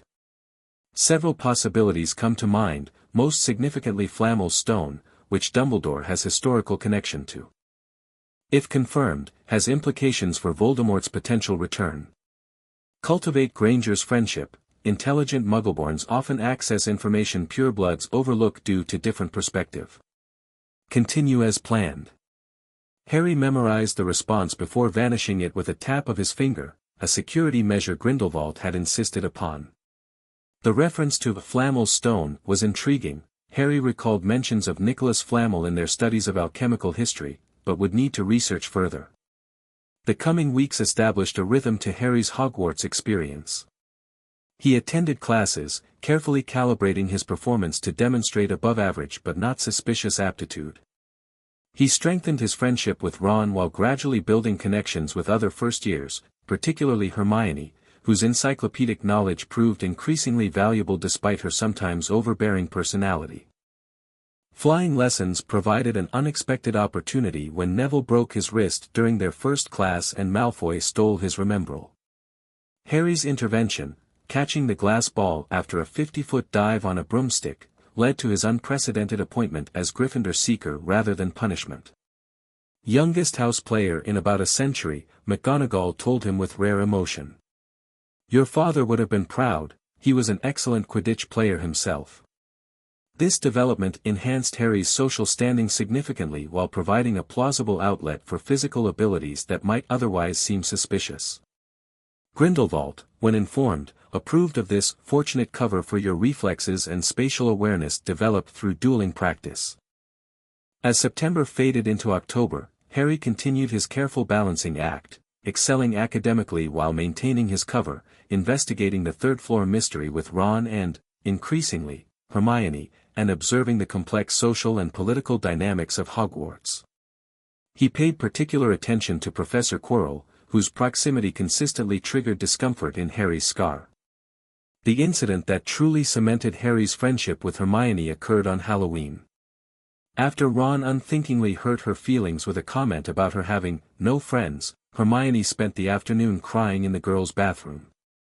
During the feast, Professor Quirrell burst into the Great Hall announcing a troll in the dungeons before fainting dramatically. In the ensuing chaos, Harry remembered Hermione didn't know about the troll. Against his better judgment but following genuine concern, he convinced Ron they needed to warn her. This led to them accidentally locking the troll in the very bathroom where Hermione was hiding, forcing an impromptu rescue operation. What happened next was a calculated risk on Harry's part. When the troll cornered Hermione, Harry needed to act decisively without revealing too much magical ability. He jumped on the troll's back, a seemingly reckless move that actually gave him the perfect angle to jam his wand up its nose, disorienting it long enough for Ron to knock it out with its own club using the levitation charm they'd learned in Flitwick's class. When the professors arrived, Hermione shocked them all by taking the blame, claiming she'd gone looking for the troll herself and Harry and Ron had saved her. This selfless lie formed a bond between the 3 first years that transcended their previous tentative friendship. "Thanks for coming after me," Hermione said quietly as they walked back to Gryffindor Tower. "That's what friends do," Harry replied simply. Ron nodded awkwardly in agreement, his ears reddening slightly. From that moment on, Hermione Granger became their friend and ally, forming the core trio that would shape Harry's Hogwarts experience. This development pleased Harry for both personal and strategic reasons.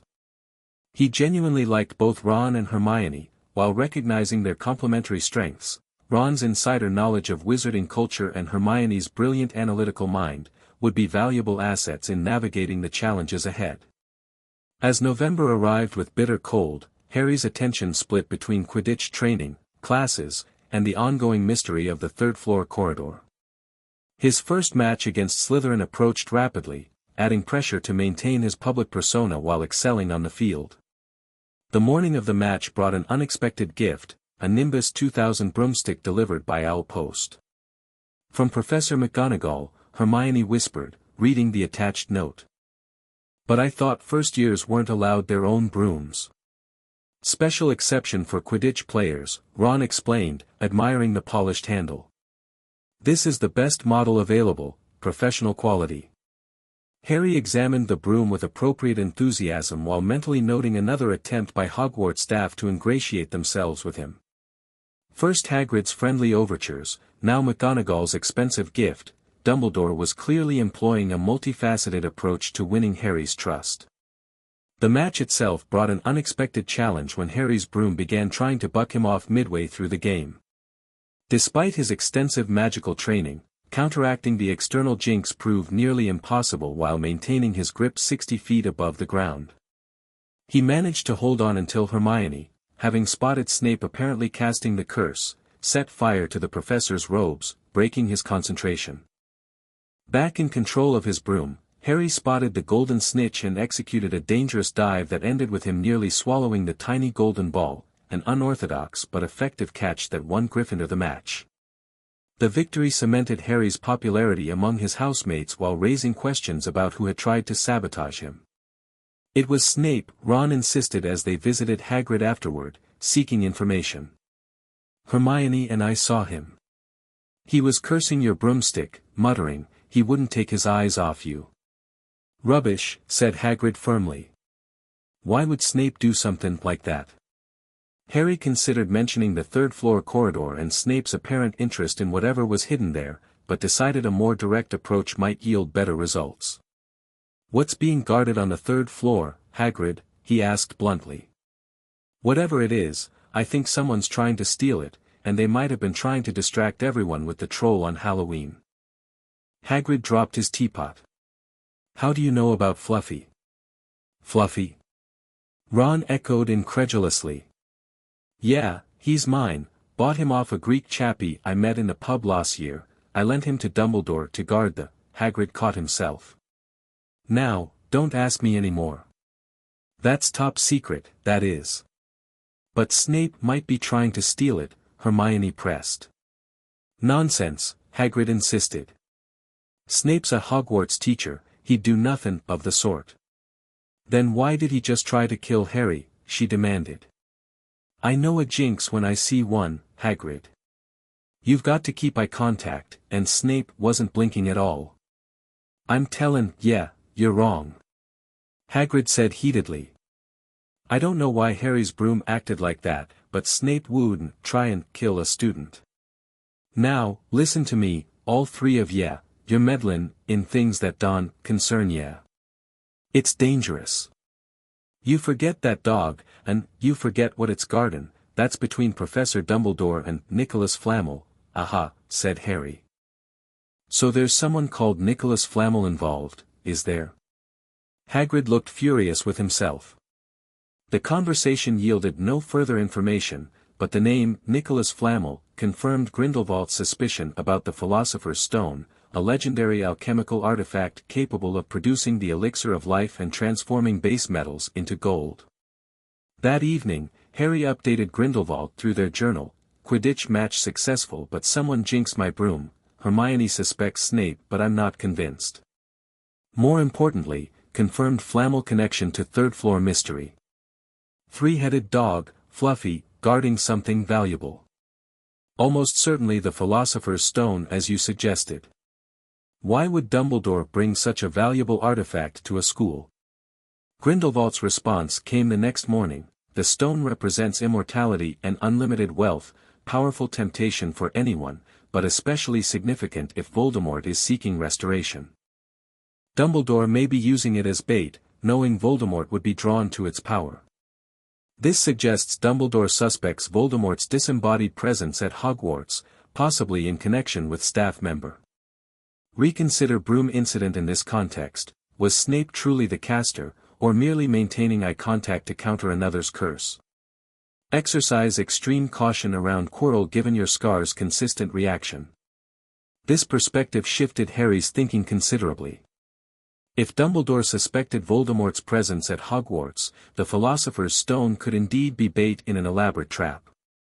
But who was the target? Snape with his suspicious behavior, or Quirrell with his connection to Harry's scar pain? As winter approached, Harry maintained his careful balance between classes, Quidditch, friendships, and investigation. He encouraged Ron and Hermione to research Nicholas Flamel, knowing Hermione's thoroughness would eventually yield results while allowing him to appear appropriately knowledgeable rather than suspiciously informed. Christmas holidays provided a new challenge when Ron and Hermione both prepared to leave Hogwarts, Ron to the Burrow with his family, Hermione to ski with her parents. Harry, ostensibly unable to contact his traveling guardians, would remain at the castle. "Are you sure you'll be all right?" Hermione asked worriedly as they packed. "I could stay if you'd be lonely." "I'll be fine," Harry assured her. "It'll be quiet, but I can use the time to catch up on reading and maybe do some exploring." This was true, though not in the way she imagined. With fewer students present, Harry would have more freedom to investigate certain areas of the castle while maintaining communication with Grindelwald. The morning of Christmas Day brought unexpected gifts, a hand-knitted sweater and homemade fudge from Mrs. Weasley, chocolate frogs from Hermione, and a roughly whittled wooden flute from Hagrid. Harry was genuinely touched by these expressions of friendship, having received few proper gifts during his years with Grindelwald, who valued knowledge and skills over material possessions. The final package contained something extraordinary, a fluid, silvery gray cloak that rendered the wearer invisible.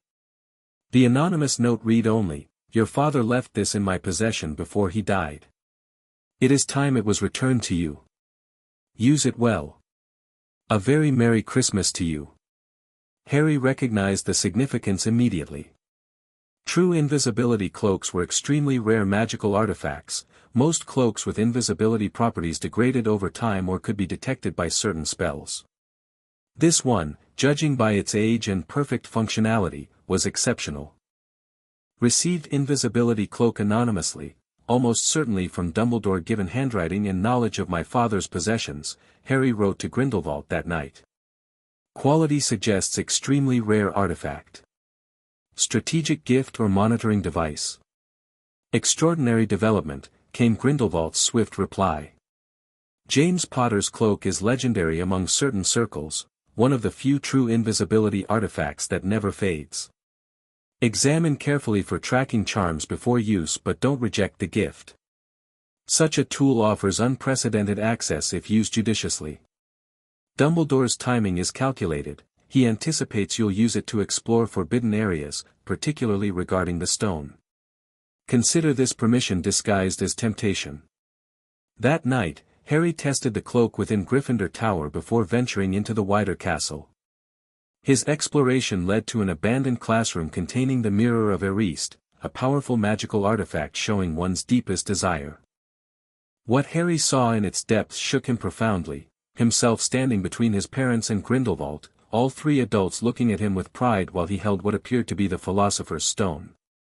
The image revealed his conflicted loyalties more clearly than any self-examination could have, his desire for his parents' approval, his attachment to Grindelwald as mentor, and his ambition regarding the stone itself. The mirror's power was seductive, Harry found himself returning the following night, drawn to the comforting illusion. "Back again, Harry." Dumbledore's quiet voice broke the silence, startling Harry, who had been so entranced he hadn't noticed the headmaster's arrival. He scrambled to his feet, the invisibility cloak pooling at his feet. I didn't see you, sir." "Strange how nearsighted being invisible can make you," said Dumbledore, smiling. "So, you, like hundreds before you, have discovered the delights of the Mirror of Erised. Is that what it's called, sir?" "Yes. I expect you've realized by now what it does." "It shows us what we want," Harry said carefully. "Whatever we want." "Yes and no," Dumbledore replied gently.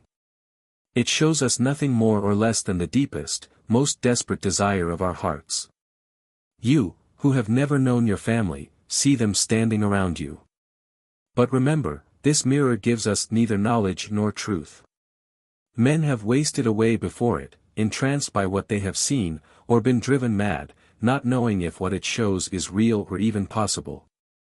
Dumbledore's explanation was both warning and test, Harry realized. The headmaster was studying his reactions, assessing what the mirror might have shown him and how he responded to its temptation. "The mirror will be moved to a new home tomorrow, Harry," Dumbledore continued, "and I ask you not to go looking for it again. If you ever do run across it, you will now be prepared. It does not do to dwell on dreams and forget to live." Harry nodded soberly. "I understand, sir." Dumbledore studied him over his half-moon spectacles. "Tell me, Harry, what did you see in the mirror?" It was the question Harry had been expecting, a direct probe into his innermost desires. He allowed genuine emotion to color his response while carefully editing the truth. "I saw my family, sir," he said quietly. "My parents, standing with me. Looking proud." It wasn't a lie, merely an incomplete truth. Dumbledore's gentle smile suggested he found the answer both expected and satisfying. "A natural desire," the headmaster said softly. "But remember, Harry, the mirror shows only desire, not possibility. Your parents live on in you, in your actions, your choices. They would indeed be proud of the young man you're becoming." The conversation shifted to lighter topics before Dumbledore bid him good night, suggesting Harry use the invisibility cloak to return safely to his dormitory. As Harry made his way back, he reflected on their exchange, the first direct, private interaction he'd had with Dumbledore since arriving at Hogwarts. The headmaster was everything Grindelwald had described: brilliant, observant, and adept at creating seemingly casual moments that served deeper purposes. This chance encounter had allowed Dumbledore to assess Harry's character while simultaneously warning him about obsession with the past, or perhaps with the stone the mirror would soon help protect. When Harry reported the incident to Grindelwald, his mentor's analysis was characteristically incisive. Dumbledore orchestrated this meeting carefully, placing the mirror where you'd find it, then discovering you at a calculated moment. His warning about obsession serves dual purposes: genuine caution about a dangerous artifact and subtle message regarding your parents/past. Most significant is what he did not mention: suspicion about what else you might have seen beyond your parents. This suggests either he doesn't know about me or is concealing that knowledge while gathering information. Either way, you handled the interaction well.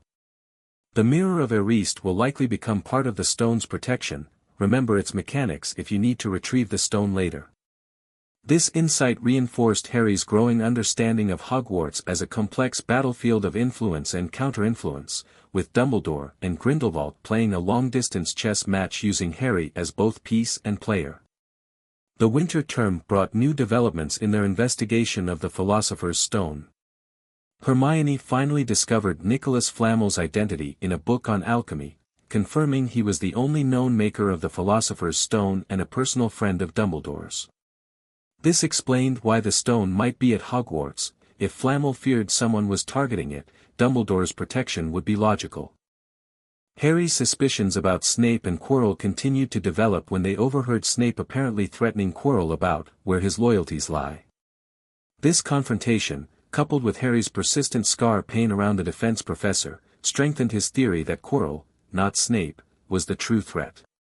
Testing this theory proved difficult without revealing his advanced magical knowledge or connection to Grindelwald. Harry settled for strategic observation, noting that his scar pain intensified whenever Quirrell seemed particularly nervous or when his turban was directly facing Harry. These patterns, while circumstantial, aligned with Grindelwald's suspicion that Voldemort's disembodied presence might somehow be connected to the defense professor. Meanwhile, Harry's academic and social integration at Hogwarts continued successfully. His carefully calibrated performance in classes, talented but not suspiciously advanced, earned him respectable grades without drawing undue attention. His friendship with Ron and Hermione deepened through shared adventures and mutual support, while his position on the Gryffindor Quidditch team provided both cover for his physical abilities and social standing among his peers. Balancing these elements became increasingly challenging as the year progressed. Maintaining appropriate knowledge levels required constant vigilance, demonstrating enough skill to justify his classroom success without revealing techniques or knowledge Grindelwald had taught him. In Transfiguration particularly, Harry had to consciously adopt the textbook methods rather than the more efficient approaches his mentor had developed. The greatest test came during a flying lesson when Harry instinctively cast a wandless cushioning charm to break Neville's fall from a malfunctioning broom. He managed to disguise the magic as accidental, a burst of concern manifesting as uncontrolled magic, but the incident drew McGonagall's sharp attention. "Remarkable reflexes, Mr. Potter," she commented afterward. "An impressive magical instinct, even if uncontrolled." "Just lucky, Professor," Harry replied with appropriately boyish modesty. "I was worried about Neville and then, it just happened." McGonagall's expression suggested she wasn't entirely convinced but was pleased nonetheless. "Your mother had similar instinctive talent. Her accidental magic often manifested protectively as well." These casual mentions of his parents became more frequent as professors grew comfortable with Harry. Small anecdotes about James Potter's transfiguration aptitude or Lily Evans' charm work. Harry collected these fragments hungrily, building a more complete picture of the people Grindelwald had described only in terms of magical ability and historical significance. As spring arrived and exams approached, the mystery of the Philosopher's Stone took on new urgency when Hagrid inadvertently revealed he had obtained his dragon egg from a stranger particularly interested in Fluffy. Did he seem interested in Fluffy? Harry asked carefully.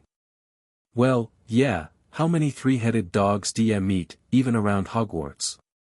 So I told him, Fluffy's a piece o' cake if you know how to calm him down, just play him a bit o' music and he'll go straight off ter sleep."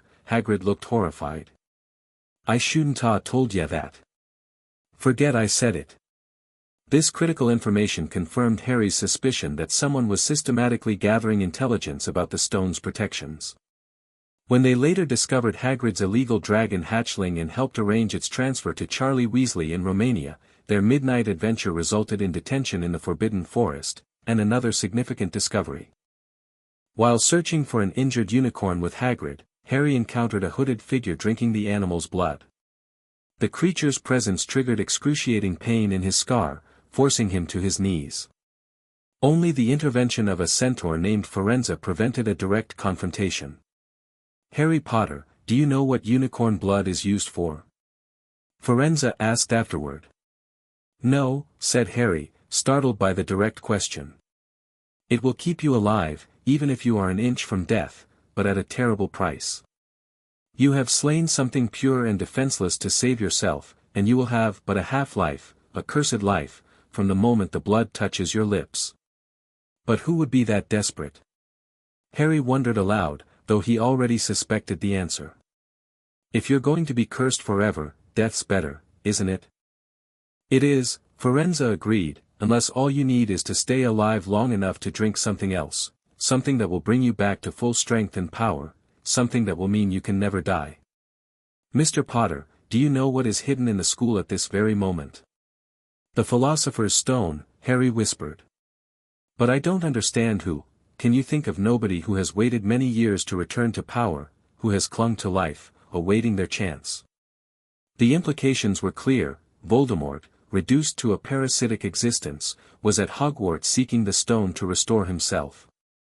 The unicorn blood was merely a temporary solution until he could acquire the elixir of life.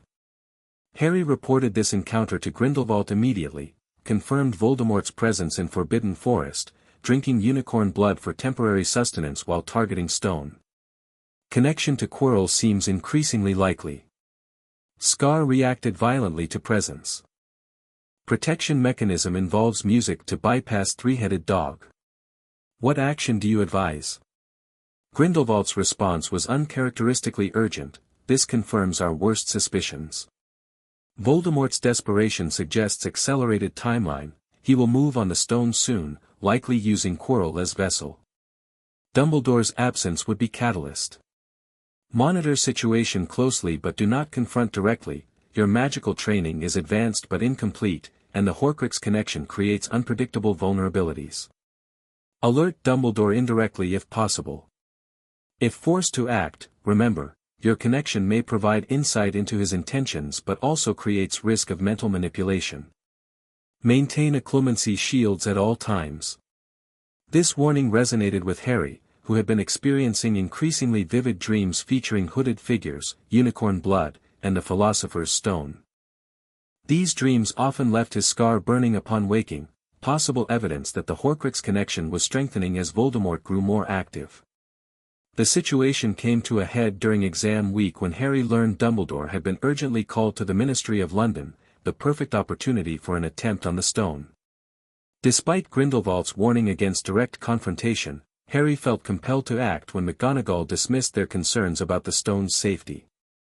Someone's going to try and steal it tonight, Harry insisted to Ron and Hermione as they huddled in the common room that evening. With Dumbledore gone, it's the perfect chance. But what can we do? Hermione asked worriedly. If McGonagall won't listen. We go through the trapdoor, Harry said decisively. We can't let Voldemort get the stone. The plan required careful calculation. Harry needed to protect the stone without revealing his full capabilities to his friends or whoever they might encounter below the trapdoor. He also needed to honor Grindelwald's warning about direct confrontation with Voldemort while fulfilling his public role as the boy who lived. That night, Harry, Ron, and Hermione snuck out under the invisibility cloak, navigating past Peeves and a sleeping three-headed dog, thanks to a self-playing harp left by the would-be thief. Below the trapdoor, they encountered a series of challenges clearly designed by different professors: Sprout's Devil's Snare, which Hermione defeated with magical fire, Flitwick's Enchanted Keys, which Harry caught using his seeker skills, McGonagall's Giant Wizard's Chess Set, which required Ron's strategic brilliance but left him injured, and Snape's Logic Puzzle of Potions, which Hermione solved through careful reasoning. Throughout these challenges, Harry deliberately limited his magical responses to those appropriate for a talented first year, allowing his friends to showcase their strengths while maintaining his cover.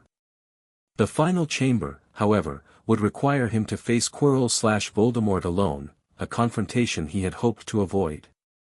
Hermione, get Ron and go back, Harry instructed at the final doorway. Get help from the Ollery, send a message to Dumbledore. I'll try to delay whoever's in there. But Harry, what if you know who's with him? Hermione asked, her voice trembling. I got lucky once, didn't I? Harry said, touching his scar. Might get lucky again. As his friends reluctantly departed, Harry took a moment to center himself, raising his occlumency shields as Grindelwald had taught him. Then he entered the final chamber alone. The room held the mirror of Eriste and, standing before it, Professor Quirrell, without his usual stutter or nervous demeanor. I wondered if I'd be meeting you here, Potter, he said calmly. I thought it might be you, Harry replied, maintaining distance between them. Though Snape seemed the more obvious suspect. Quirrell laughed coldly. Yes, Severus does seem the type, doesn't he? Next to him, who would suspect Poor St stuttering P Professor Quirrell? Especially with Snape swooping around like an overgrown bat. But Snape tried to kill me during the Quidditch match, Harry said, testing a theory. No. I tried to kill you. Your friend Miss Granger accidentally knocked me over as she rushed to set fire to Snape's robes. She broke my eye contact with you. Another few seconds and I'd have got you off that broom. I'd have managed it before then if Snape hadn't been muttering a counter-curse. This confirmation aligned with Grindelwald's analysis. Snape had been trying to protect Harry, not harm him. The revelation shifted Harry's understanding of the potion's master significantly. But why try to kill me at all? Harry asked, buying time while assessing the situation. You're too nosy to live, Potter. Scurrying around the school at Halloween like that, for all I knew you'd see me coming to look at what was guarding the stone. You let the troll in as a diversion, Harry concluded. Certainly. I have a special gift with trolls. Unfortunately, while everyone else was running around looking for it, Snape went straight to the third floor to head me off, and not only did my troll fail to beat you to death, that three-headed dog didn't even manage to bite Snape's leg off properly. As they spoke, Harry noticed Quirrell returning repeatedly to the mirror, muttering about seeing the stone but not how to get it. This suggested the final protection involved the mirror's magical properties. Perhaps only someone who wanted to find the stone without using it could retrieve it from the mirror's depths. I see the stone. I'm presenting it to my master, but where is it? Quirrell hissed in frustration. Your master. Harry prompted, though he already knew the answer. The Dark Lord is with me wherever I go, said Quirrell quietly. I met him when I traveled around the world. A foolish young man I was then, full of ridiculous ideas about good and evil. Lord Voldemort showed me how wrong I was. There is no good and evil, there is only power, and those too weak to seek it. The words echoed some of Grindelwald's early teachings about power and intention, though twisted into a darker form that lacked his mentor's evolved perspective on responsibility and consequence. Harry recognized the fundamental difference between Grindelwald's revolutionary vision and Voldemort's naked pursuit of domination. Let me speak to him, face to face. A high, cold voice suddenly hissed from Quirrell himself. Master, you are not strong enough. Quirrell protested. I have strength enough, for this. With horror, Harry watched as Quirrell unwound his turban to reveal a terrible face on the back of his head, chalk white with glaring red eyes and slits for nostrils, like a snake. Harry Potter. It whispered. See what I have become. Mere shadow and vapor. I have form only when I can share another's body, but there have always been those willing to let me into their hearts and minds. Unicorn blood has strengthened me. These past weeks, you saw faithful Quirrell drinking it for me in the forest, and once I have the elixir of life, I will be able to create a body of my own. Now, why don't you give me that stone in your pocket? Harry felt a weight materialize in his pocket. Somehow, standing before the mirror, he had obtained the philosopher's stone without realizing it. Voldemort had sensed it immediately, suggesting a connection between them that transcended normal perception. Don't be a fool, snarled Voldemort as Harry backed away. Better save your own life and join me, or you'll meet the same end as your parents. They died begging me for mercy. Liar. Harry shouted, his occlumency shields wavering under the emotional assault. How touching. Voldemort hissed. I always value bravery. Yes, boy, your parents were brave. I killed your father first, and he put up a courageous fight, but your mother needn't have died, she was trying to protect you. Now give me the stone, unless you want her to have died in vain. The mention of his mother's sacrifice triggered something in Harry, a realization about Grindelwald's teachings regarding blood magic and sacrificial protection. If Lily Potter had died to protect him, her sacrifice might have created a magical shield that Voldemort couldn't breach. Never. Harry declared, making a split-second strategic decision. When Quirrell lunged forward on Voldemort's command, Harry did the one thing his training suggested might work. He grabbed Quirrell's face with his bare hands. The effect was immediate and astonishing. Quirrell screamed in agony as his skin blistered and burned wherever Harry touched him. Voldemort shrieked, "Kill him," but Quirrell couldn't maintain his grip on Harry, whose touch caused him unbearable pain. Harry instinctively pressed his advantage, grabbing Quirrell's arm with both hands. Though his scar felt like it would split his head open, he held on desperately as Quirrell howled in agony. Through the pain, Harry was dimly aware of other voices, someone calling his name, and then darkness claimed him. Harry awoke in the hospital wing, Dumbledore sitting beside his bed with an expression of gentle concern. "Good afternoon, Harry," said the headmaster. The events in the chamber with the mirror came rushing back. "Sir. The stone. It was Quirrell. He's got the stone." "Sir, quick, calm yourself, dear boy, you are a little behind the times," said Dumbledore. "Quirrell does not have the stone." "Then who does?" "Sir, Harry, please relax, or Madame Pomfrey will have me thrown out. The stone has been destroyed." "Destroyed?" Harry echoed, momentarily forgetting his practiced caution. "But what about Nicholas Flamel?" "Oh, you know about Nicholas?"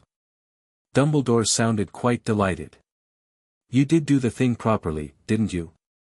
"Well, Nicholas and I have had a little chat, and agreed it's all for the best. But that means he and his wife will die, won't they?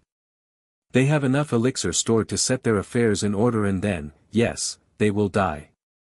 Dumbledore smiled at the look of amazement on Harry's face. "To one as young as you, I'm sure it seems incredible, but to Nicholas and Perenelle, it really is like going to bed after a very, very long day. After all, to the well-organized mind, death is but the next great adventure."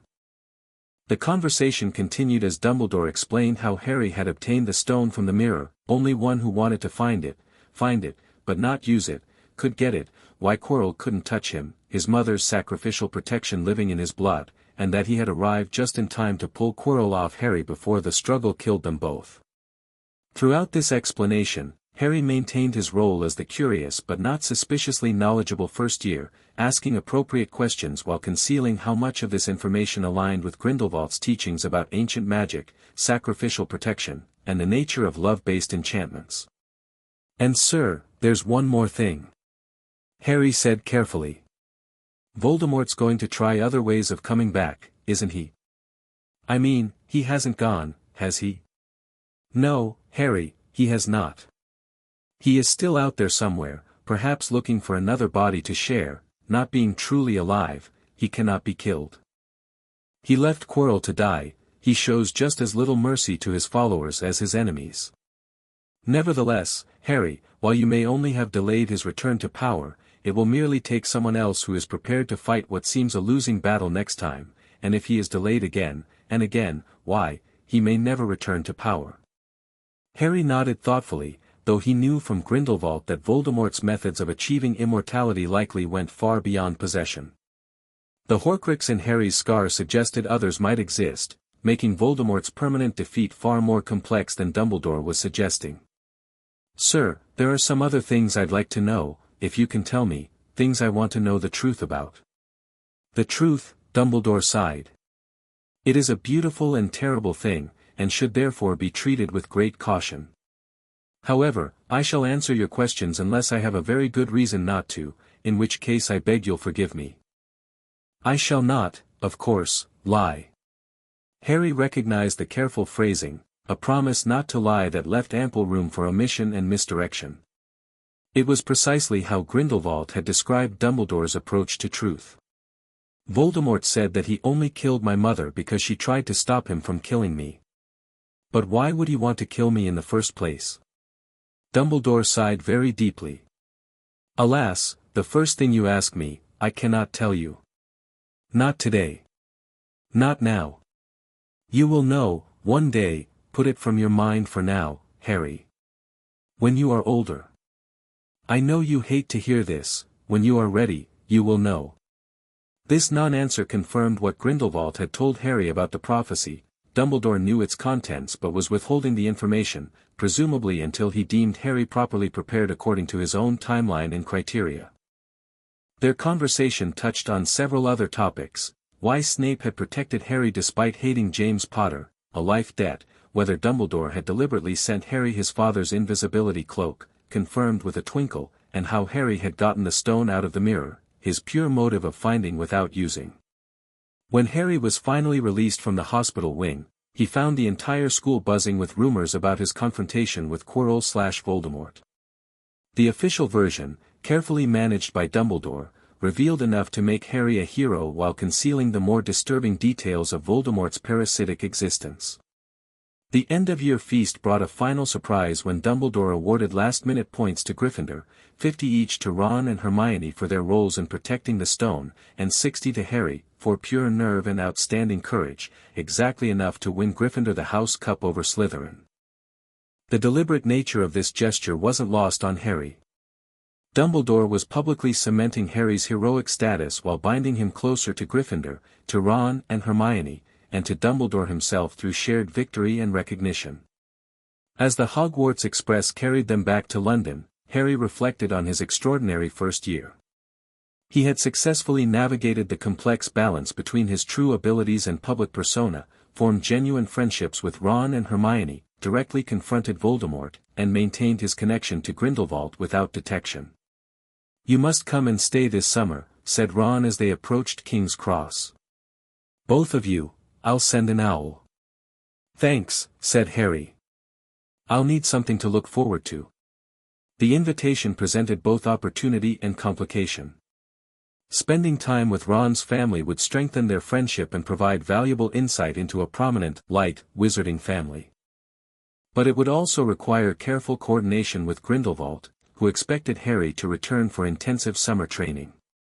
As they passed through the barrier between platforms 9 and 3/4, Harry was surprised to see Grindelwald himself waiting on the Muggle side, disguised with subtle magical alterations to his appearance, but unmistakable to Harry's trained eye. He stood slightly apart from the other waiting parents, observing Harry with those distinctive mismatched eyes. "There he is, Mom, there he is, look." It was Ron's younger sister Ginny, pointing excitedly. "Harry Potter." "Look, Mom." "Be quiet, Ginny, it's rude to point," Mrs. Weasley admonished before turning to Harry with a warm smile. "Busy year?" she asked kindly. "Very," said Harry, acutely aware of Grindelwald watching this interaction. "Thanks for the fudge and the sweater, Mrs. Weasley." "Oh, it was nothing, dear." After promising to write to Ron and Hermione and saying his goodbyes, Harry approached Grindelwald, who observed him with an unreadable expression. "Ready to go home?" Grindelwald asked simply. "Yes," Harry replied, though the word home suddenly seemed complicated in a way it never had before. Part of him was already missing Hogwarts, Ron, and Hermione, the first real friends he'd ever had. As they walked away from the station, Grindelwald spoke quietly. "We have much to discuss regarding your adventure with the Philosopher's Stone. And Voldemort." "I did what I thought best," Harry said, a slight defensiveness in his tone that would have been unthinkable a year earlier. "I'm not criticizing your actions," Grindelwald clarified, surprising Harry. Facing Voldemort directly was dangerous but perhaps unavoidable given the circumstances. "What concerns me more is what you learned, or rather, what you still don't know." "What do you mean?" Grindelwald glanced around to ensure they weren't overheard before continuing. "Dumbledore is withholding critical information about your connection to Voldemort and why he targeted your family specifically. The prophecy is only part of the story." "He said I wasn't ready to know," Harry confirmed. A convenient excuse for maintaining control of information, Grindelwald observed dryly. "But there are aspects of that night, the night your parents died, that I've also simplified in our discussions." Harry stopped walking abruptly. "What aspects?" Grindelwald's expression was unusually solemn. "Not here. When we're secure, I'll show you a memory I've preserved, something I observed when we first met, when I examined your scar. It will explain much about your connection to Voldemort and why both Dumbledore and I have been selective in what we've shared." This admission sent a chill through Harry. Had Grindelwald been manipulating him just as Dumbledore had, controlling information to shape his development according to some predetermined plan? "You said you'd never lie to me," Harry said quietly, the hurt evident in his voice. "I haven't lied," Grindelwald replied carefully. "But I have withheld certain truths until I believed you were ready to understand their implications." After your direct confrontation with Voldemort, that time has clearly arrived. As they continued walking toward the secluded location where they could safely disapparate, Harry felt the weight of competing loyalties more acutely than ever before. His year at Hogwarts had changed him, given him friendships, experiences, and perspectives beyond Grindelwald's teachings. He was no longer simply the heir to a revolutionary's knowledge but a young wizard forging his own identity between powerful influences. The revelation that Grindelwald had withheld crucial information about his parents' deaths, perhaps the most personally significant event of Harry's life, created a fracture in the trust that had defined their relationship for 6 years. What other truths had been deemed too complex for him to handle? What other decisions about his life had been made without his knowledge or consent? As they reached the apparition point, Grindelwald placed a hand on Harry's shoulder, a rare gesture of physical connection. "I understand your disappointment," he said quietly.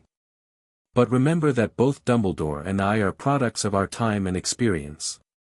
We fought opposite sides of the same war, used different methods toward different ends, but share one significant trait, the belief that knowledge is power, and power must be wielded responsibly." "And who decides what's responsible?" Harry challenged. "You. Dumbledore. Never me." "Until now, yes," Grindelwald acknowledged with surprising candor. "But your confrontation with Voldemort has demonstrated your readiness to make your own informed decisions. The memory I'll show you, and the knowledge it contains, is the beginning of a new phase in your education. One where you become not merely a student but a collaborator." The offer was compelling despite Harry's hurt and confusion. The promise of full disclosure, of treatment as an equal rather than a child to be protected from difficult truths, appealed to his growing sense of independence. "I want to know everything," Harry said firmly. "No more filtered versions or strategic omissions. If I'm going to face Voldemort again, and we both know I will, I need all the information, not just what you or Dumbledore think I should have." Grindelwald studied him for a long moment, those mismatched eyes seeming to look through Harry rather than at him. Then he nodded once, decisively. "Very well," he agreed. "Beginning today, you will have the unvarnished truth, about your parents, about the prophecy, about the Horcrux in your scar, and about what it means for your future. The choice of what to do with that information will be yours." As they disapparated with a soft crack, Harry knew he stood at a crossroads. His first year at Hogwarts had shown him the wizarding world beyond Grindelwald's teachings, a world of friendship, wonder, and belonging he'd never experienced before. But it had also revealed the manipulations, secrets, and dangers that permeated that world. Between Dumbledore's benevolent control and Grindelwald's revolutionary vision, between Hogwarts and his hidden training, between the boy who lived and the person he truly was, Harry would need to forge his own path. One that incorporated all he had learned without being defined by any single influence. Whatever secrets Grindelwald's memory would reveal, whatever truths Dumbledore still withheld, Harry made a silent promise to himself: from now on, his choices would be his own. The end. Thank you for watching this video. Please be sure to subscribe to our channel and like this video.